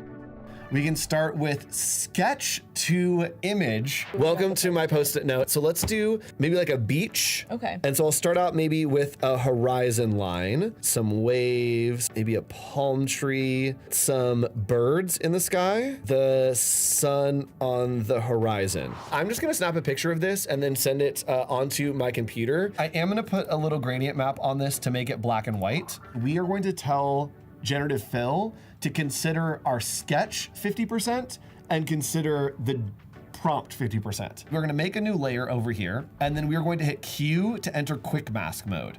You can see that it made this layer red right here. So from there, we're going to use the paint bucket tool to fill the whole thing. We are going to fade that selection by 50%. So we need to go Command Shift F, and it'll bring up the fade menu.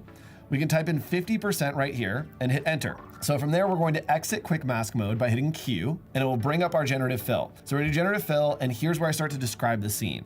Let's hit enter and see what happens. So these are the generations. You can see it's basing too much on the sketch. So I'm gonna copy my prompt here. We're gonna do that workflow again. Let's do like 40% and see if we get closer, because I think we might. All right, there we go. This is a lot closer. So you can see original sketch, and there's the render there. This is actually a great hack, is to add in some color just to give some information. So we're gonna change this to multiply, and I'm gonna start adding in like the sun over here. So I'm just gonna use a very rough brush. Let's go full on, let's do 30% because the color's gonna help a lot. Yep. Oh, nice. So Boom. since you added more data to the sketch, you can lower the percent because there's more data in it. Yes. Okay. Next up, we are going to be using Firefly on the web. So let's do feathers, bright, tropical. So you have to add seamless pattern, and then you have to add shot from above. So these are the two phrases that you have to have if you're trying to make a material using Adobe Firefly. All right, this is looking pretty cool. This is giving me like a vintage wallpaper in somebody's house. So we're gonna download that. All we need to do here is we're gonna open Substance 3D Sampler, and I am going to head into my downloads and just drag those feathers into the window. So we're adding image to material is what we want. We're gonna import that. It's going to tile it all the way around this ball. Cool, so we've got these feathers here. Look looking pretty good. And I can select the image that we just dropped on there. And then down here, I can choose different options. So we're gonna click on organic, and it should give us a little bit of depth and dimension on these as it renders. So you can see there we go. We've got some nice texture happening. Ooh. What we're gonna do is I'm going to export this real quick. SBSAR is what we want, and we are going to export that. And we'll come over into Illustrator. So we're gonna do humor. Oh yeah, that's super fun. This font is Stadio Now. So we can change the weight here. Ooh. Or we can change the optical size. Oh. That is so cool. I love that. So variable fonts have unique assets that you can augment and change about them. I am going to just make it white for now. And then we are going to go to Effect, and we are going to go to 3D Materials, and we are going to Extrude and Bevel. We're just gonna do a nice little round, soft bevel. And then I do want to change the perspective, which is happening down here. That'll give us some dimension. And then I also can change the depth, and that will give us a little more of that depth there. And I'm gonna go to materials, and then I can click on plus right here to add in a material. And we're gonna add in that material that we just made, the feathers right here. And check it out. And you can see as we go in here, it does have a little bit of that texture. I'm going to turn on the touch type tool, and that allows me to select like an individual letter right here. And I just wanna pull this out a little bit. And you can see it is live rendering, it's live type still. So you can see it is a full 3D object that I've created using Illustrator, Firefly, and Substance 3D Sampler. I think that was awesome. What Yes. a great note to end Super on. fun. So thanks for joining us. Bye, everybody. Bye.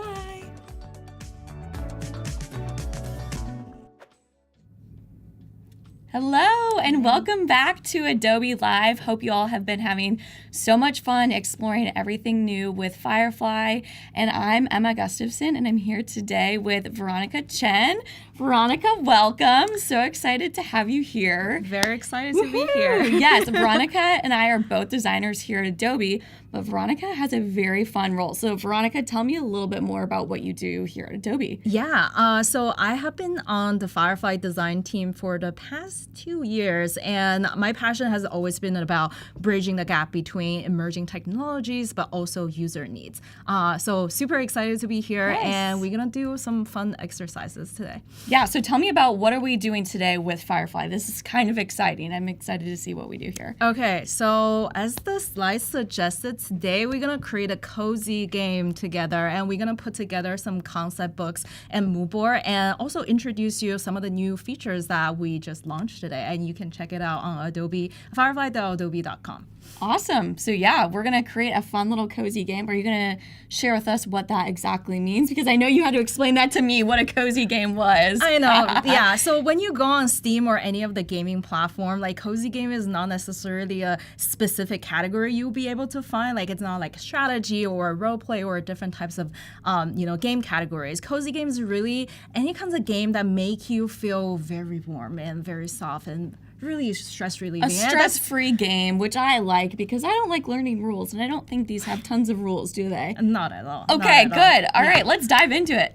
Yeah, so we already kind of touched upon it. Like some of the games like Stardew Valley or Animal Crossing was like super big in the past 2 years. I remember seeing like Facebook ads for that. Yeah, way back when. Is that a thing anymore? It's still a thing. Like okay. People still play it. I still play it. Sorry, like I've been buying those games nonstop. It's just like made me feel like super engaged. For me, I was just able to create a little world in this like almost like a virtual reality in a way. Love it. So a lot of those games, they just like feature really warm and soft visuals, and also relaxing environment is like, super critical, whether you're engaging with a virtual local community or you're building a farm or you can be running a pizza shop, I did like the pizza making games when I was a kid. Those are fun. Cooking Mama, yeah, I think was one of them. That was stressful though if you weren't getting the pizzas out on time. That's so true. Maybe not quite as cozy as what we're going for today. That's true. So recently, let me see if I point this way. Okay, so recently I got this game called Unpacking, and literally the only thing you do is by opening a box when you move to a new house and you start seeing some of the books and some of the toys that you had, and then you just put them in place. Like Unpacking is literally the entire game. Yes. Well, you could do that in real life for me. I have some boxes at my new desk Okay, that I need don't to be know unpacking. about that, but I think I spent like $10 on that game, but it just made my day every single night like super relaxing. So like the soothing gameplay is like one really critical part of it. So today I think we do want to think about like when we are creating games, what are some of the foundational pieces that we should think about? So thankfully, Roberta, that I was able to find this like game canvas online, and she put together some of the basic elements that we should think about when we're creating a game. And also one thing to mention is that this game canvas not only defines some of the foundational pieces, and it also applicable for like digital games or board games or any kinds of game that you want to create. So starting with the top left corner, like in the world, like what kind of world are protagonists going to be in, right? Are they living in a house? Are they meeting with some like the community members? What does the neighborhood looks like? What is the place of the game?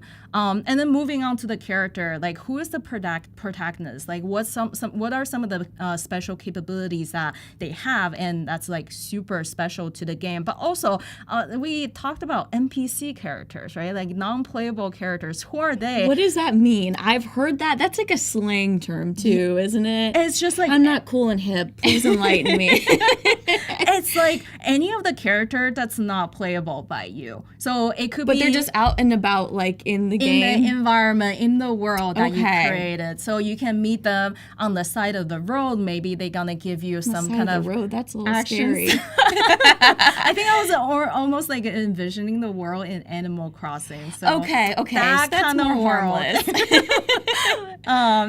So I think those non-playable characters are also fun for us to, ideate about, and also think about what's their relationship with your character, right? Are they potentially your friends, or are they your enemy that you have to, fight against? Off? Okay. Potentially. But most importantly, I think that's like super intriguing for me is that maybe some of the characters could be your lover, and you can romance them. And that definitely gets me going every single time. So you like a little romance in your cozy game. Why not? Maybe we'll add that in when we start generating things in Firefly. Yes. All right, cool. Absolutely. I think moving on to the last two sections, it is super critical for a game, right? Like you have to set up the objective of the game. Like what does the main protagonist need to do? Like what is your role, right? How does your player need to do in order to achieve those goals, whether they are you have to farm something in your farm, or you had to collect like specimens in the world and donate it to a museum, or just like making some pizza and make your customers happy. So those could be like different goals and mechanics. And lastly, what are some of the challenges, right? Like what makes that journey really difficult? Is it from your enemy, or is it from the mechanics? And also, how does it what does it take for your character to overcome those challenges? Like we also need to think about like this process of gaming is also almost like a learning journey for you and for your player. Like how can you get your player super immersed in this world and feel engaged and want to get back into the game every single day and night? And that definitely happened to me multiple times. I love how passionate you are about this, and I don't know about you, chat, but I am learning so much about games. I've seen some comments of people sharing their favorite cozy games, so this is fun. This is a whole new world for me, so I'm excited to see what kind of goals and mechanics you have. Yeah, that's and exciting. All the challenges and everything we're going to develop together. Yeah, I think another beauty of this part is that like after we build those foundations, we can leverage Firefly and Express to put those ideas together and help us quickly visualize what that world can look like, how you can make your game, feel more alive. So that's what we're gonna do today. And I don't know how much time that we have left, but we're gonna spend the rest of plenty. Let's start making. It's awesome that we can do this in Firefly, because I'm just thinking about how this like potential fantasy world could be so complicated to draw or illustrate or just ideate on without something like Firefly.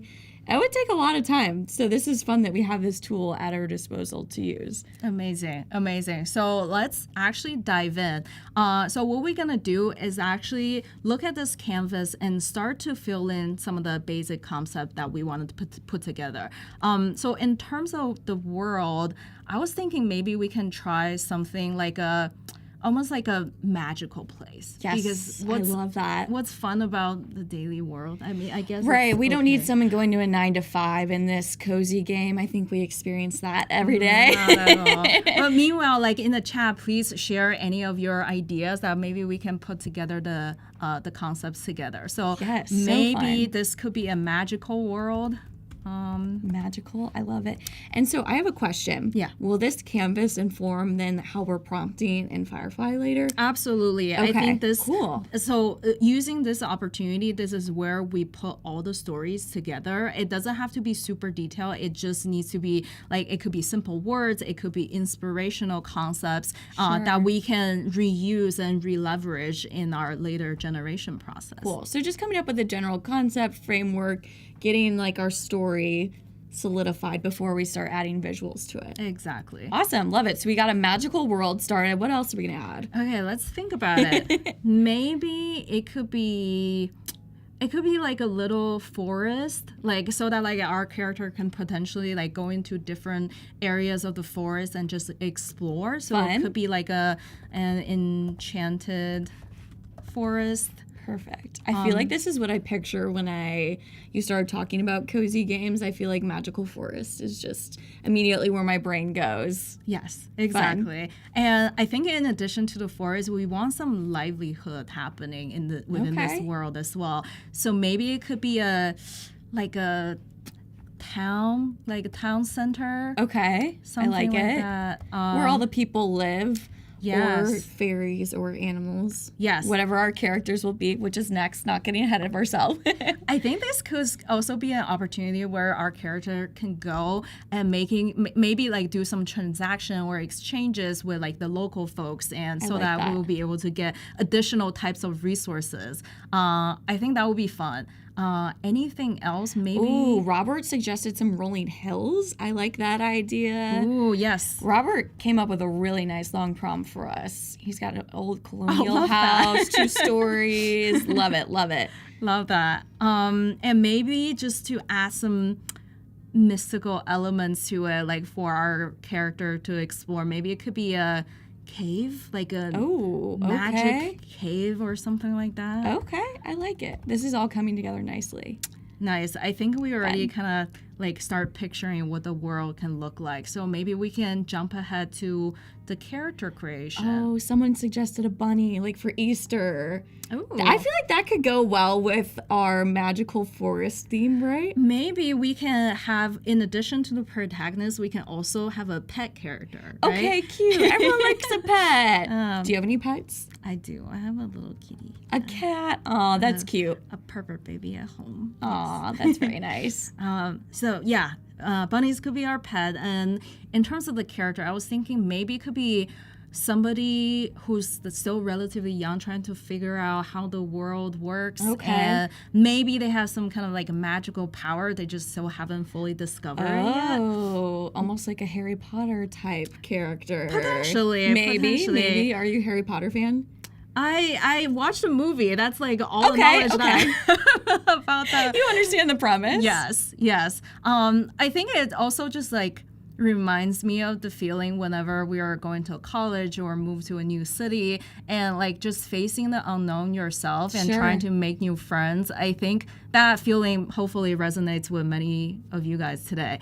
So maybe we can create a characters around that. So like a young protagonist. I need to figure out how to. That's a hard word to protagonist, with magical power. Undiscovered magical power. Okay, so you're not going to say what the power is. We'll decide that later. Do you guys have any ideas? Definitely share it in the chat. Chat, if you could have one superpower, what would it be? I think the chat is our superpower today because these are really good ideas. Yeah. Yeah, I think maybe we can settle with that, but because like this is only the foundational pieces, we can continue to build this game as we explore the visuals later. Perfect. So in terms of the goal and mechanics, since like our protagonist is gonna come into this like enchanted forest, maybe we can think about an opportunity where the character can gather some things, can forge some things, and collect some things, and then maybe they can take those forages to the town center in exchange for other goods. Okay. Yeah. Oh. So maybe goods. foraging? I like it. Foraging in the forest. Gathering berries or magical plants. Yes, berries, magical plants. Oh, someone's creating Godzilla. That's interesting. That That's could probably be a the little different challenge. than what we're doing, but that could be I bet a you could create challenge. something pretty cool and crazy in Firefly. Yeah, maybe like a monster, right? Oh, I'm not okay. sure whether Firefly will be able to create Godzilla, but I think a monster is Some sort of monster will be fun. Yes. Ooh, some dragons. Robert's creating some dragons. Oh, dragon will definitely fit in this world. Even better than really monster. well. Robert, Yeah. you're on a roll. Thank you for your input. Dragons. Yes, love that. Fire-breathing dragons. It's fun. You kind of have a hint of reality with some of the things that you're describing in your game canvas, but also keeping that fantastical element. I like that. I like the blue dragon. Blue dragon specifically? Like the specific color, like it really brings the concept alive.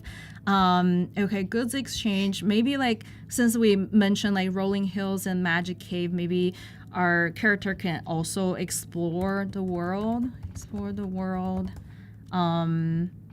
Yeah, what else? Explore like maybe like practice magic or improve the magic skills. Practicing their magic. In the forest or in the town? Probably in the forest, right? Where no one can see. That's a good point. Yeah. You don't want everyone knowing about your powers, right? I feel like in all these kinds of... I'm just thinking about movies, I guess, since I'm not super experienced with games, but you want them to be secret. Yeah. And then use them when you need them. Yeah, definitely. Spider-Man. I don't know. That's the first one I thought of. Okay, so for challenges, I think in addition to those antagonists, maybe we can also think about like what are some of the challenges our characters going to run into when they are exploring the world, when they're practicing magic, right? Maybe there could be some mechanics where the character has to gather certain things first in order to practice magic using that specific magical objects. So it could be collecting magical artifacts, maybe.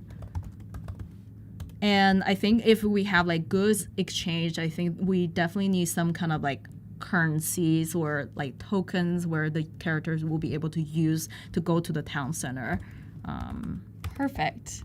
Currency. Keys in the chat said that these aren't tough challenges, but I think fighting off a blue dragon sounds challenging to me. So I don't know. Maybe it's easy for some people. Maybe Keys has some undisclosed powers that we don't know about.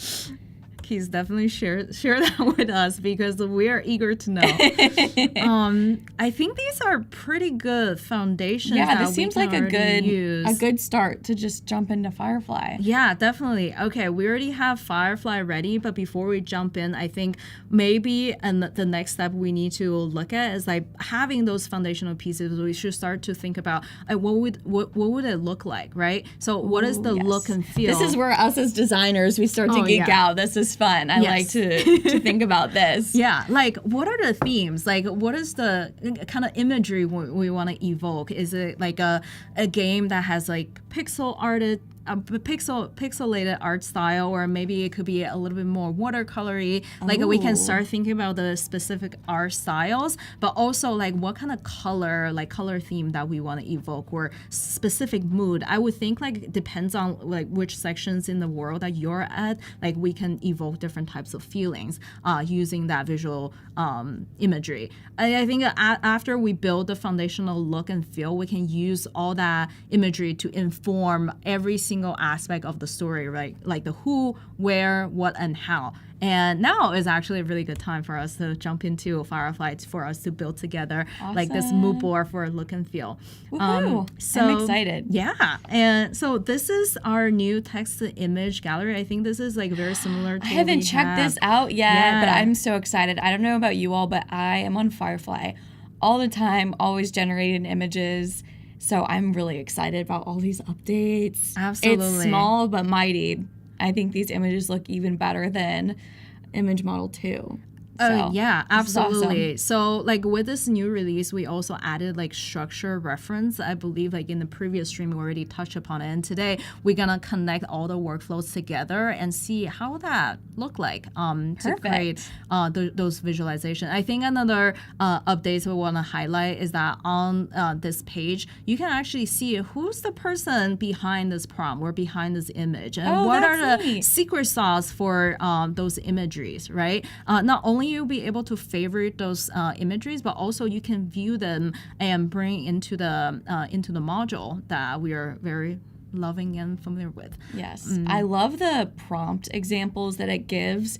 Just when you're kind of stuck, I feel like sometimes I'm at a loss for what words to type, but I know, like, that dragon, for example, I mean, that's so cool. That totally feels game-like. Oh, that's the blue dragon. Maybe not cozy. I don't know if that would look like you want to snuggle up with that dragon, but just getting an idea of how they're writing their prompts, the keywords they're using, I feel like is always a really nice starting point if you want to generate something similar. Absolutely. But also, we never judge a book by its cover. Maybe it could be snuggly. You never know. That's so true. Surprising element of your story. That's what I look like when I wake up in the mornings and haven't had my coffee yet.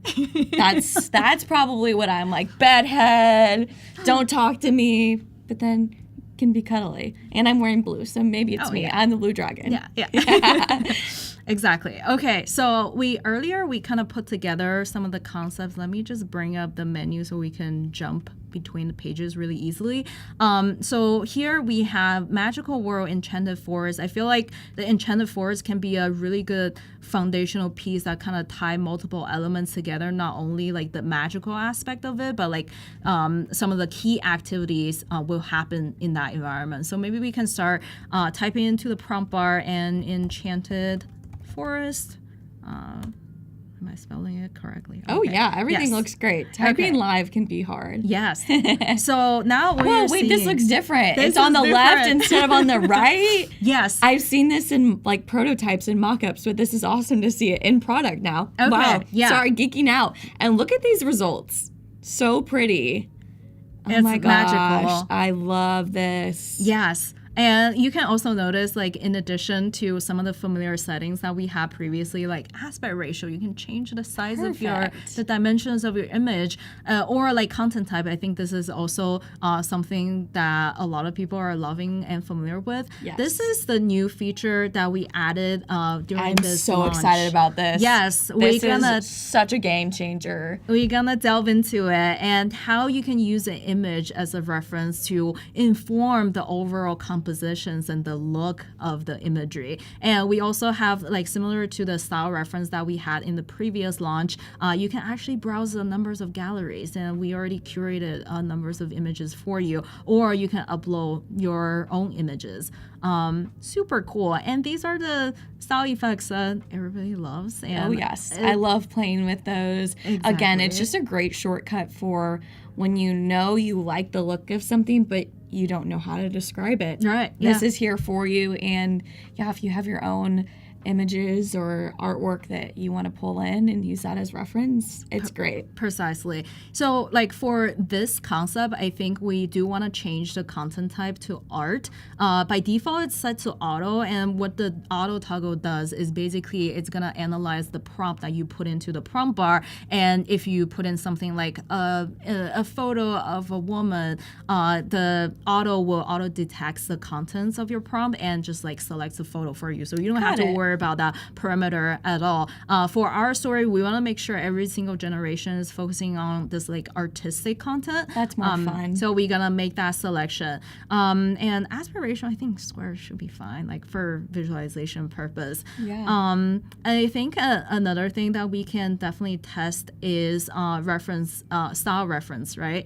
Like in the gallery, we have acrylic and oil, watercolor. I think these are all really good options, especially like this one. I think it's like really warmy and kind of like it's like a so this is also a new thing. Like if you hover, you can actually see the look image. at that. So I don't have to squint. It's all tiny. Yes. I do like those colors. Yes. It's like really warm and cozy. Yeah. Warm and cozy. It's like matching like the cozy like theme we're trying to get at today. Yes. But also we have multiple categories, right? Like if you see anything that you feel like it's missing, definitely share that in the chat. Maybe we'll add that into our next release. But no, we're already seeing like look 4 at all results. those brush strokes. Yes. This is just so amazing to me every time. And I play around with Firefly all the time. But it's just incredible because I couldn't create this type of painting on my own. If I tried, it would take a long time, but it's really, really impressive. Cool. Yeah, and let's try a different one. It's like more watercolory. So now we're just like testing different concepts. But for the beginning of the process, we really want to go broad, right? Like trying multiple options and see what works for us and what works for the story. This is like very magical and I do very feel misty. like it's mystical. What is going on? A little over train, here? maybe? It's actually really funny. So this I is kind of like that new feature that we also added. So if you click on one of the big images, it can actually bring you into a more focused mode and use the navigation to see other options. I love it. Yeah, this little train is pretty train's wonky, cute. but I love it. It's still cute. I think it's fun. Let's also try something more like colorful, like maybe this one. I like that. I think something else I do want to change is visual intensity. This is definitely my favorite feature. Really? I feel like it's my least used feature. Okay, I need to tell you everything why I need about to use this feature. It's really hard to put your finger on like what is it controlling specifically. But if you want your content to look like visually stunning and captivating, and maybe it has more depth of field, maybe it has more inspirational background content, like you can always tune it up and just like play with the settings. And also I feel like for specific users, if you want something that's like less stylized and you just want to grab like foundational elements from your generation, you can always set it super low and then you can later bring that asset into your maybe like into Photoshop, and then you can do composites later. So you will have a lot more control over that kind of stylization. So over here we just want to visualize something. So let's set it to an 8. That looks like an 8 to me. And we changed the style reference. So let's see like how those two are gonna more of a northern look lights together. Yes. I like that. Yeah. So as it's generating, we can also think about like what kind of effects we want to use, right? Oh, but wait a second. It's not quite art. It's not quite art. Do you think it's because of the style reference we chose as a photo? It's definitely because of the reference. It's still gorgeous. I agree. And this is something that you can tweak using the slider, the strength slider. So how much of influence you want this reference image to have over your generation. But I think like for this one, it doesn't really work for what we are looking for. But I do want to showcase this really quickly, that you can actually upload something that either you generated before or use your own images, and we're gonna use the image, and this is just like some a disclaimer. User guidelines. You can read it through by clicking on the link. But by confirming it, we will check the image that you upload and see whether it's like matching somebody else's artwork, just to make sure you're using something that you personally own. Perfect. So this is so we are adding this image, kind of like warm, cozy, like living room as the reference image. Super warm, cozy. Let's see. That feels very game-like. Yes. Just from the little tiny square that I can see. Ooh, that's so nice. Okay, I feel like this is similar to the little snippets you showed on your opening slide about all the different types of games. Definitely getting there. Like I would totally buy a game if like the cover looks like this. Look like that. Beautiful. That's like, the designer in us. Yeah. If the colors look good, if it looks pretty, we will buy it. Absolutely. Okay, let's actually try something else. Like effects. We have a huge libraries of effects. I heard like many feedback from you guys that this works really well. It does. Robert in the chat said he used the layered paper effect, which is so fun. Again, these are things that might be impossible to do by hand. There's a reason layer paper is popular. It's fun. It's really fun. Even if it's not your final concept, I'd encourage you just to try it because it's so easy just to exit out of it if you don't like it, but absolutely, that's cool. Okay, so something that reminds me of is pixel art. Pixel art, right? I personally just love Stardew Valley. Like I can talk about that game like all day. I need to do some more research. You've mentioned it a few times, so clearly it's worthwhile. How do you play these games? Can I ask? Is it like on your computer? You get a computer. You click on the icon of the game and you play it. Okay, so it's just a computer game. It's not like phone. Yes. Yeah. Wow. Okay. So these definitely reminds me of Stardew Valley. Like everything is pixelated. Okay. It's a little hard to see though. Like, but you can get a vibe of like the magical forest with like the shape of the trees and like the different atmosphere. Yeah. That's really cool. And maybe we can. I feel like that would be better if it was a character or something simpler. Yeah. Because then it would probably look a little bit clearer Absolutely. with that pixel. I'm just thinking of like Pac-Man, how simple like shapes those are.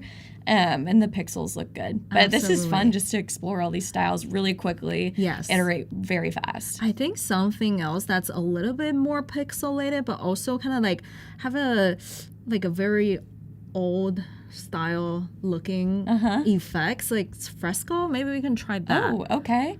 Shout out Adobe Fresco too. Love drawing. Yeah. I love drawing on Fresco. I just got an iPad and I'm a big fan of using Fresco. Absolutely. But this is a little different. What kind of effect? Oh, this looks like one of those little nursery rhyme books you would get as a kid. I can't. Whoa. These look so Look at good. that in the background. And Okay. the last one, it was like a person. I think we may have a winner. Like, yeah, I think this is awesome. I can't take my eyes off them. Like, this looks so good. Let me just save them really quickly. You can hover over the image. Of course, we're gonna attach like the CAI information, just making sure we are communicating the transparency of like any images generated with AI. So for us, don't show this again, but definitely check it out on the CAI website.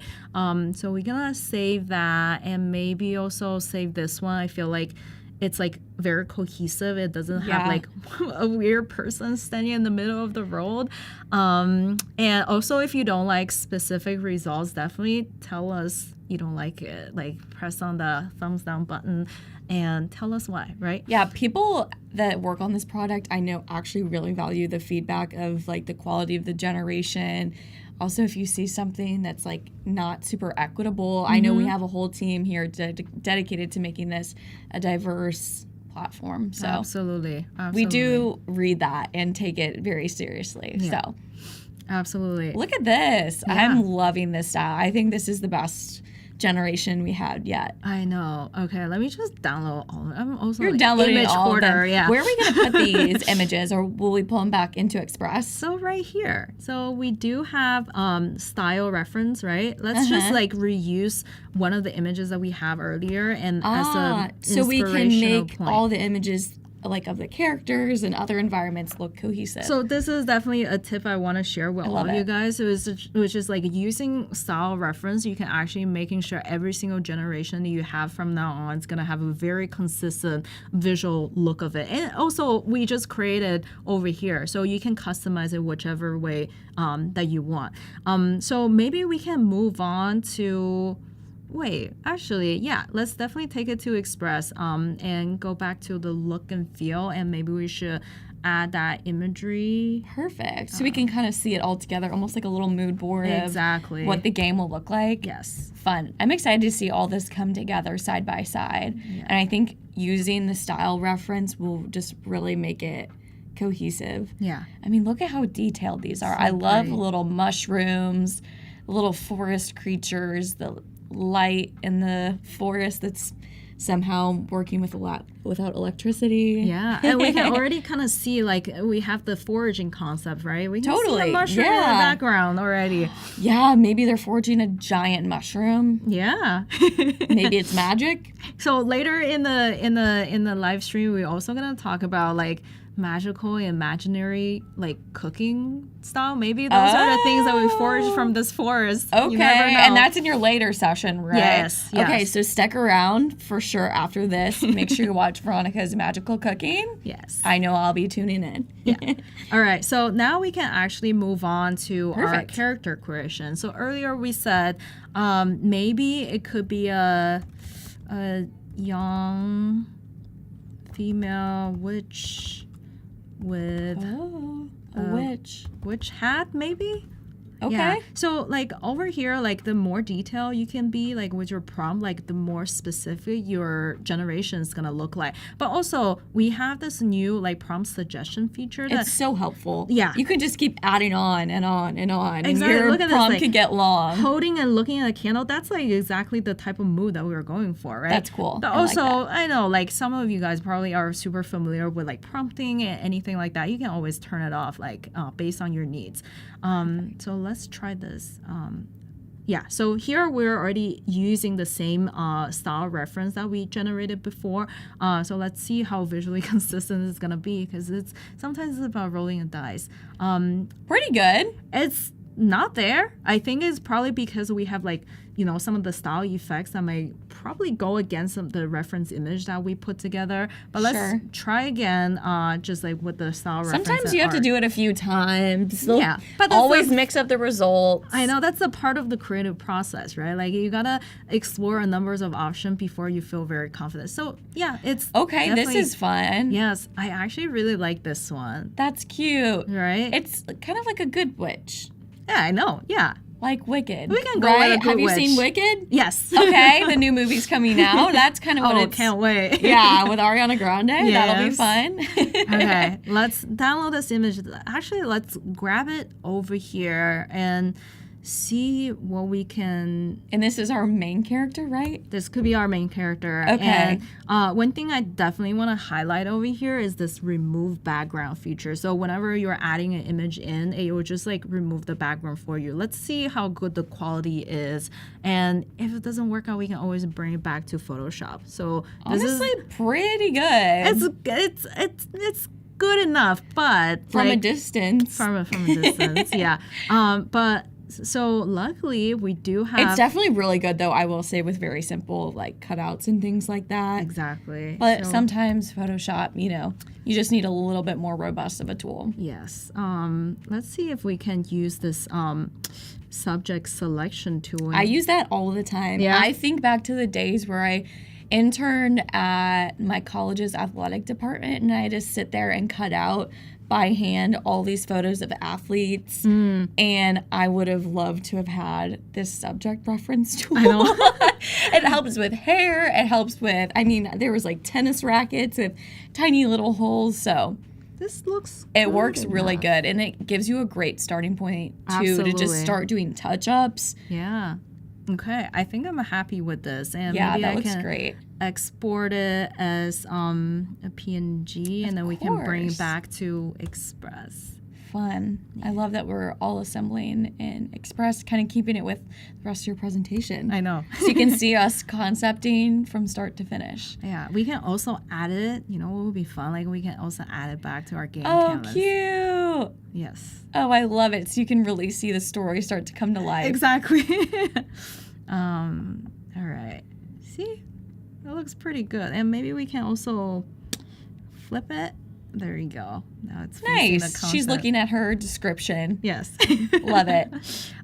So we talked about a bunny, right? Yeah, there's also a suggestion for a black cat. Oh, yeah. These are all good. Oh, let's do both. Okay, might as well. She could have multiple pets. She's in the jungle, or not the jungle, the forest. Bunnies. Maybe we can just start with cute bunnies for now. Cute bunnies? Okay. Yeah. And of course, if your prompt is too short, you're gonna be yelled at. But always, like, you can leverage come up with something. Prompt suggestions to expand it as much as possible. Totally. Oh, they're so cute. Oh my gosh, and it has Easter eggs. It just knows. I can't. I love it. I know. Did you ever read? I think it was Peter Rabbit when you were little. What is it? It was like a children's book, but I feel like the bunny was illustrated very similarly to this, which is cute. Oh my gosh, and that worked great for removing the background. Cute. Wait, okay, I love that. Okay, let's add the black cat. The black cat. Peter, your black cat is on the way. And whoever, I can't remember who suggested the bunnies, but that was a great call too. Let's try to be a little bit more extensive for our problem this time. Is this an evil black cat, or it's cute? Maybe it could be whimsical. A whimsical? Okay. So then it's open for interpretation. Yes. Just mysterious. And and calculating, maybe. What? Okay. I'm interested to see how it... Okay, is there anything else? I think I'm good with this prompt. Yeah. Let's try. Yeah, but you can see with the style reference, everything is kind of look like put It's together. very cohesive. Yeah. Oh, The Velveteen Rabbit. Yes, that's another great book, Peter. Cute. Oh, I like that. Kind of like my cat at home. Really? Not gonna lie. I like that. It just knows. Okay, which one? That's the magic of we like the Firefly. most? Yeah, this definitely looks like my cat. Oh, that's cute. I'm gonna save it. I'm gonna show it to my cat like later when I go back. But I like the hair. Yeah, the mane makes it yes. feel a little whimsical. It's old and wise, maybe. Absolutely. You know? Yeah. Okay, let's bring that in over here. We're gonna do the same trick over and over I like again. it. Yeah. And sometimes it works really well, as you can see from the... Oh my gosh, that's great. Perfect. Okay. So cute. There you go. Okay, we have our little black cat. I'm really impressed with how well the style reference is doing. Okay. Yeah. See, they look... Does our character have a name? Our characters have names? We definitely need some help on the name. Yeah. I'm not Chat, good at that. Yeah. Brainstorm some names for us. Yeah. Not a requirement of this exercise, but I think it's more fun. For sure. Okay, so something that we can think about now is actually in addition to this who, right? Oh, we should have brought the other pets over here too. We can also think about like the environment. So we already created enchanted forest. What are some of the other things that we can put together? You said the town, right? The town center. Which I feel like would have a different look and feel, or a different feel than the woods. Yeah. I think something that will be fun to try is actually, let's try to explore the structure reference feature. Oh, that's a good idea. Right? I'm dying to see how this works. I think there are like 3 different ways that you can control your imagery. One is through prompt. Like in the prompt, you can be as descriptive as possible and just put in a lot of details about like how do you want a composition to look like. So that's one. Second one, you can actually leverage some of the effects that we have over here, whether it's like the camera angles, and it can be knowing, it can be close up. The camera angles are super helpful. Yeah. I love playing with those too. I feel like I always use the close-up one. Oh yeah. I don't know why. Or landscape. Yeah. And even the lighting too. Sometimes doing like the dramatic lighting with photos is fun. Or golden hour. Yeah. Something that we can try is more effects. Isometric, right? Isometric, like, yeah. That will make your world look a little bit more standout from your character, and they have a specific angle. So when you're actually coding that game, that you can make the navigation a little bit more straightforward. And the third tip I do want to give is this is something I discovered that by either leveraging the structure reference by uploading the photo yourself, or you can actually have Firefly in the second window and use that as a starting point. So what I would do is actually generate kind of like a town center isometric, right? You can use the prompt isometric. Like maybe it has some 3D effects. Okay. And I also want the look to be a little bit more simple. And as you can tell, I'm not super good at prompting. I just put some words together. But let's see what kind of result it's good enough. It's still generating some really, really awesome things. Yeah. So the difference that we're making here is that this will be our base. This is our engine, right? And over here, these are the ingredients that we can use. So this is how you're getting the structure. Yes. No way. That's so smart. I didn't think about that. Literally just doing it in 2 windows. Yes. Let's try this. Wait, this is cool. I would love to know how to design in 3D like this. Yeah. I'm not great at it, but Peter suggested a cottage too. Oh, cottage is the that's cool a one. That's a great word. Let's do that one. I feel like that fits with the whimsical nature. Yeah, 3D town center. 3D town center. Yeah, it's very simple. And let's tune up the visual intensities. All right, let's see. I mean, this is looking really, really great. But we also want a town center to be a little bit more magical, right? A little bit more. Sure. What would be a good word for that? I don't know. A magical, Magical. That's probably the best word. Magical. Maybe with, let's start with that and see what we can get. I'm excited to see what this comes up with. So once we have the 3D structure down, we're going to download this and bring it back into our other window. Exactly. Is that right? And then apply the style. Yes. Ooh, this is getting better. I feel like the chapel really just gives that old school feel. Let's download this, and then we can go back to this page and then just upload the image that we generated over here and use it as a structure reference.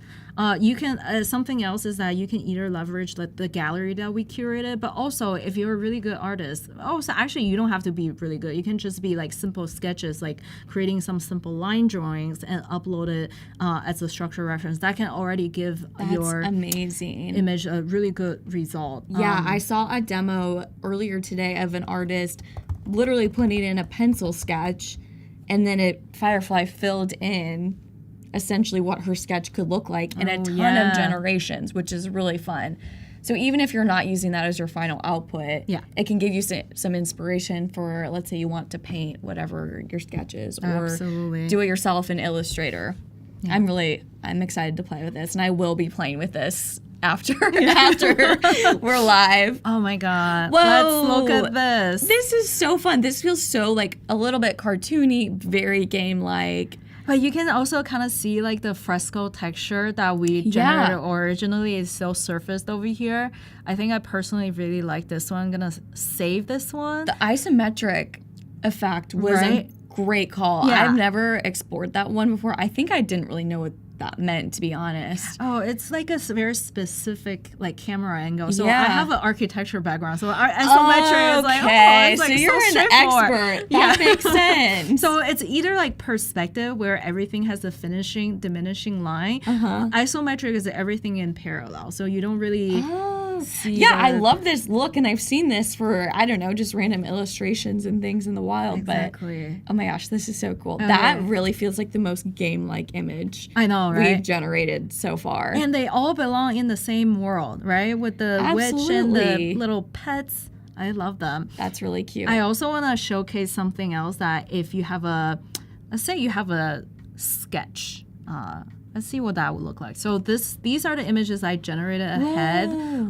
Imagine like you can make some simple. And you generated that? You didn't draw it? If you told me you drew that, I'd believe it. Especially with the architecture background. Are you really good at drawing? Okay, so maybe we can say, was it Rolling Hill? Rolling Hills, that's right. Do we want the cottage this time?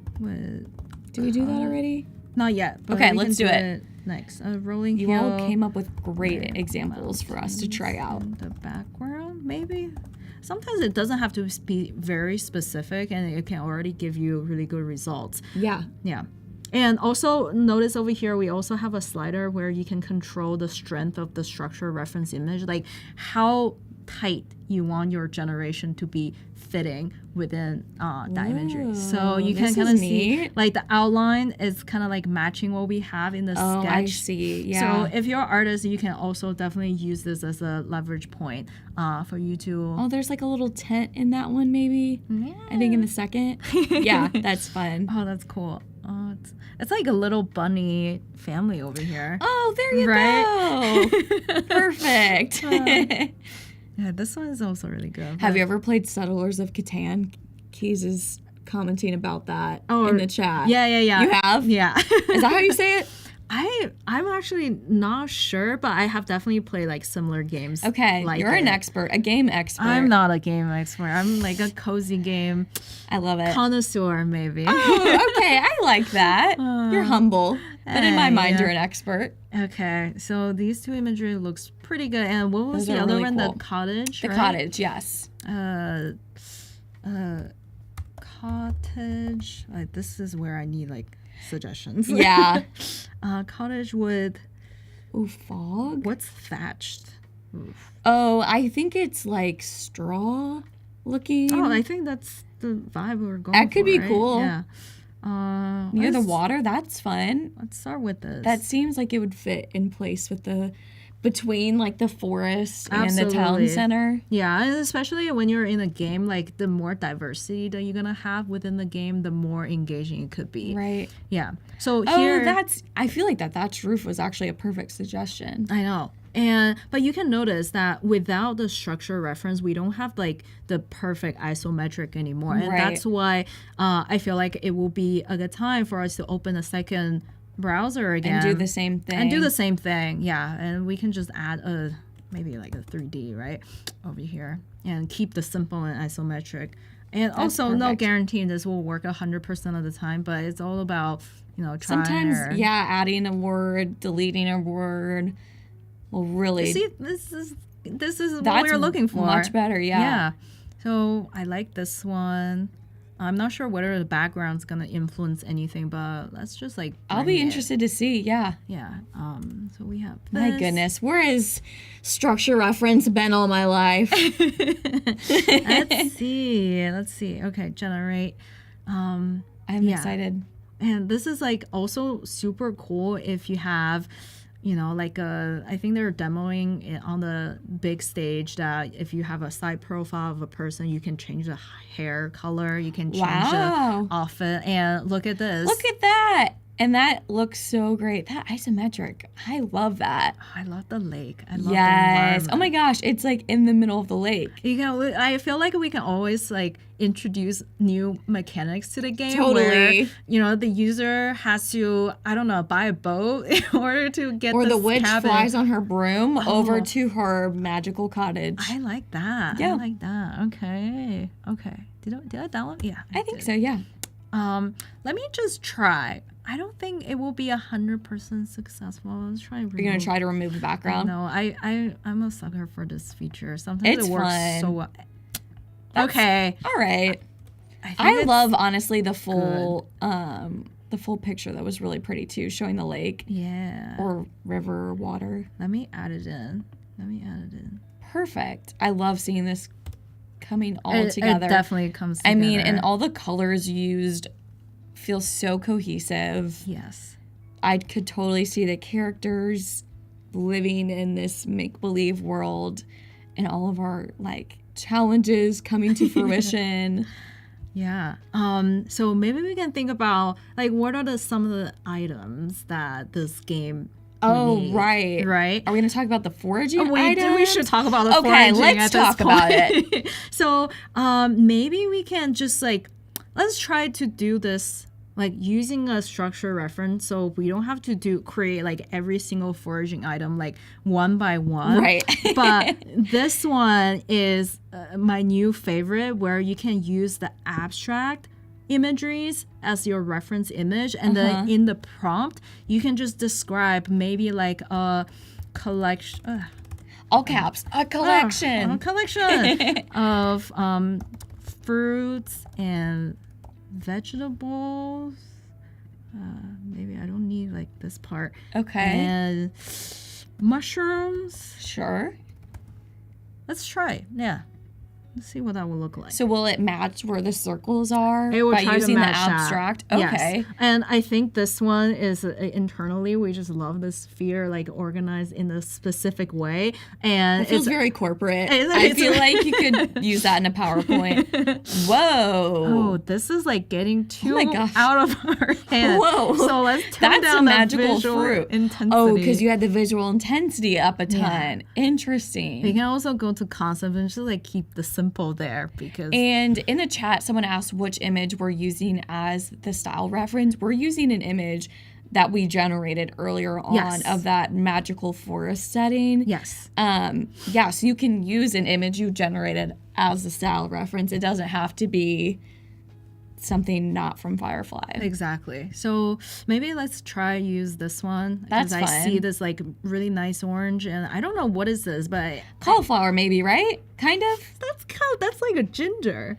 Oh, I don't know. Well, you asked me. That's what I think. It could be a magical onion. You never know. You see the roots, right? That's true. It's a make-believe land. It doesn't matter. But yeah, we got some broccoli. I like there's kind of a broccoli tree going. So this is actually where we can actually bring into Photoshop, and we can open this file that we just generated, and of course, I'm not an expert with Photoshop. I'm just like using the most basic tools, and you guys can definitely tell me if I'm like not taking a shortcut. But I can select something and then just copy paste. That looks so easy. And then go back to Express over here and paste it here without a background. I didn't have to export. You don't have to export. Oh, no way. Okay. You know what? Adobe tools are so smart. I know. We can just go back and forth between them. And that seems so simple, but I totally would have gone through the process of like exporting that as a PNG and then importing it to Express. That is a great shortcut. Yes. Let's also copy this one. But I know we're short on time, but we do definitely want to create that blue dragon, right? Oh, I think with the remaining minutes, like we've had enough chat about the dragon going on, so I think it must be done. It's only fair. Blue dragon. Perfect. What else should we add? Do we still have the structure reference applied? We don't have the structure in this case, but we can always add it. Like maybe perching in front of a red flower, sitting next to orange, standing near rocks and water lilies. I like that. Yeah, let's try that. I like us bringing in the water element. I don't think we originally thought about that in our concept. That's a surprise. But that's a great add-on, so I'm a fan of that. Yeah. And okay, so we got the blue dragon. Oh, this is a dragonfly. Oh, I changed it. Oh, I entered the wrong prompt. Oh, dragon. it's okay because you used a suggestion. Yes. Well, if we wanted a dragonfly, this does look good. It does work. It could be one of the new pets that we can add into the story. So the animals on the ground, an animal that has magical power, and an animal that can fly. Oh, cute. And these look way friendlier than the ones we saw on the Firefly homepage. So, They could be cuddly, right? Yes, this is for a cozy game, not a scary game. I love it. I almost forgot that's our theme. So fun. So, Veronica, as we're bringing in this last image, do you want to recap kind of the process we went through today? Yeah, definitely. So when you want to create a game, definitely think about all the elements for storytelling. Like, what are the components? What are the worlds? What are the characters you are trying to create? But also start to build your visuals to begin with, and so you can use that visual as a style reference and keep the consistent look across all your generations later on. So as you're building things out, definitely leverage the structure reference as the new feature, which is new today. Yeah, so you can try it out right now. And also want to recap the three shortcuts that you can use. You can definitely leverage the prompt and be descriptive as possible. You can leverage the style effects to change the composition. And lastly, don't forget, open a second window and use that second window as your jumping off point, and then add it back into your reference image, and everything will be relatively consistent. And I love this. These are everything. Look at that. I love it. I would love to play this game. As someone who has never played games like this, I would definitely try it out. But that's all the time we have for today. Thank you so much, Veronica, for walking us through that. I had so much fun. And stay tuned. Veronica will be back. And we have much more to explore when it comes to Firefly. So stay tuned. Thanks for joining. Thank you. Bye. Bye-bye. I'm so excited to show you some of the new things going on in Photoshop and Firefly today. So this was my mood board for this project, and I think this is super key for whatever you do creatively. Firefly can come in handy with that, and even if you're a little timid about AI, I think this is a perfect place to use it within your workflow if you want to test it out, but you don't want to actually use it in the images that you create. So let's hop over to Firefly, and we'll start to put in some of these prompts. Based on the mood board that you just saw, I put in cabin covered in moss with lit up windows on a mountain lake. Pretty straightforward, pretty simple. And I mean, look at this. This is Firefly 2. It's so good. The work that they've done in the past few weeks is amazing. Now, let's just switch that to art and generate. You can see here we have aspect ratio, we have landscape, portrait, square, widescreen. So choosing these based on what you're creating is critical. Look at changing it to art, what it does to this style. Look at it. It's so good too. You can download this by clicking right here. You can also edit in Adobe Express, save to your libraries. That's super convenient. If you save it to your libraries, it will come into your Photoshop or Illustrator, wherever you're working. So I'm just adding a few parameters here, and this is how you're going to get the exact look that you're going for. Look at how many effects there are here. Okay, so that's still kind of very similar, but just in putting in hyper realistic. So this is in the photo style, but in having it in the art style, that's how you get a little bit more whimsical, a little bit more dreamy. Now look at this. So ink, in this case, gave us this gorgeous watercolor. Whoa. Ooh, I love that. That's awesome. Let's just go quickly into this match. You can upload your own that you have the rights to use. It just put kind of like this 3D world in. Let's see what that does. Look at that. Whoa, that's sweet. That's awesome. Wait, so what? That's just art? No, so this is the match gallery that Adobe puts in here for us. So you can upload your own image or you can put in match, and this is all new in Firefly 2. That's sick. It's so good. So they're all categorized. You have your 3D, you have your graphic, digital illustration, neon, landscapes, dramatic painting. So I'm just gonna remove that, regenerate, and it caches them too. So if you're removing things, it's gonna take you back to your previous style. So I end up using magical and cosmic. Oh, whoa. Look at this. Whoa, ooh, I love this right one. Oh! This one and this is so cute. They're all really cool, honestly. This is so cute. I wanted to go back to Photoshop, make sure we work on this a little bit. I need to actually grab a cabin. Let's see what we got here. Okay. Think about how long that would have taken you to make. I know. Honestly. So I have my libraries here. Libraries are also super powerful, but I saved a bunch of stuff from Adobe stock. And my idea, as you guys saw with my mood board, was doing this like underwater scene. So I'm just painting this in. We can also use the contextual taskbar if you want to just mask this layer out or do a certain selection. You know, I wonder what would happen if we did like some steps going down here. We're just having a good time. From down here, we don't want to lose too much of that door. Let's just go to like there. So the blank prompt always is going to be... It's going to either remove or it's going to blend. Okay. Oh, wait, can you go back? I got, okay, so before, after. Look at how it integrated really the roots into the house. It kept the steps. Oh. So let's just do generative expand, holding option to expand on both sides here. Let's see what we get with like this stock image being in the way.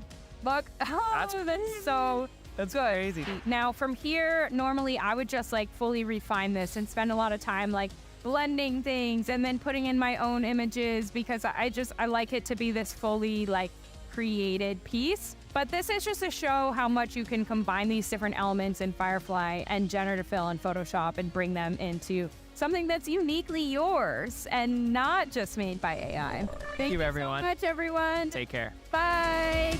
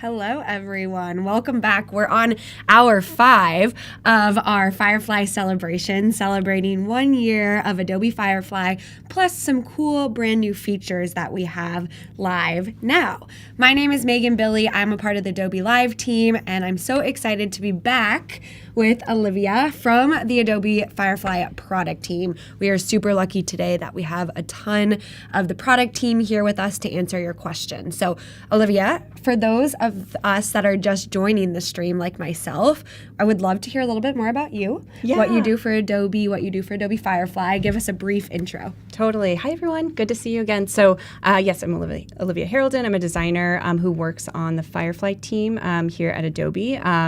I previously worked on Photoshop, so I love Photoshop, I love Firefly, and really excited to talk about new features and, work with you all today. Cool, thanks. Yeah, before we dive in, just want to mention to everyone in the chat that this is live.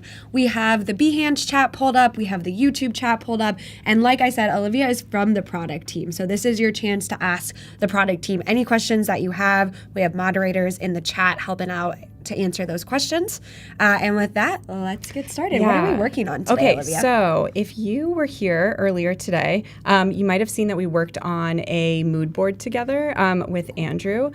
So the prompt that we gave ourselves was to create a series of images for a mood board that would inform a painting. So in the hour that I didn't have you guys with me, I worked on building this out a bit. But the idea was, we were going to generate a bunch of images that we would then use to inform a painting series. So what we'd like to do in this session is build upon that and generate some actual reference images for paintings. And I wanted to work on this with you all because this is something that has really helped me with generative AI is the ability to generate reference images. Because in the past, the long past from 2 years ago, in order to create reference images for paintings, a lot of the time you would have to go out and actually take images yourself, which limits you to what you're physically there for, or just do a bunch of compositing using images that you find. So, what the benefit of generating reference images is that you can really craft exactly what you're looking for, and you're not spending hours upon hours trying to piece together the perfect reference image. Great.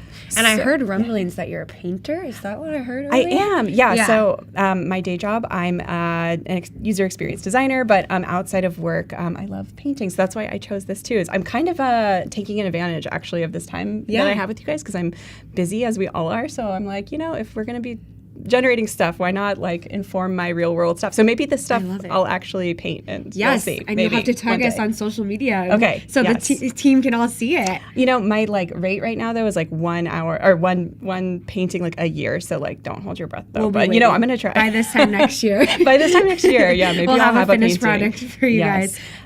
So this is you can see on this mood board some of the imagery that I wanted to capture. I wanted to make a painting series that sort of captured sort of nature imagery, soft, feminine, romantic, something that tells a story about nature and kind of the magic in nature. Sorry, that's so corny. But anyway, hopefully you're getting kind of the vibe. So what I'd really love as we're working on creating more images like this and reference images is for you to just call out your ideas too, and we can make some stuff. And we can throw in some weird stuff too. That's what we did in the last session. It was amazing. Yeah, fun. Chat, that means you putting in your opinions and your ideas as we generate stuff as we go along. Yes, exactly. So I thought the first one that we could start off with is generating some cloud images. I thought it'd be cool if you imagine a very large scale painting that's sort of cloud abstract. So we'll get started making some stuff and then we'll. Do you have any tricks to your prompting when you're prompting on Adobe Firefly? Any tips for the chat? Well, I have a new tip with this new structure reference image structure reference feature that we just released. I think this will be sort of a game changer for me in creating images in generally because you can kind of craft closer to what you're imagining, I think, using sketches. So actually, let's start there. I'll show you. I've made some sketches, and I gave you a preview of one of these in the last session, but let me show you what I'm talking about, and then In our YouTube chat, Inner Glow is saying that it's really interesting how Firefly keeps getting better and better and keeps getting more and more awesome features. So this is a new example of like these awesome features that we have coming. Totally. And I really like this one. It's very fun. If you saw in my last session, we created some images using like a kid drawing as the reference, and they were like very cute. So anyway, okay, so this is like a sketch that I've done. And actually this is one that I would like to use to create a reference image from. So obviously this is just a line drawing. Nothing has been filled in, but this is sort of like the vibe and like general content that I want to create. So let's start with this. This is awesome because I a lot of people doodle here and there, but I would never know what to do with this afterwards. Like what colors to make the trees, what colors to make the stones. Totally. So I'm really excited to see. Let's see what we can do. Us. Yes. Yeah. Okay. So we're going to drag this image over to our structure reference panel. And we had a great question from Robert in the chat while this is loading. Is the new Firefly, so this what we're using right now, is it beta or is it in GA? This is GA, so you can go play with this right now as you're talking to us. GA means generally available, just for everyone that doesn't know that. I don't know if I knew that. Yeah, I didn't either. People are like, what does GA mean? And I was like, I don't even know if I knew that. Okay, so I added my reference image. So now I'm going to kind of like describe what I want to have here. So I think when I did this in the last session, I kept it pretty general, but I'm going to try to be a little bit more specific this time. Great. So let's create an illustration of a magical wooden forest woodland with, what should we have? Plants and flowers. We'll start there. Okay. I don't know why, I was like pigs in my mind. Oh, cute. Why are there pigs in this forest? I don't know. Like the 3 little pigs? Yeah, like maybe. Fairy tale, yeah. Cute. Okay, let's see what it gives us. So we're referencing that image that you hand drew in the structure reference. Yeah, and then so this little slider right here. Oh, here we go.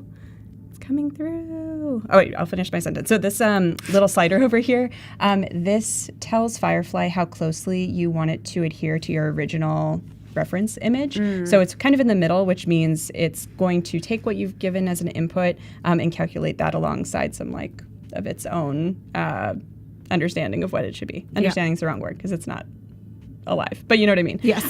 So if I drag this all the way to the right, we'll try it actually.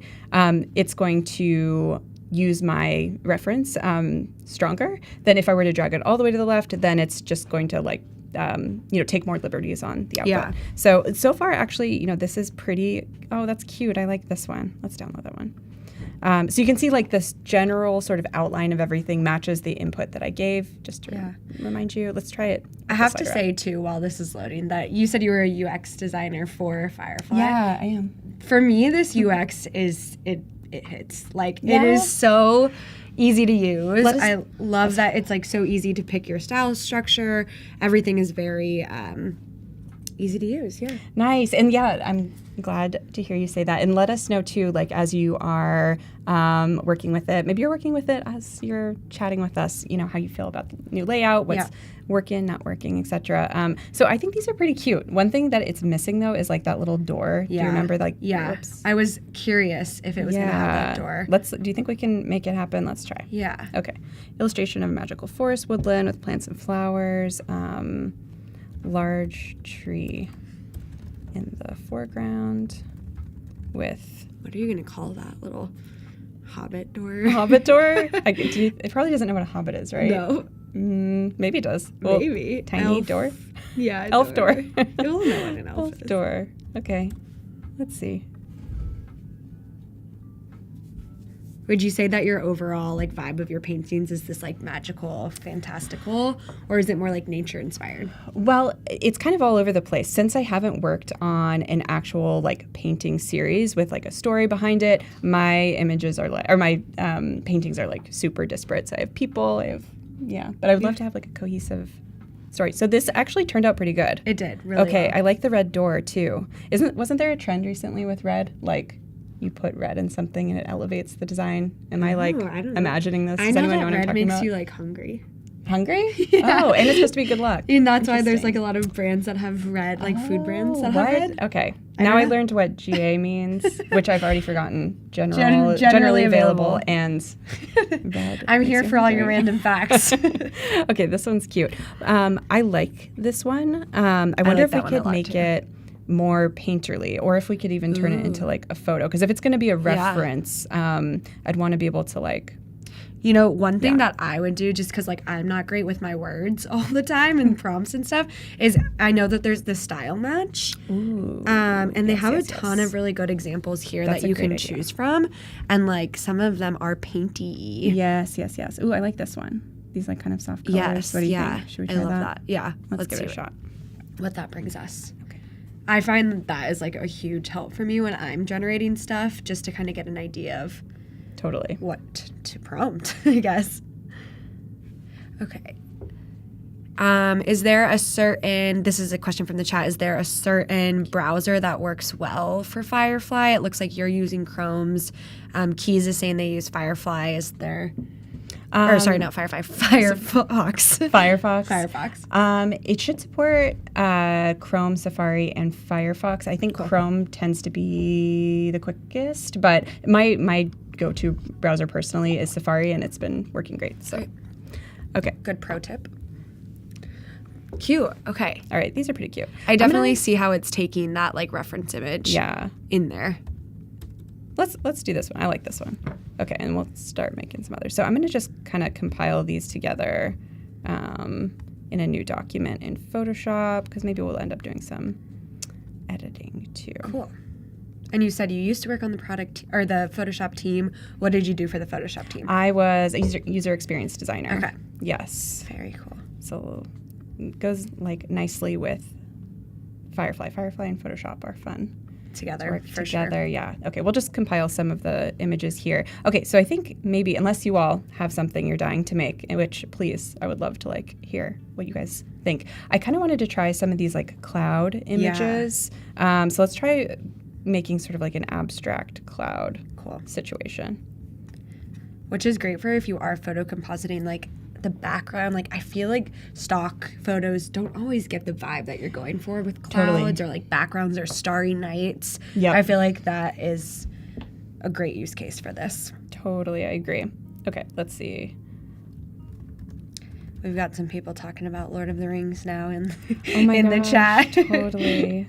Large, fluffy. It's definitely that vibe. Actually, the rest of the image, let me show you the rest of the image. I kind of cut it off because, oops. Oh, you're painting or you're drawing? My drawing. Well, there's another section to it, but I don't remember where I put it. So, we're not even worried about it. Okay. Fluffy, large clouds. I want it to be like a wash. Full image of large fluffy clouds, pinks. And then don't forget to, I know you know this, but remove the reference image. Actually, I kind of want to know what it would do. Oh, I kind of want to know too. Should we just see? Yeah, I'm just kind of curious. What would it do? It's so interesting how it interprets different things. Yeah, totally. Oh, earlier, if you saw my live stream earlier too, I was showing these are my kids' images, and we were using them as references. I highly recommend make a little monster or something and use it as structure reference, and they turn out so cute. That is such a good use case. If anyone is interested in that stream, this whole live stream, the 7 hours that we've had so far, plus a few more after this, will be on recording, living on the Adobe Live channel, so you can go back and watch it whenever you want. All right. Let's just see what happens. It's going to be reference in there, yeah. And the style reference. Ooh, okay. Oh, that's kind of cute. I mean, it's pretty similar to before, but I like the little fluffy plants here. Yeah. I think too, you have it turned up super high. True. Style reference. I wonder if you turned it down low. Oh yeah, let's try structure up but style down. There's so many different variations that you could go around with this. Totally. Okay. Don't forget to drop any of your suggestions in the chat. We are definitely taking suggestions on what to. Yeah. Ooh. Oh, that's kind of cute. I really like that. I like that. All right, we're going to download that too. Okay, let's get all this stuff away and see what happens. Get rid of that. Oh, I should just use clear. Okay. Cool. So now we're just doing the clouds. Yes. Awesome. And for anyone just joining us, we are generating some reference images that Olivia can then use when she's painting her physical painting, yeah? Yeah, so I do a mix. Okay. Okay. I kind of want, I want a watercolor of these, actually. Ooh, yeah, because those look pretty photorealistic. Yeah, exactly. Let's do watercolor. Which, for photorealistic, they're super cool. I also spelled orange wrong. There's typing on camera. Typing in front of anybody is brutal. It's really testing I'm the worst speller in the world. So Dude, every same. time I'm typing, I'm like, don't look. Okay. We had a question in the chat. Can you tell us more about visual intensity and the strength in style? So I think they're referring to using these that. two. Yeah. Yeah, so, and also if you forget these, there's little tool tips here, which hopefully is a little bit helpful. But yeah, these, so the visual intensity will be your overall, the characteristics of the content within. And then strength is more of how closely it's adhering to your original input. Yeah, and I tend to, for most of the time when I'm using either style or structure, I kind of almost just play around with it and choose between the different ones. Let's see, this is close to what I wanted. The colors aren't quite as bright, but I can always change that in Photoshop too. Let's see. Yes. The creams are what's throwing it off. Pinks, orange. Why can I not spell orange? Okay. I can never spell orange. While you're typing this, Kristen in the chat said, would you happen to know any good books that go into brief detail about art style that you can use when prompting, or some ideas, get some ideas about prompting? I don't know any off the top of my head, but when I went to school many years ago at this point, we had just an art history book. It's a thick, just covers everything from prehistoric all the way to contemporary art. And I find myself referencing that kind of regularly just to kind of get inspiration. And obviously you could learn a lot about the different styles from that as well. Also, a resource that I really love are most museum websites typically have their catalog of images, and actually some of them are open access as well, which means you can download them and use them. So if you look at my mood board, I had propagated some of this mood board with some images before going into it, and these ones are from the Met in New York's open access, which is a really great resource. But actually, so this is some of my paintings, and one of them, so in addition to painting, I love doing kind of photo composites. And this image on the left here, so this is my dog. Her name is Busy. She's a Border Collie mix. But I wanted to Photoshop her into a fancy old painting. And so I picked something from that art history book. And I should know the name of the painting. I'm so sorry. That's I should have it on my head. But I just pulled that from that art history book and then just digitally illustrated Busy into the picture using Photoshop and Photoshop on the iPad. That is a really good answer with lots of different usable pieces of tidbits. I'm also going to drop in the chat on Behance the name of our Evangelist who specializes in Adobe Firefly, and she is a great resource. Her name is Chris, on prompt ideas, any kind of thought leadership when it comes to AI. So she would be a great follow on Twitter, Instagram, Facebook, whatever, to learn a little bit more about this kind of stuff. Cool. So we generated your clouds. Back to the painting. Back to the painting. I like that question. I would like that, for myself. Yeah, it's always good. If anyone else has any great references, please share them in the chat. And I kind of like this one. I feel like that would be a good reference. It's not exactly what I'd want to do, but it's enough to kind of get started. I'm very jealous of people who can just create from their minds without any sort of reference material, but I need that. So I like that one for, loose reference. Something I'm sort of curious about, and apologies if this is redundant for anybody who watched the earlier stream, but I want to see what happens. Whoops, sorry.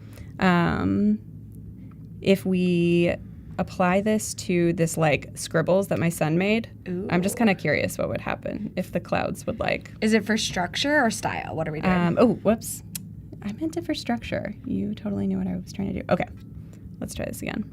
I'm just curious. So this is I'm curious too. I'll open this big. So this is like literally scribbles that he made, which I think this would be fun to do like yourself. Just like make some like really loose sort of like abstract shapes and see what happens. But like, let's see what it does with these clouds.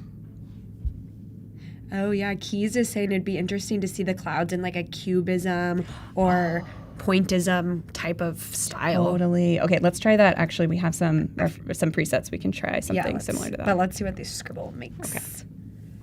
Good to know that my scribbles can be turned into art now. Exactly. Cool. So we kept the same colors. We kept the same prompt, actually, just adding in that structure reference. We also turned the structure reference up pretty high. Yeah. So it's going to match that pretty similar. Interesting. I think that's pretty. It's kind of, they'd be cool to print out. Let's try it lower and see what happens. And then I want to try some of these like abstract shapes. Yeah, I really want a good idea. The cubism and pointism. I actually haven't heard of that. I think I'm going to be wrong about this probably, but is pointism the one where they just like stipple like little dots? I don't know. Yeah. Okay. Keys, someone you tell us. here knows. Yeah, let us know. Ooh, this doesn't follow the structure very closely, but it's kind of an interesting composition. I actually really like this one. It definitely made the clouds like more loose and abstract-y. Yep. Since we had it turned down pretty low. Totally. But I really, that last one is really cool. Ooh. I kind of like these. So what I think would be fun with these two as well is I like using these for like layering. Sorry, you guys are seeing my messy desktop downloads. Here we go. I like using textures like this for layering. So for example, this one is like really beautiful. I like it. But if I put it over, so this is just kind of like a composite of like all the images we're making. But if you can imagine this like bigger. So I have that. I have my layers panel over here. Let's put it above this image that we made, this one. But if you change like the blend mode, you can kind of like blend these together. Oh, that's kind of cool. So you can sort of like mix these together that way too. Someone earlier in the chat was saying that image could be like a children's book cover. Yeah. And I feel like with this pink, it gives it like that whimsical, fun children's book. I agree. Okay, let's try the cubism one. Yeah.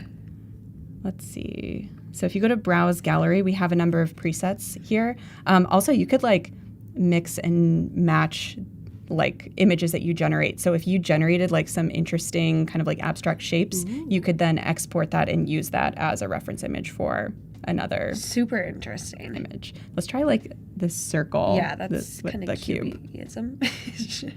Cubism, yeah. I love all these reference images. The cat one is so good. I really need to know what people are using the cat one for as your reference image. The pensive cat looking out the window. Yes, please tag Adobe Live if you create something with that cat image. I need to see it. Let's turn up the strength. This is kind of interesting. The like sun. Yeah. It tries to like interpret it, like what the objects mean in the ball. context. Mm-hmm. Let's try it with the reference or the structure all the way up. We were doing a lot of food ones earlier, which was fun. Food always is super funny. Okay. Oh, that's kind of cool. Ooh, that's really cool. Ooh, I kind of love this. That one. That shape at the top, I feel like could be like turned into something really cool. Totally. Yeah, I really like that. All right, let's bring that. I like that one. Let's bring that over. That was a good idea. Thank you for suggesting it. There's lots of other books and stuff that have been mentioned in the chat. So if you are looking for more resources, Robert and Wade and everyone is putting it in the chat. Sweet. Is the chat saved anywhere? Do we see that? Or is that just a I don't know. That's a great thing? question. We can note down these though for sure. Yeah. Maybe Wade, if you don't mind. That would be great. But yes, pointism is the one with the small dots. Small dots of color. I said it in like the dumbest way possible, but I'm glad it was right in the dumbest way possible. Okay. So next, I had made something similar to this in our last session. I really want to make an image kind of like this, where you have a boat sort of like in an open, foggy area. And the reason why I want to do this is my grandfather had this painting on his wall for like as long as I could remember. And I wish I knew the artist. I have no clue what the artist was or who the artist was. But he had this, it was a very large painting and it was so evocative. It was just like a lake with fog and there was like one little tiny boat. So it was like a large scale painting with mostly fog and this little tiny boat. So I think it would be cool to kind of like not rip off that artist because like I don't want to copy them, but take some inspiration from that image and make something, similar as an homage to my grandfather. That's so a beautiful let's try story. it. Let's try it. So, so this one, I think the image is good, but I kind of want it. Let's try doing like a watercolor or something like more painterly. Mm-hmm. Okay. We have another question. Can you use these images commercially that you're generating? Yeah. So these are, all commercial safe. The data is just coming from Adobe stock, which is commercially safe. So, yes. Okay. Small boat on a large. And you're working in Firefly Image 2, which is the most updated version of Firefly. Okay. Thanks, Wade, for noting down the people who said I got you, Megan. Wade's the best. Everyone give Wade some love in the chat. Okay, so what are we doing now? Oh, we're doing the boat. Small boat. Great. What do you think about when you're prompting? Like, I think for me, I'm usually thinking like colors, main subject, and then I don't know. So what are you usually thinking? You know, I don't feel like the strongest prompter ever. In fact, I bet all of you in the chat are much better at this than me. So I just, I think I usually start with subject matter. One thing that I do, and I don't know if this is a good approach or not, is I start with the simplest thing. So I might say a boat on a glassy lake or a boat on a lake and then just keep adding more descriptors to it and generating so I can kind of craft it more. I also have cheated and gone to ChatGPT and been this is in just stream of consciousness, this is what I'm trying to do. Could you write a prompt for this? It's kind of hit or miss, but that is an approach for me. Okay. Smart. Gray, foggy sky. See what happens. Yeah, I like that idea about starting small and kind of working your way up. Oh, this is gonna be weird. This is gonna be really interesting. Ooh. I kind of like it actually. It's super happy accident. I forgot structure match was on there, but these are kind of interesting. I don't know why I find this so ominous. This is ominous. It's the moon is oppressive in this. Yeah. It's gonna fall. There's Ooh, I like that one a lot. There's tension created by this orb floating over this. I don't know why it's giving me Dunes vibes. I haven't seen Dune. Have you seen it? It's so good. You have Is to it watch really good? Okay. I'm sure people in the chat have seen it. Yeah. I'm super slow on catching up to the relevant movies, but I did finally watch the latest Spider-Man movie a couple nights ago. Have you seen it? No. Which one? Oh my gosh. Is it Across the Spider-Verse? Oh yeah. Is that what it is? Oh my gosh. What a beautiful movie. That's stunning. I have to watch it. Okay, that was kind of cool. Let's try it without and see what happens. You can create some that one reminded me of Labyrinth too. Oh, do you know Labyrinth yeah. with all the MC Escher steps? So true. Okay, so this is without any kind of structure reference, style reference, nothing. Yes. Just your prompt. And I like it. Let's try. I feel like we need to do if you're trying to get it closer to that thing, something about it out. Yes, totally. I don't know how you would say that. Well, I was thinking could we just do generative expand? Ooh. And see what happens in Photoshop? Yes, we definitely can. I love using all of the tools at our disposal. Let's try it. Okay. Yeah, and that's what I love about Adobe Firefly being a part of the Adobe ecosystem is that it is now integrated into Photoshop, Illustrator. It's just a different tool. Totally. That you can use in all of these different programs. So generative expand, to access it in Photoshop, I've just brought that image into Photoshop. Yep. I'm going to go to the crop tool and click generative expand. Oh, wait, no, I'm sorry. I got to actually expand it first. So I'm going to use the crop handles in the corners to expand the bounds of this image. So like I was describing before, the image that I had in mind was a very large composition with a tiny little boat in it. So let's do that. And I kind of like the aspect ratio of this. So I'm going to hold shift while I drag out. And that retains the original aspect ratio. And then in this bar, along the bottom of the screen here, I could enter in a prompt here. So I could, like, if I wanted to add, I don't know, mountains or something in the back, I could do that. But I sort of just want to see what it does on its own. So I'm going to leave it blank and click generate. And let's see what it does. Cool. Let's see. We did have, I think Maeve is offering a prompt that we could try. Yes, It looks please. really cool. So I think we should do that after we do this. Okay, let's do it. Okay, this is kind of cool. Oh, yeah. You know, it really wants to generate oppressive stuff, though. Like the vibe. I guess, like, it's sort of melancholy, like, the prompts I'm giving. Because doesn't that seem, like, quite ominous? Yeah. I like that one better. Yeah, same. Oh, I like this one, too. I love that, like, we didn't even have to do another prompt. Just trying to expand. Yeah, exactly. All right, I like this one. Okay, let's so do this one. Okay, let's try the other prompts. Maeve's prompt that she suggested was transition from spring to summer. Super interested in what from spring this will give us to summer. Any subject matter? Or should we just? Let's see what that gives us. I kind of like how abstract that is. Let's see what happens. And we can add in like in the forest after to see. Okay, I like that. More prompts, please, Yeah, more if prompts. you have ideas. Okay.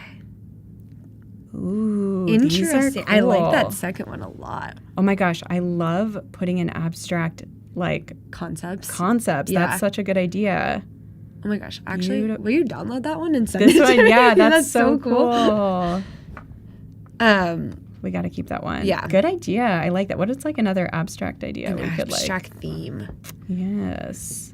What is coming up? Like, I guess it's springtime now. Yeah. But I would love to see it in the context of like a subject matter, like transition from spring to summer in a forest or on a lake or something. Like those are the vibes we're going for. Yeah. In a forest with a lake. Let's see. Now, can you go back, like say we generate this and we're like, and we want to go back to those ones that we just had. Can you do that or no? You can't, however, there is this like star option, which I like to get in the habit of doing. So anyone that like you see and you want to keep, but you don't necessarily want to like download in that moment, if you star it will show up in your favorites, which is accessible from the homepage. Perfect. Good pro tip. So it didn't do exactly what we said. However, these are quite beautiful. Yeah. I guess it's like an interpretation, right? Of how like, what does it look like from spring to summer? Yep. So totally. it's interesting how it's interpreting that.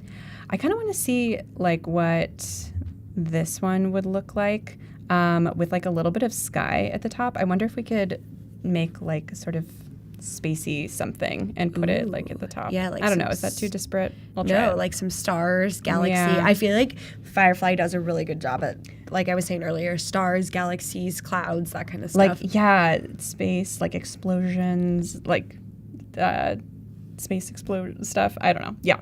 Okay. Let's see. Oh, Kristen is saying that she was playing around with like a specific subject matter and hers was a duck and she was able to keep the same duck and put them in different situations. Oh. That could be interesting to try. Yes. I have to try. I'm going to say a watercolor. Let's see. Because I want it to kind of match the style of the other one.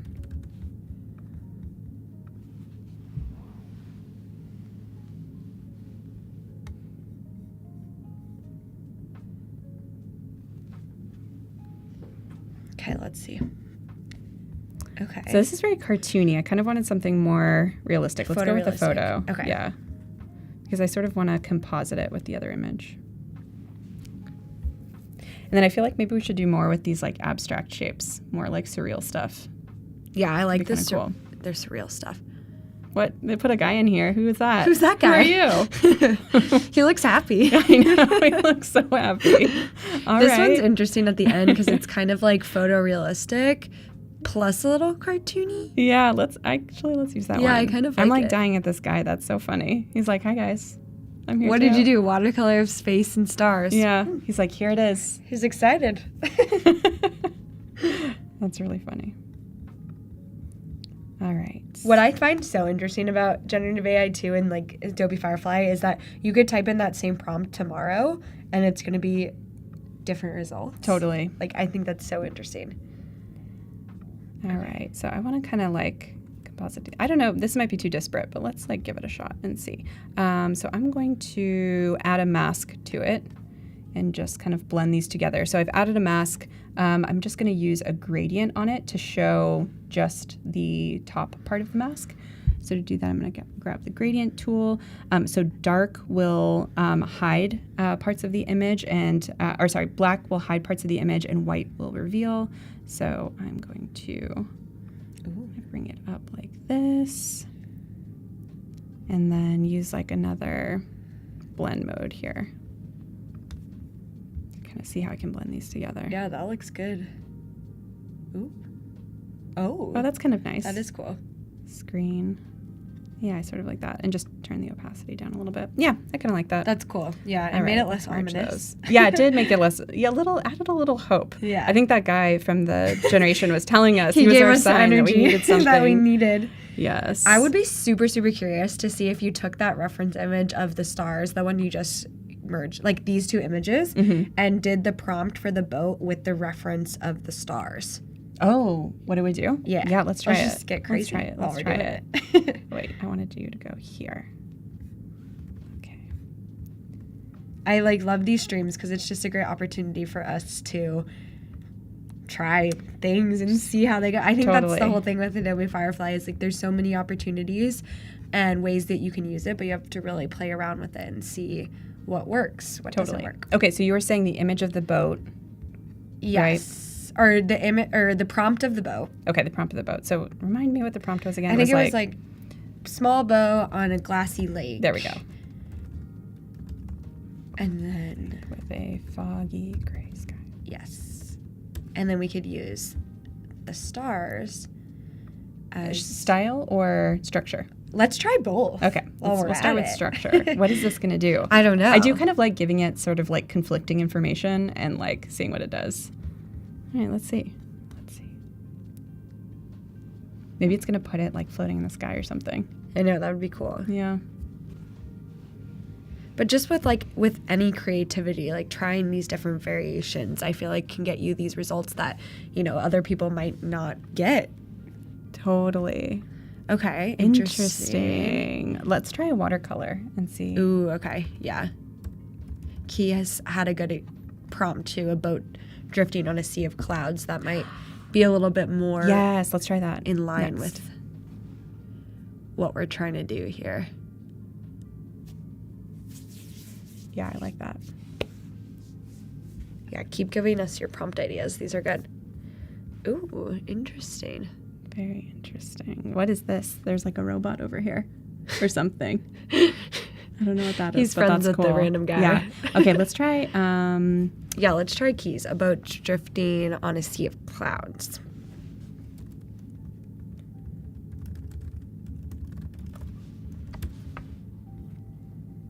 Okay. Some people in the YouTube chat are saying they didn't expect the results that we're getting, so interesting. All right. This is Key's prompt that we put in. Okay. Interesting. Cute. I like that one. Yeah. Those are cute. Yeah. Let's try one of these other presets. I'm kind of curious what it does. Like, was it you and Andrew that did the books earlier? Yes, I'm kind of obsessed with books as the preset because like you can do like really funny things. Yeah, I'm sure it's Let's weird. just try with books, like because it's like such a specific piece of content. It's like this stack of books. I don't know. All right, let's think about what our next one should be. Let me go back to our mood board and see if there's other images we can like kind of pull from this.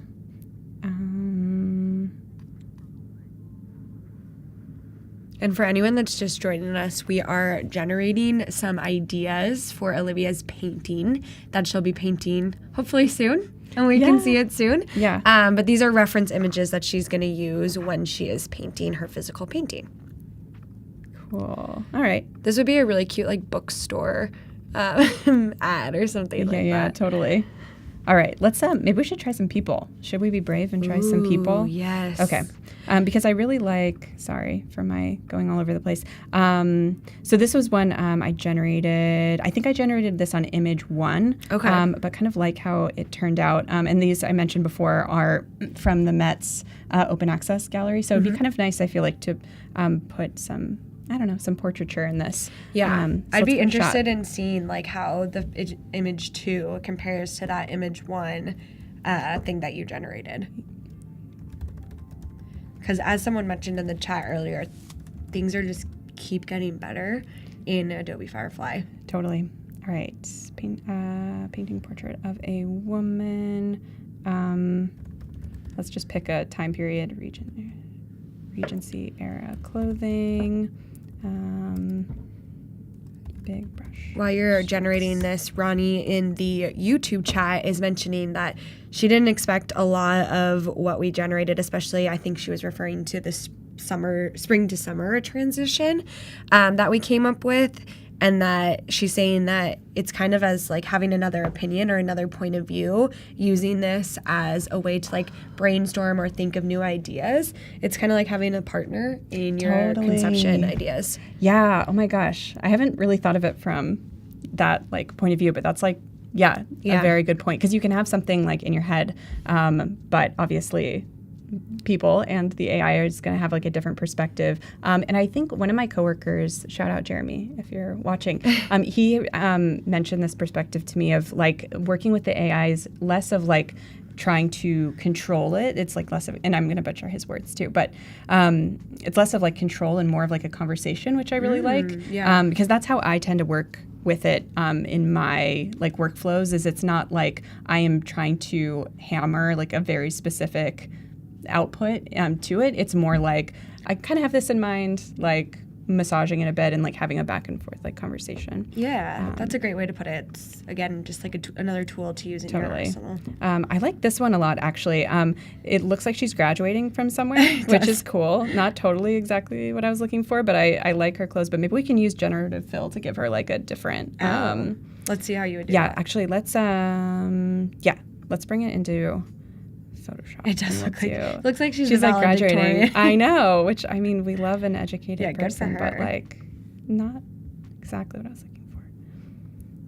Okay, let's see. Actually, I'm going to start a new file for this. And was that using an art prompt? Yeah, so my prompt was it does look art. Yeah, painting portrait of a woman, Regency era clothing. I'm just getting excited for Bridgerton is coming out. Like, isn't it coming out soon? That's what May made me think of 23rd. Regency era. Oh my gosh. Okay, you're ready. Awesome. Me too. Yeah, so that's the prompt I use. Otherwise, it would have given. I think the default probably would have been like a photo image. Yeah. Okay, let's give her her own file. And let's I want to change the clothing here a bit. So let's use generative fill. So we're going to select, I'm going to use object select.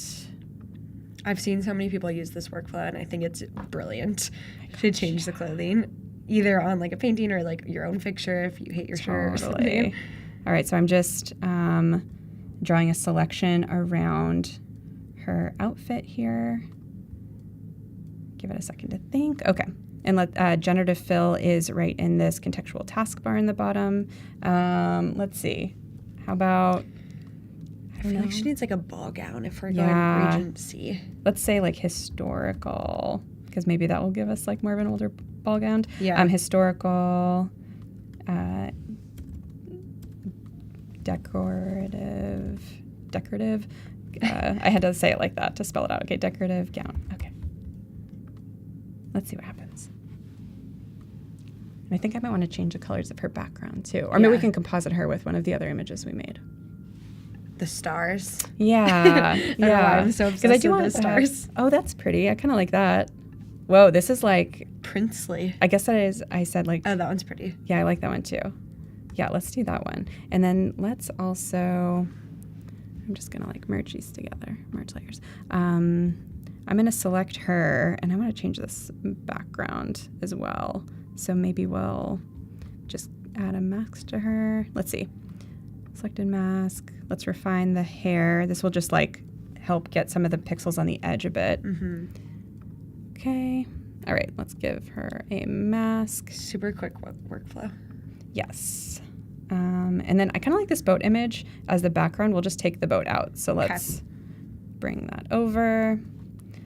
So I dragged our other picture into this file with her. I'm pressed Command T to get into transform mode, and I'm just going to readjust the sizing here. Pretty. And then I don't want the boat actually with her because that's just kind of a strange perspective, so I'm going to remove it. Let's merge this group. And I'm going to use the remove tool right here.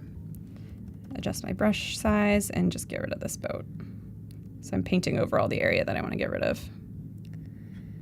This is a really good use case of like you taking the photos that you generated in Adobe Firefly and compositing them in a way that can, one, you know, be a piece of art on its own or inspire your painting, which is ultimately what we're trying to do on this stream. Totally. All right, and then I'm going to drag it to the back, and then I'd be so interested to see what if you gen expanded this image. Let's harmonize the color of these layers a bit. Yeah. Let's see. And then let's expand it and see what happens. That's a good idea. All right, so I selected, let's see. I want to harmonize this layer. So I have the background layer selected. Let's go to neural filters and just harmonize it. Let's see. And we'll select her. Just curious what it does. All right. Okay. Yeah, that looks a little better. Let's see. Yeah, it's a little, maybe it's in the same universe. Okay. And let's gen expand too. I like that idea. I'm so curious what it does to her clothes too. Yes. Oh my gosh. Because that is like very complicated. Yeah. What is she going to do? And what are her arms going to do? I'm super curious. Okay. I'm a little scared. Everybody cross your fingers. This is going to either be very This strange. is live. We are live, everyone. Live demoing. I'm afraid. Okay. I feel like I've had some wonky arms before. The arms are tricky. It's like we don't even bother. Like, no. Like, don't stop asking me to do such silly things. Let's merge let's merge these together actually and see if that makes a difference. I feel like I'm being a little bit controversial here, but with all my merging. But I don't know if you all do this, but I kind of do a lot of merging. I know it's good to work like non-destructive. To work non-destructively, but I kind of just like keeping things simple. Keeping things together. You don't lose your layers or anything like that. Exactly. Okay. Let's see her. Come on, channel. I like the clothes. Those hands, though. The hands are a little This weird. is also using like Firefly image 2, though. So like, Command Z. That's what Command Z is for. Is like we're just gonna leave her like this. Let's give her a nice She's square cute. crop, and I think that's like decent. I don't know about the background. I might want to. Yeah, we could tweak it more. But let's I think we probably have time for another one, right? Yeah, we definitely. All right. Any ideas from the chat, by the way? Shout them out as Let's see. As we're working. Inner Glow is saying that structure reference is an incredible addition, such a useful feature. From the things that we've seen today, this feature is a significant jump in the ability to control and create exactly what you want. That is exactly what we want to hear, Inner Glow, and I'm glad that it's helping your workflow. Yeah. Let's try. So I liked in one of the other sessions we made this kind of like swan. I feel like swans are very like nice and romantic. Why don't we make a swan thing? Or actually, I don't know. Swans would be interesting. Swan, okay. What was your prompt for that one? I'm curious. The one in the middle. Let's see. This one. Yeah, it's super cool. I don't remember. Let's try making that again. Yeah, what would you call it? I guess the file name does say like the beginning of like the prompt that you have, which is helpful. Of course, I don't maybe I do have it in my layer name. Hold on. A lot of people are Here saying we go. They looked like lobster hands. Oh my on our God, girl. no. Horrifying. Not lobster hands. Okay. Oh, we found it. You found it. I think I found the beginning of it. Because there's the file Here we name. go. Ethereal. Okay, so this is old. So this one's from Firefly. This might actually even be from the beta that we released last year. So let's see. Okay, let's see what the difference is. Let's see what happens. We're going to let it do auto and ethereal agency. Nice. Jewel tones. Okay, let's see what happens. I love the comparisons between the first model and this model. It's incredible to see the improvements and the innovation that's happened here. Your team has done. Yeah, all those hardworking engineers. All right, this is kind of cool. Yeah, really cool. This is kind of cool. I think I must have used some styles on it. Yeah, I was going to say remembering. probably like it looked or like some tags. We haven't used any effects. Oh yeah, okay. Let's see. This is my favorite feature actually because again, like I said, I'm not great with words. So like I didn't know about cubism or pointism like Keys was mentioning earlier, but this is a good way to kind of get an idea of what kind of styles are out there and how you can structure things. Let's see. I feel like we definitely want to do like fantasy. Yeah, like painting. Cinematic maybe. Let's see. While you're looking at that, I just want to mention that we are around for a couple more hours after this. I believe 3. Maybe our studio manager can flash the schedule really fast on the screen. There we go. Yep. So, looks like we have one more Firefly stream after this. I know we do have a community stream from 2 to 3, but our Firefly stream at 1 is using Firefly to help design cookbooks in Firefly and Express, which I'm super, super excited for. Oh my gosh, that's going to be so good. Because I think she's, well, I don't want to. Don't spoil. No spoilers. Never mind. You have to stick around. You have to stick around. If you want to see. I think that one's going to be really fun. Yes. I think the food generation is always super fun in Firefly. All right, let's I'm just picking some of these. Not that one, not that one. I'm feeling indecisive. Okay, here we go. Let's try. I picked a couple. Color explosion, impressionism, cinematic. I don't know. Let's see. And then I kind of want to, I know we're like getting close on time here, but I want to try 4 minutes. 4 minutes. Okay. Ooh, this reminds me of like some kind of celebration. Yeah. Okay, that's kind of that cool. one's really cool. I like that. Let's download that one. Someone was mentioning DTM stream. DTM stream is at 2 o'clock. So if you're looking to learn a little bit more from DTM, stick around. He is fabulous, one of our great streamers here on Adobe Live. Okay, so yes, now you're using structure. Yeah, I'm going to see. We have this like preset of just like a cityscape. It's so a tip about structure match reference images. Drawings and sketches work really well. So like line drawings work well. Black and white imagery tends to work well because the feature is looking at like the depth of an image. So something that has like grayscale tends to work. In abstract shapes, which we talked about. So anyway, since we're like working on an image of a city, I'm going to try this like city preset we have and see what happens. Cool. I'm so excited for you all to be using structure match because I feel like internally, like on the team, we haven't even begun to like see what the use cases are. But I think people will come up with really cool stuff. I want to see what people's use cases are as well. If you are creating stuff using structure reference or Adobe Firefly in general, make sure to tag the Adobe Live Instagram so we can see all your work. We'd love to reshare it on our story if you tag us. Okay, cool. All right, so let's take a look at, we'll just look at everything we've created together real quick, and then maybe you'll remember it, and then maybe in a year if I've made one of these things we'll come back, or you're inspired to make a painting, then like maybe you'll do it before me. All right, wait, where am I okay, here we go. Okay, well, here's this is what we created. Here's 4 that we've made. We'll bring the lady in over as well, but I guess probably my favorite so far is actually like these like very surreal ones, so maybe we'll just go super surreal.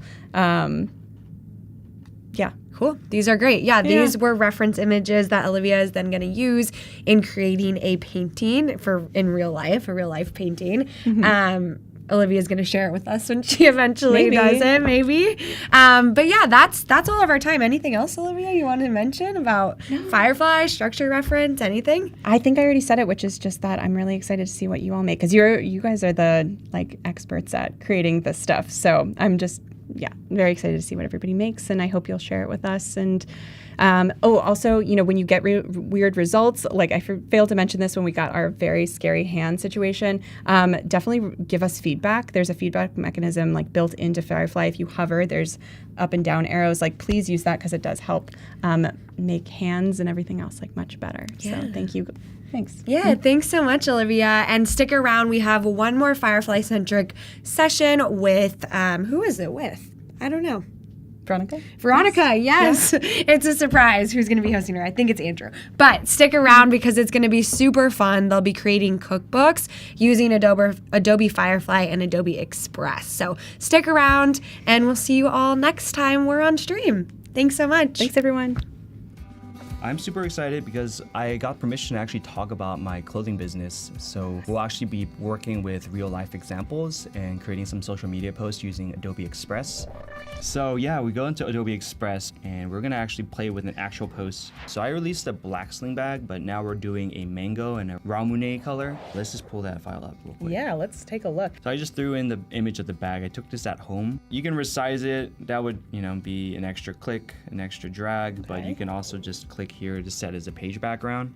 And that's if you want it to be a background, right? If you want this to be an element that pops up, or you want to have a different background, then you wouldn't use this button. Obviously, you can detach. So the cool thing about Adobe Express is because if you have a Creative Cloud subscription, then you already have the premium features. Oh, nice. One premium feature is the resizing. So if you go here, I like to keep my Instagram posts as large as possible. So since this isn't a reel, the 1350 height, 1350 pixel, I memorized it. That's the size you want. Click on this image. There's that, funny cat looking thing.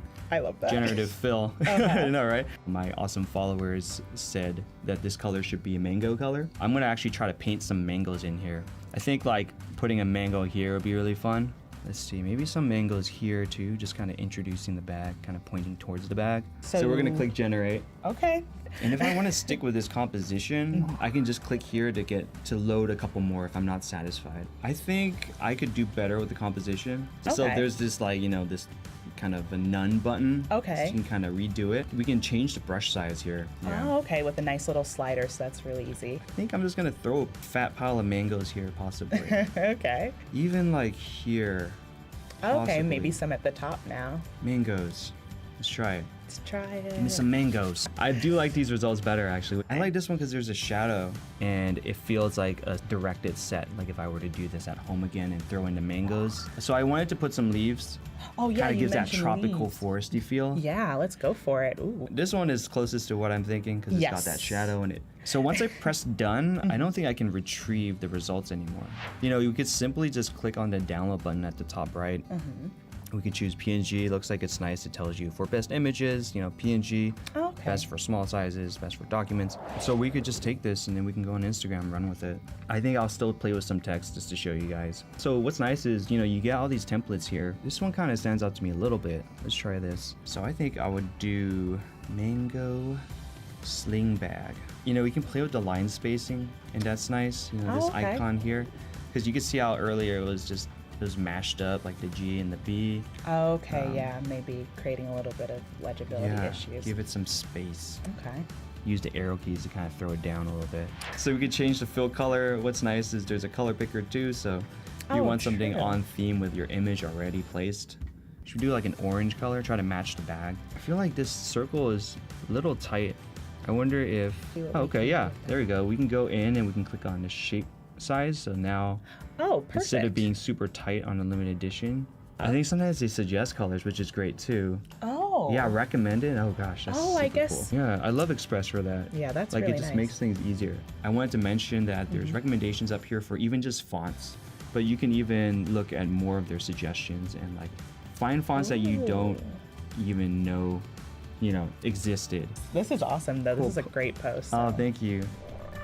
Thank you so much, Curtis, for joining us. This was an amazing stream. Thanks, guys. It was fun. Thank you, guys. Bye.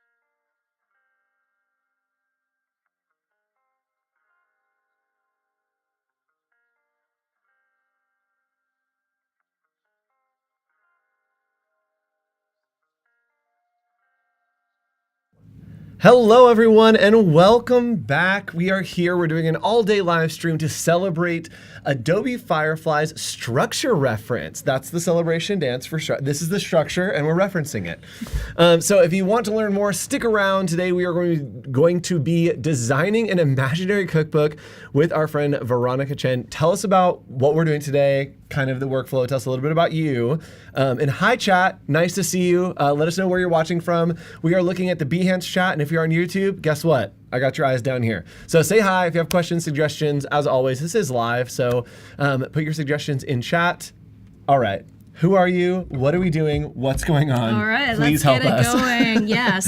So I'm Veronica. I'm from the Firefly design team. So we're basically the people behind everything that you see on the Firefly site. And my passion has always been about connecting the gap between emerging technologies and user needs. So if you have any feedbacks and questions, definitely share it in the chat. So today we definitely want to spend the next 55 minutes trying to explore some new ideas, right? Like out of this world eats and flavor. So if we were thinking about like cookbooks, how can we bring some new concepts into some of the things that we just like get in contact with like every single day, like food, right? Yes. So that's gonna be exciting. It's gonna be really fun. And saying hi, Gina, nice to see you. Apruva, we have friends watching from Costa Rica. So excited. Hi, Emily. Stick around. Emily Poolin's gonna be here on Thursday streaming for y'all. So nice to see you. Thanks so much for letting us know where you are watching from. We have friends in Israel over in the YouTube chat. Thanks for watching with us. So we're going to be creating some like cookbooks for imaginary dishes. Yes. What's really cool is tonight, if you watch on social, and yes, Wade, our moderator, is saying food chat. Absolutely. Food emojis in chat only, please. We're going to give 5 minutes of food only in chat. Thank you so much. So what happened at the Firefly, there was a big event tonight. Yes. And what I've heard, this may be rumor, let's say that it's real, is that we generated some dishes using Adobe Firefly and gave it to the Adobe chefs, they based the dishes for the party tonight based on generations that had been created in Firefly. That would be so cool. Wait, So somebody told me this is the case. So if you follow along tonight, follow Adobe Live on Instagram, and you'll be able to see a little bit behind the scenes. I'll be posting as well. But I think that that's the case, which would be really cool if we see the before and after of those images. But on this stream, we are going to be creating some cookbooks and some little dishes. So chat, if you have suggestions, put them in as emojis, please, into the chat. And yes, food chat only. Let's hop in and get started. That's amazing. So we should definitely share some of the concepts that we create today back to the chef. I heard they are really open to any kinds of feedback. So maybe we're going to see those foods come into reality in the future. So just a really quick story time, right? I think it's around like 4 years ago when there's a big event happening globally. And I think most of you guys probably remember it's called the pandemic. And during the pandemic, I literally have nothing to do. So what I started to gravitate towards is how can I bring some of the mundane ingredients back home and trying to bring some new concepts in. So like some of the images that you're seeing on the screen are the dishes I created. I also took a really random food photography class that the result that you're seeing on the right is showing the result of it. So one thing that I found super fascinating is that not only you'll be able to showcase the food and the cuisine that you put together, but also trying to use some kind of elements that's in the imagery to convey a sense of story, right? Like what are some of the elements that's behind the scene? Like how are you prepping the food? What are the ingredients? But also this is like might not be like super noticeable, but I actually start using the little carrots on the plate, trying to prop up the salmon to make it a lot more visible. So there's a lot of like signs going behind it. Yeah, and sometimes the storytelling is more important than the actual dish. Like setting a context around what it is tells so much more of a story and so much more intrigue and makes it like taste better and smell better and look better in our mind. Like the dish on the left, having the garlic cloves there, having the little pepper, having those elements really tells a story, and it feels like I'm by the bay and I can smell the aroma and get all the aromatics out of it. Like adding that context is so important when you're doing stuff like this. I do want to add a little quick story about the image on the middle over here. Yes, people are saying these cubes look interesting. Tell us more. They're So yes, super please tell us. interesting. So these are actually a physical representation of fragrance data. So if you're familiar with fragrances, it has like different notes, like top notes, middle notes, and the bottom or base notes. And basically what we're doing is just trying to how we can use data to represent those like almost like intangible elements. But also eventually we use like the format of a Japanese dessert, like a traditional Japanese dessert, to visualize them individually. Some of them are representing different seasons. Some of them are representing the proportions for a specific fragrance that's a really popular amongst users. So like, and all together, like we're bringing the desserts in a setting that's like very conventionally seen. Like you can serve the dessert with like some green teas and things like that. So you can really see how the settings and the food and the flavor can all come together using like very fascinating visuals. And also I think most important things, how we can combine like different components or concept that may seemingly not related at all, like how we can bring those together and think about things in new ways. Yep, and whatever the flavor of those is, I don't care. I want the texture of what those are. Like the texture of those, like, oh, it just feels so good.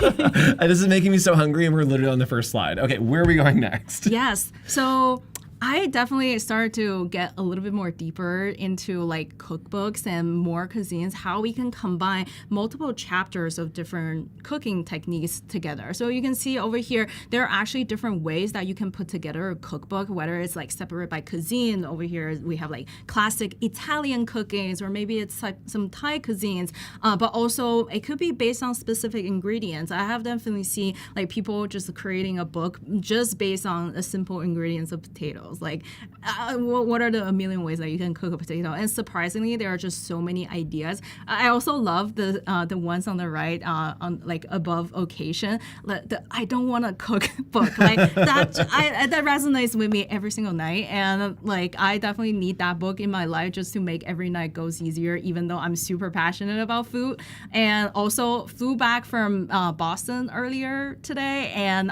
so New England cuisine will also feature any kinds of seafood and lobster rolls, good lobster roll, clam chowder, right? Like if you have that book, and the book will combine multiple concepts related to specific theme. And talking about theme, I don't know how many of you guys check out the latest show of Avatar, the Airbender, or The Last Airbender.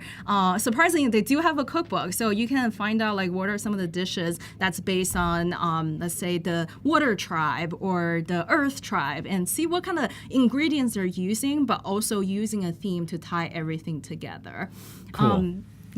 So we're taking inspiration from some of these, yes, and remixing it into ours, right? Yeah, okay. We want to think about like what are the themes we want to create for the cookbook, and what are the consistent like dishes that we'll be able to bring together. So for today, our concept is about out of this world. Ooh. So I'm putting together a numbers of ideas over here, and let's not get ahead of each other, but how can we combine those concepts with like, cooking? Like you can potentially using those ingredients and cook the dishes like tonight. So for example, we saw like so many like beautiful imageries from NASA, like what does the galaxy look like? It's literally the world beyond us that probably in our lifetime we won't be able to see it in person. Yes. But how we can physicalize it through dishes and cuisines, right? Mm-hmm. Magic, right?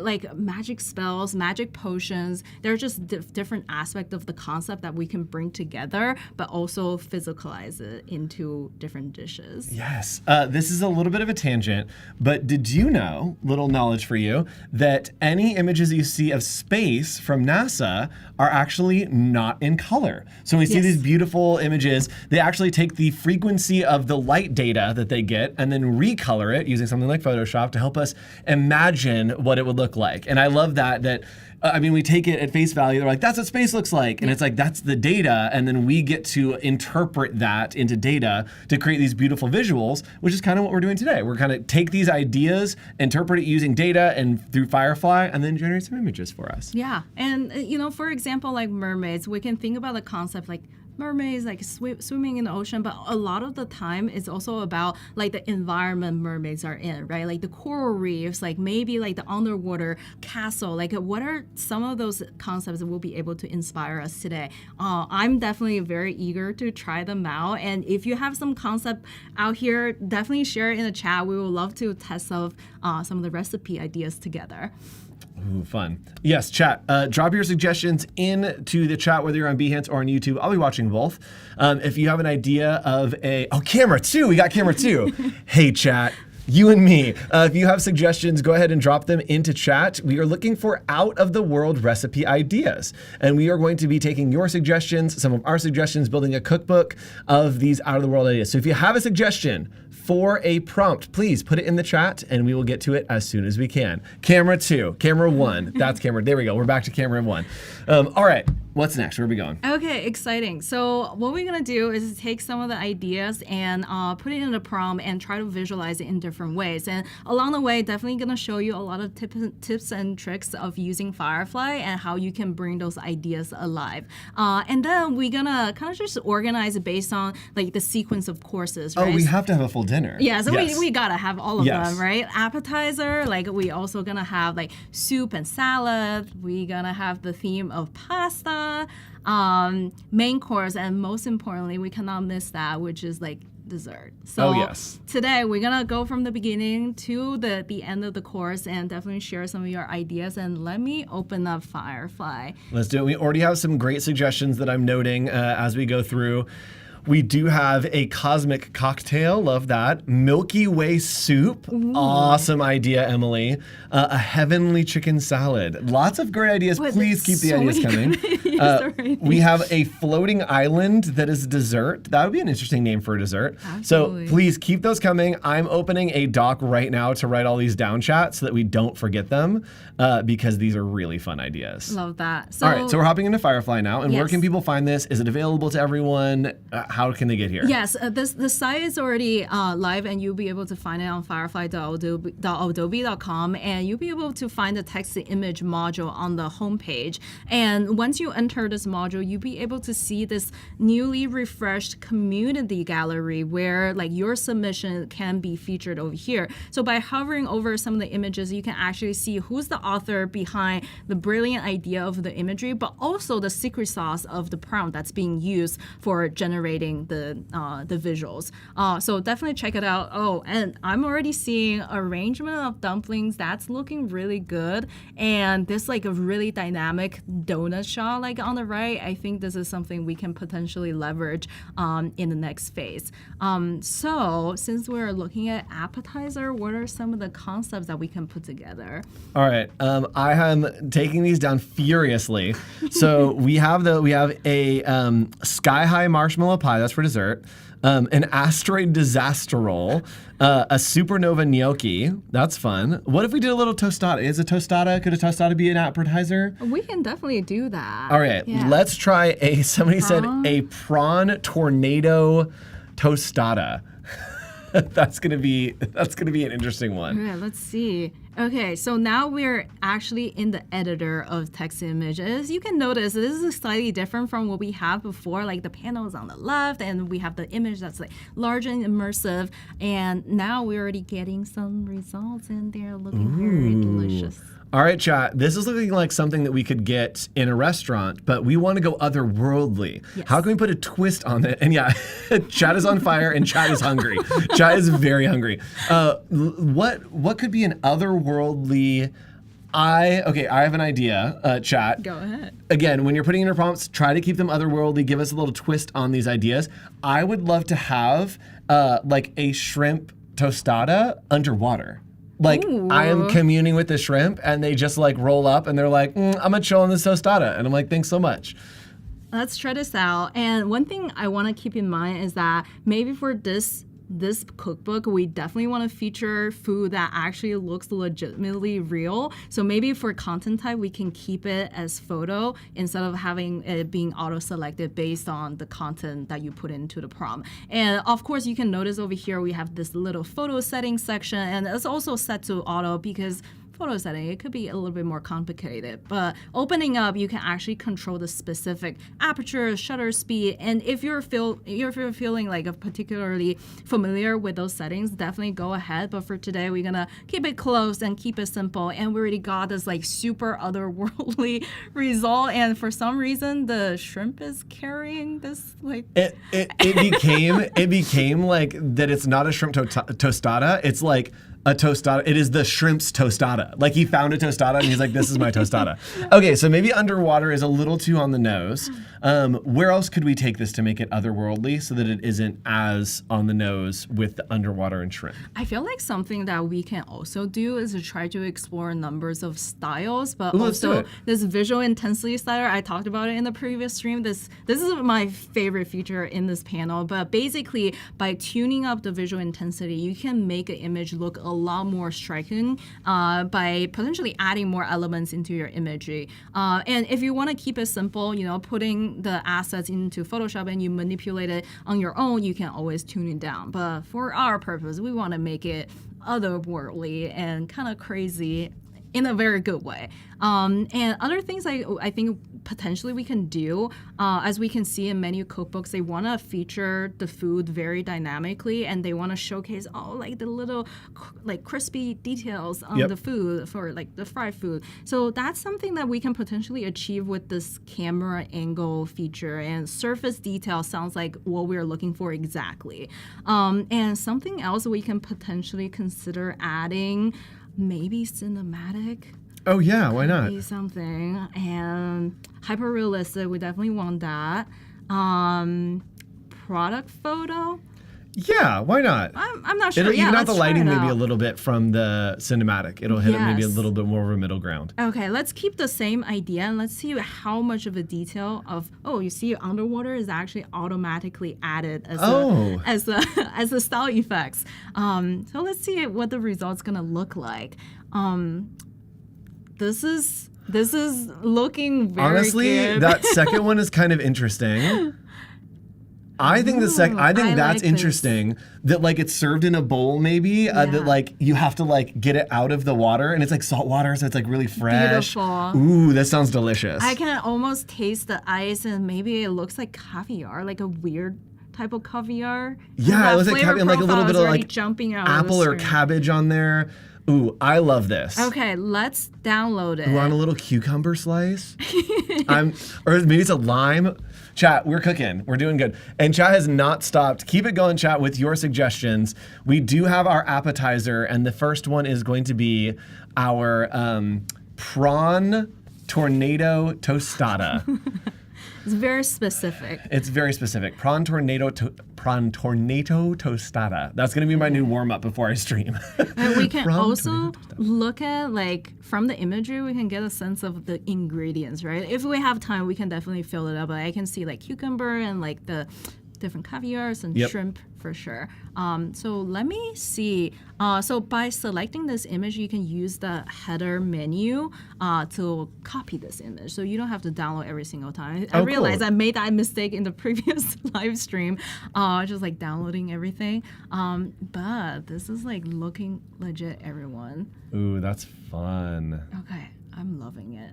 And yes, chat is very much in a space theme. So maybe we'll go to space for our super salad. And we did have a great suggestion from our friend Emily Poulin that was the Milky Way soup. Oh. I think that's really interesting. And I do think that would be like executable. Like it could look really cool to create a Milky Way salad. Okay, let's definitely start thinking about like a little bit more detail about a soup, right? Yep.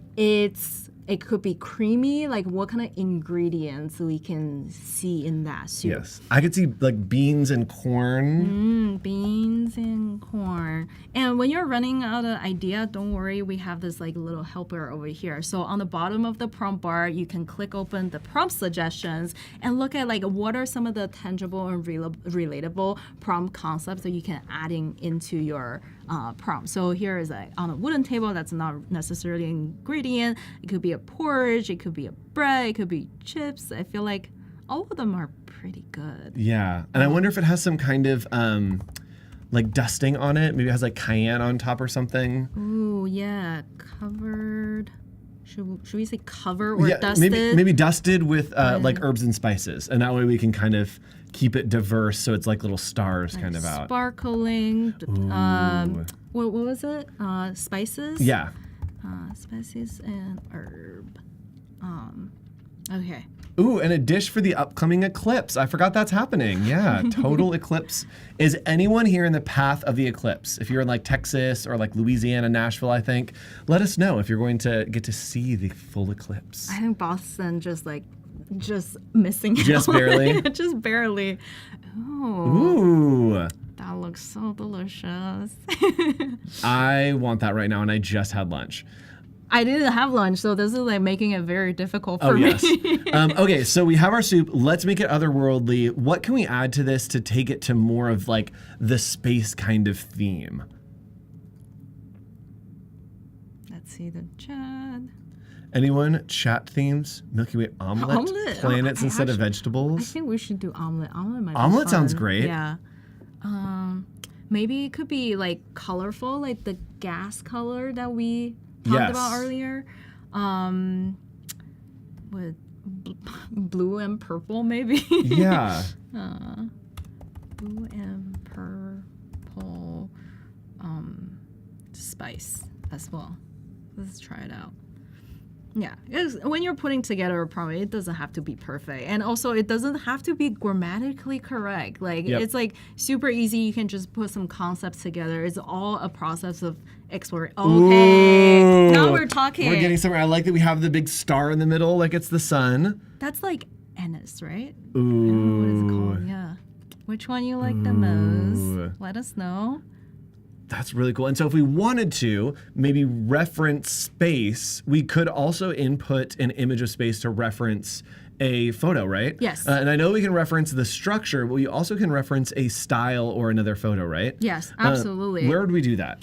So on the side panel, under structure, you'll be able to upload a reference image. And we'll get into that later as we're putting together the cookbook. And then in terms of the style reference, you can leverage this section. Not only you'll be able to select numbers of images that we curated behind the scene that should work for a variety of use purposes. And also notice that we are categorizing them into different categories. So if you feel like, oh, there's a certain category that I really wish we could have, add it into the chat. We can potentially bring it back to the team and see if we can add in a new category just for, handiness. Yep. And so this is where we will be using. And also, if you have a specific image that you want to use as a reference image, you can always upload it over here. And we're gonna show it later to you guys to see how it works. But for now, I think I'm like particularly gravitating toward this one. Yeah. And Wade Acuff, our moderator, is saying, yes, it's a total eclipse of the artichoke heart. Bravo. Total eclipse of the heart.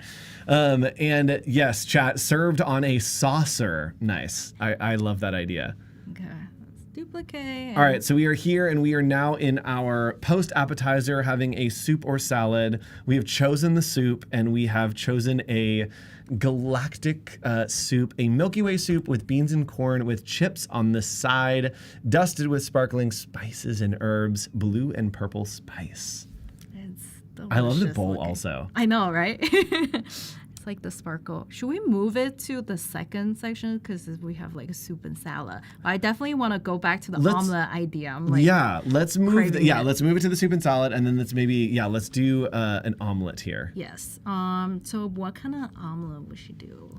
Chat, any suggestions for what you would like to see in your omelet, and maybe where you would like to have this omelet?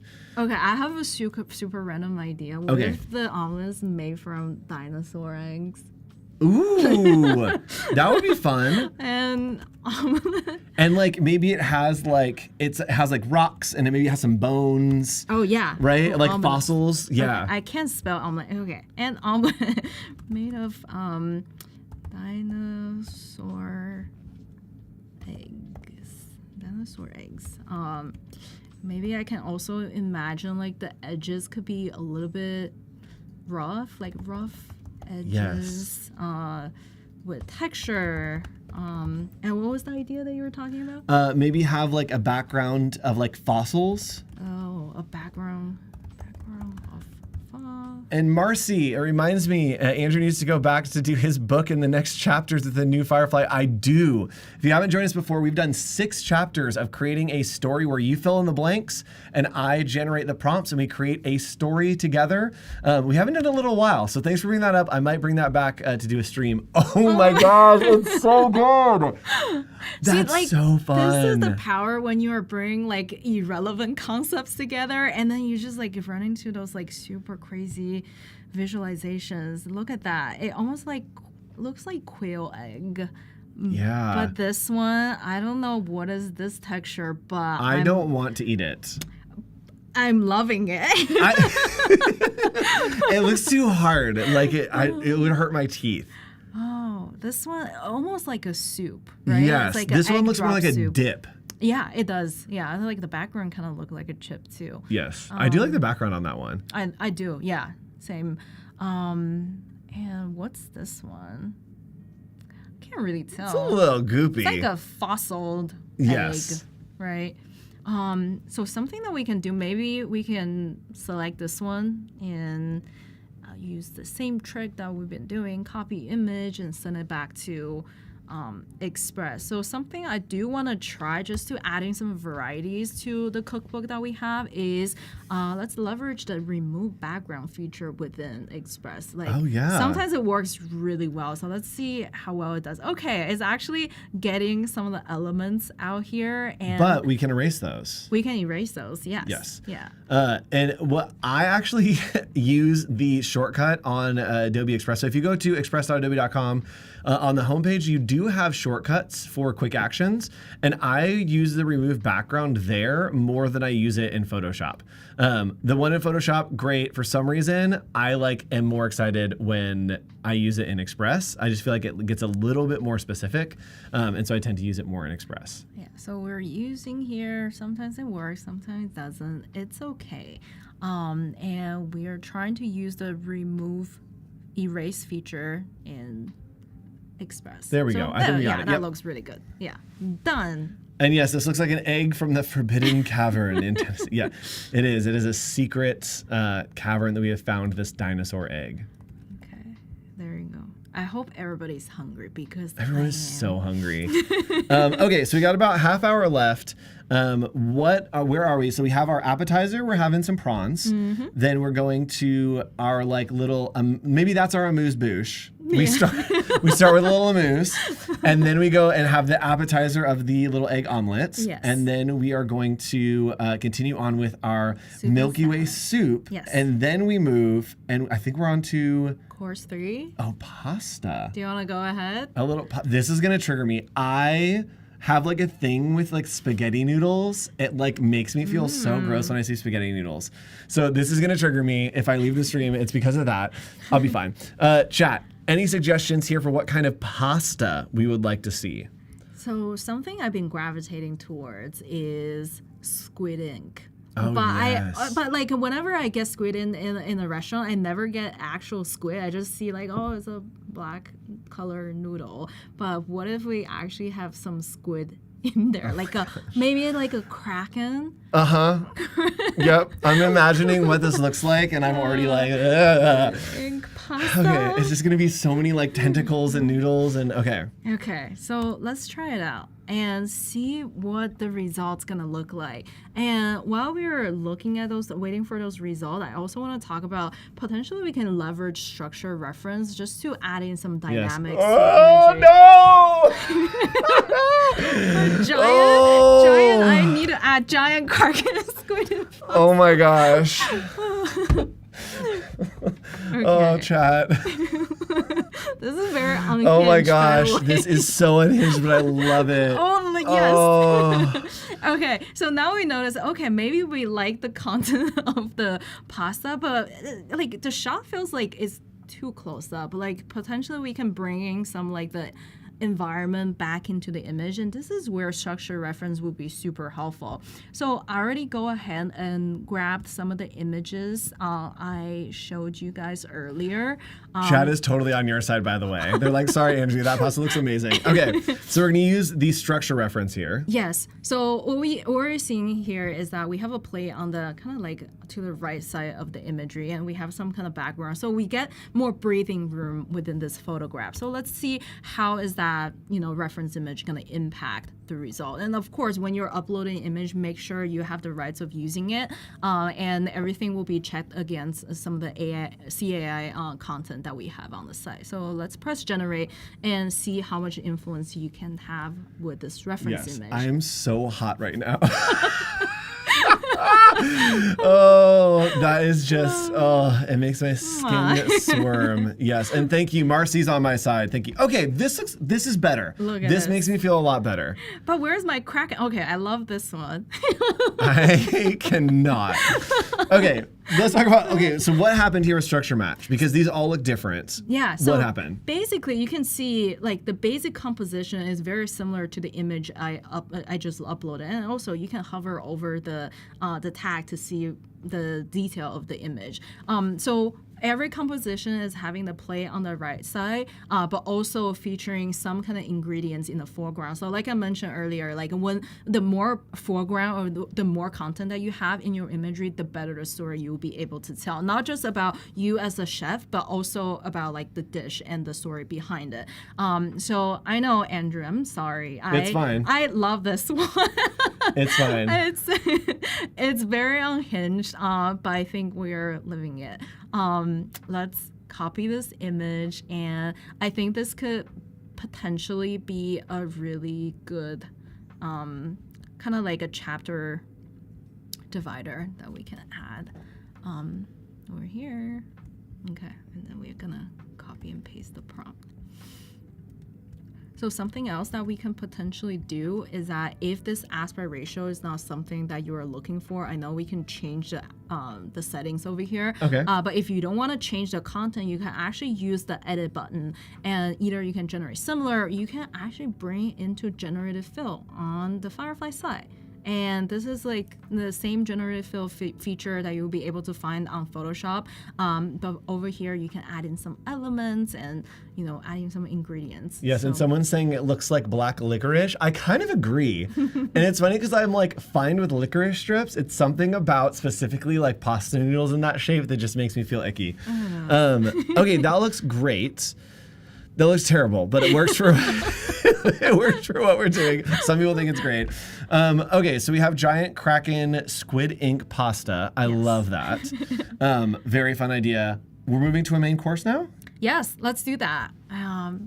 Any concepts, any ideas? Chat, yes, let us know. I'll look at what we had here. Cosmic cocktail. Actually, should we do a cocktail? Like a little cocktail pairing? Let's do that. Yes, I need a cocktail after that. Wait, the cocktail, like the actual cocktail or the appetizer cocktail? Because it always confuses me when I see that on the menu. I would need a cocktail after this pasta. Like a little like I'm getting just like warmed up for the main course. Okay, let's do that. Oh yeah, let's do that in front of the main course and come up with some ideas. Let's see. So we're going into the main course. We're just out of the squid ink pasta. We need something to cleanse the palate. So maybe we do a. Okay, now it's my turn for a bad idea. That's gross. What if it's like? Oh, this is such a bad idea. What if it's like a laundry-inspired cocktail? Like, wait, what? I'm just thinking of like cleansing the palate. Like if it's like somehow, and I don't know what the prompt is going to be, how it's going to roll out, but maybe it's like soapy and sudsy, and there's like bubbles. Okay, that makes more sense. Right? Laundry. Not like you're chewing on a shirt. Like yeah, like it's like soapy and bubbly and fresh and minty maybe. Minty. Yes. Okay. It for sure needs to be in like a maybe like abstract cocktail glass. Oh yeah, elegant. I love elegant. Yes. And abstract. We're elegant. Only the best for you here, chat. Premium content.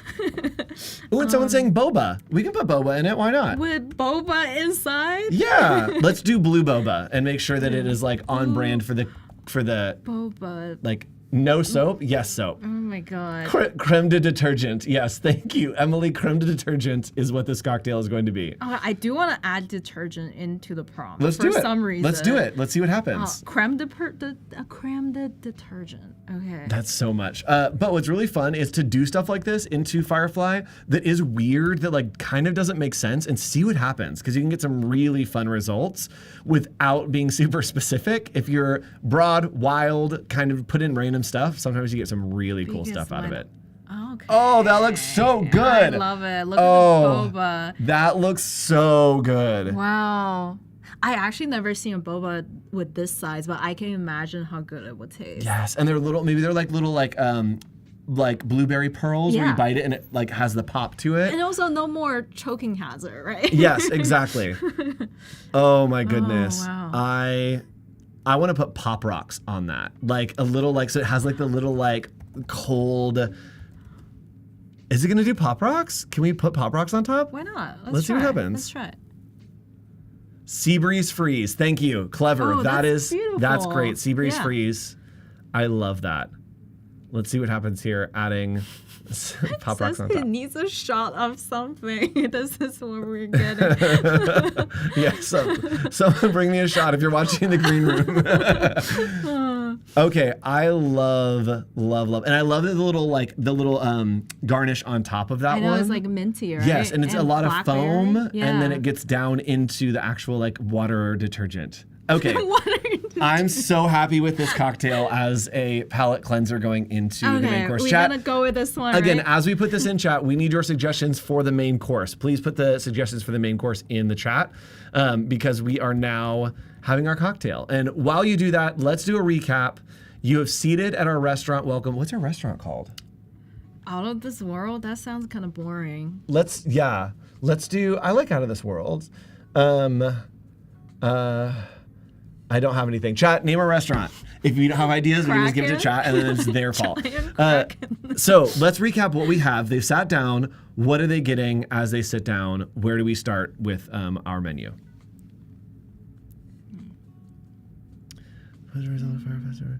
Oh, Robert, I'll check it out on the Behance. We did have we have mostly dessert suggestions right now, chat. We need to go to like a main course, but let's go through the current menu. And maybe that will give us an idea. So, where are we starting? We have this omelet made of dinosaur egg. It's kind of giving, I don't know, like ancient vibes. Yes. But like, and then we're gonna delve deeper into the ocean and look at prawn tornado tostada on the water. And we have this like lemony, almost like a lemony cucumbery like taste. Is super refreshing before you get into like this super hearty soup, Milky Way soup, beans and corn with chips on the side. Beautiful. And of course, I'm not even sure whether you can eat any of the garnishes, but you know, this is out of this world. See what happens. Yeah. And this is Andrew's favorite, Jan Kraken squid ink pasta. So much. I can feel the texture of is it a squid or it could be an alien? It's it's like a little alien. I like that. That it's like some alien squid that we've like captured. Yes. Yeah, and of course you can never live without like some lemon when you're eating seafood. That's just a rule. And then we have this like palate cleanser, laundry detergent looking cocktail. So while we're getting into May, is there any kind of themes that we're kind of missing out over here? We kind of have like underwater themes, and we have, what was this, like galaxy, right? And we have ancient world. Anything else? Should we do like some kind of foresty, fall kind of idea? Oh, you know what we can do? Like earlier in the previous live stream, we were creating like kind of like a cozy game, and the antagonist is like a dragon. Maybe it could be like a dragon related content. Could be a burger. Could be a stew. What if it's like fajitas? Let's do that. Right? Like Wait, somehow how do you it's spell that? Fajitas. FJ. Fajitas. Fajitas. Yes, got it. Fajitas. Maybe it's like in a skillet. With like dragon fire under it, like heating it. I'm trying to think of what the image would be, and having like a dragon, or like maybe it's like has like dragon eggs around it that it's like heated by that. It could be a dragon fired bell pepper. Yes. Bell pepper. Love that. With what are some of the garnishes? Maybe we have like shredded Brussels sprouts. Yes, love Brussels sprouts. How do you spell Brussels sprouts? Okay, this is really testing my spelling skill. Brussels. Is it Brussels sprouts? Brussels. Yes, Brussels. ELS. Got it. Harvested from misty forest. Yes, and then maybe let's put like a dragon scale. Oh yeah. With dragon scale on the side of the plate. Cool. All right, so we are here and we're having fajitas in a skillet with dragon-fired bell pepper, with a shredded Brussels sprout harvested from a minty forest, and a dragon scale with the side on the plate. Misty, sorry. Ooh. They don't look too out of this world. Yeah, it's not quite fantastical enough for me. What can we do to make it more fantastical? Maybe something like foresty. Maybe it could be I'm going with this like giant fruit concept right now. Like, what if it's like a giant mushroom foraged from the forest? Oh yes, I love that. With out of this world, giant mushroom with fluffy skin, fluffy texture. Let's see that.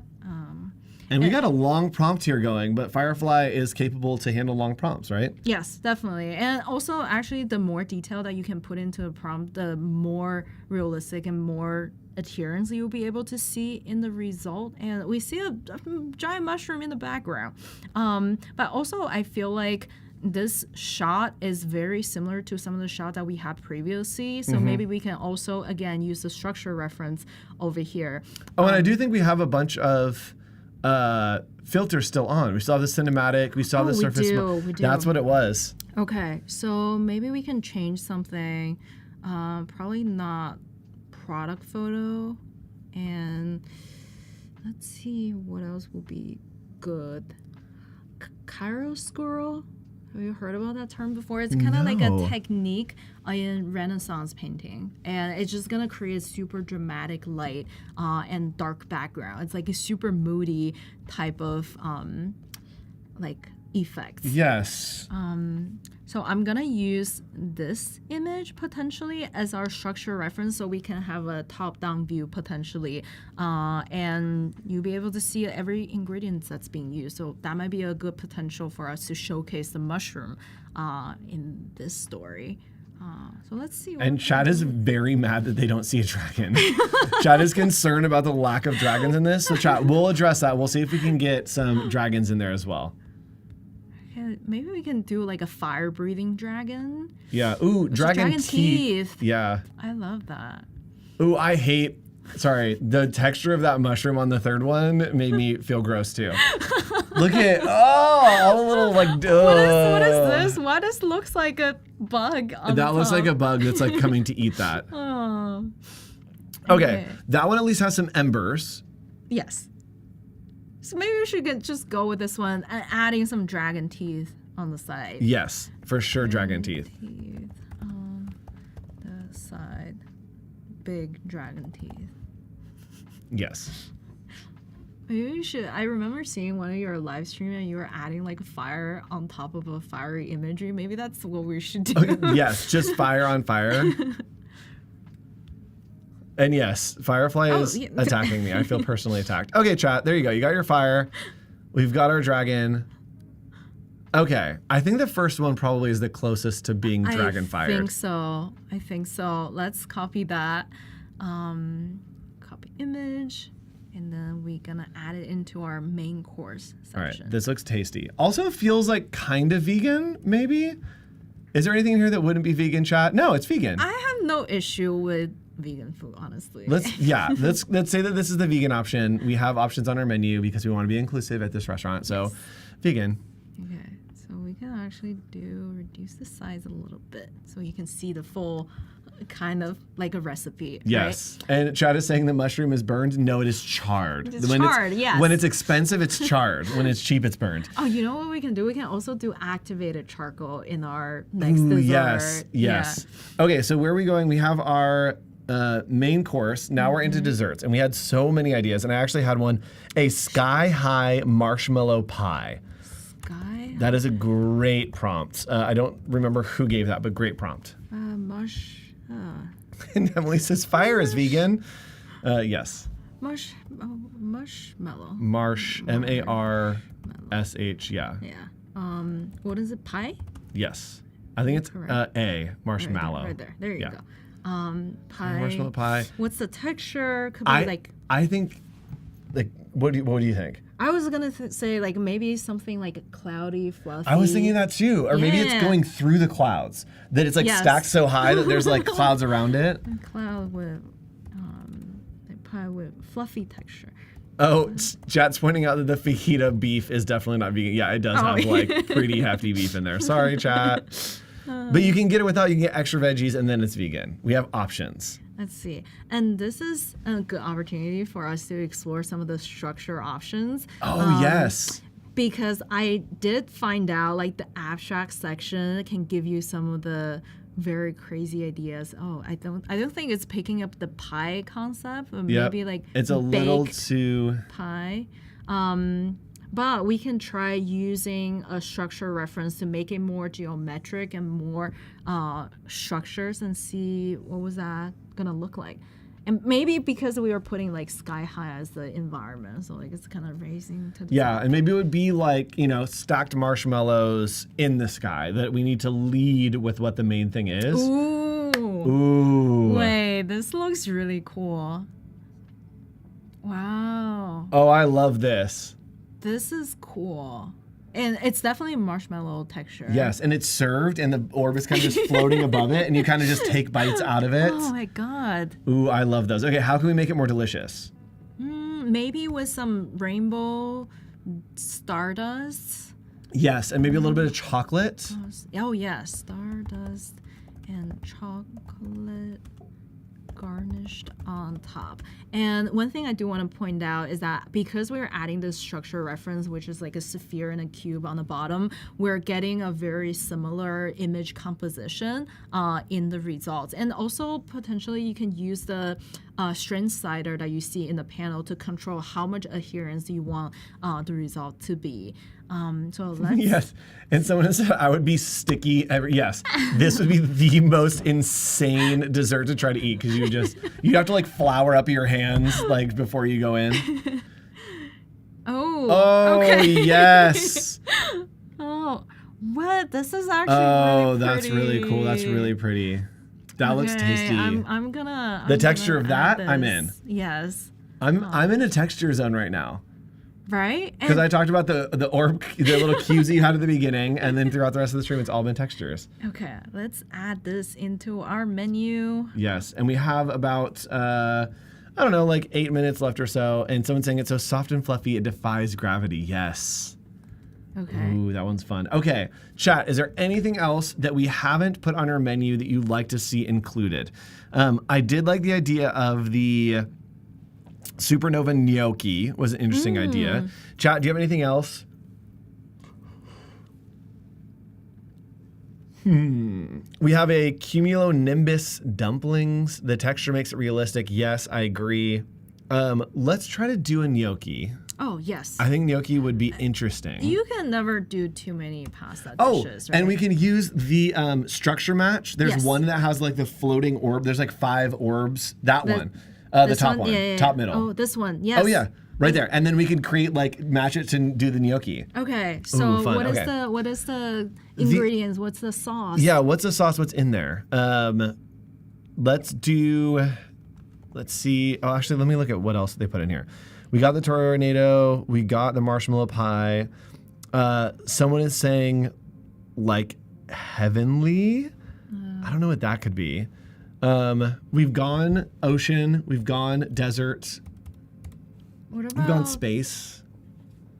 spooky? Maybe. Yes. Yeah. Scary gnocchi. Spooky gnocchi. I love it.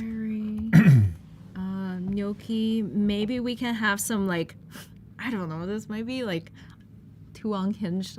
Maybe we can do like a crispy bat wing. Yeah, try it. Try it. Why not? Like, crispy bat wing on top. And we talked about like what was it, like activated charcoal, right? Yes, and then maybe we get some smoke and like haze and like fog in there.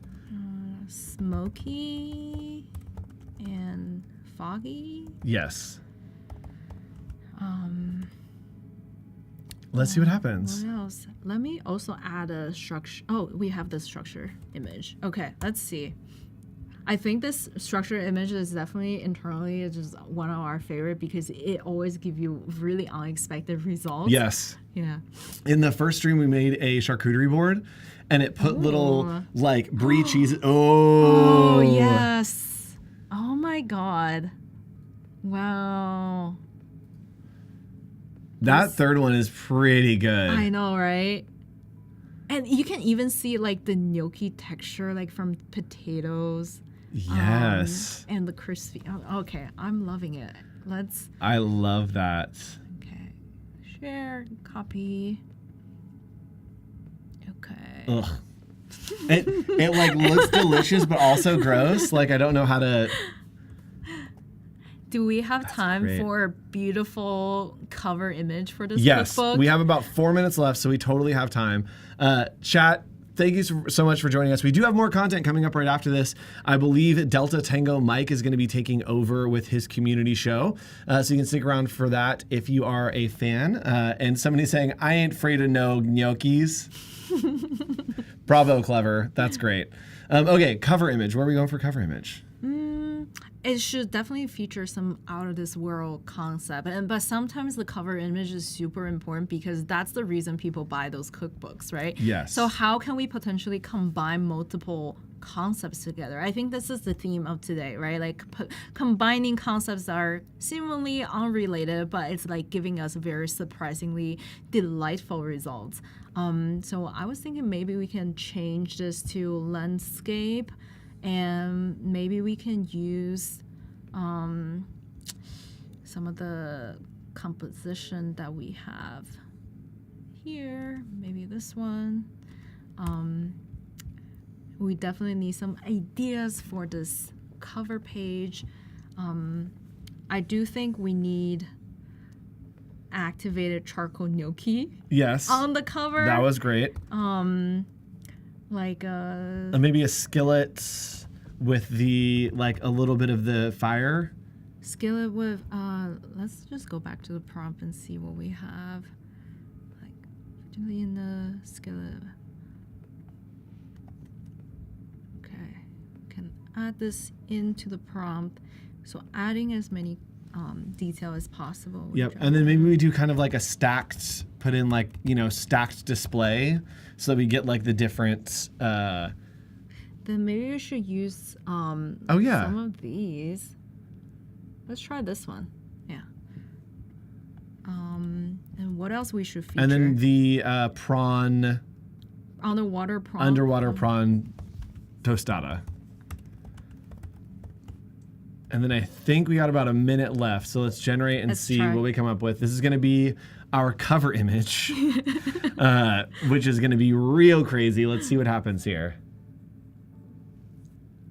And we separated the concepts here with commas. That helps kind of distinguish Okay. Oh, it's definitely combining multiple concepts. It is. Okay, what's the first one? Ooh, very like Ratatouille. I know, right? I think that looks appetizing for me to open and find an otherworldly cookbook. Agreed. Okay, let's copy that and add it into our Express page. Yes. Maybe in the beginning, and we can just cover it. Yep. With this. And Emily is saying this has been such a fun stream. Thank you so much. It's been such a fun stream to have with all of you. Thank you for all of your suggestions, chat. Thank you for all of your delicious, delicious dishes that you shared with us today. Stick around. We have more content coming to you right here on Adobe Live. And make sure you subscribe because we are live every weekday from 9 a.m. to 2 p.m. And thanks so much, Veronica. We'll see you another time. Bye, everybody.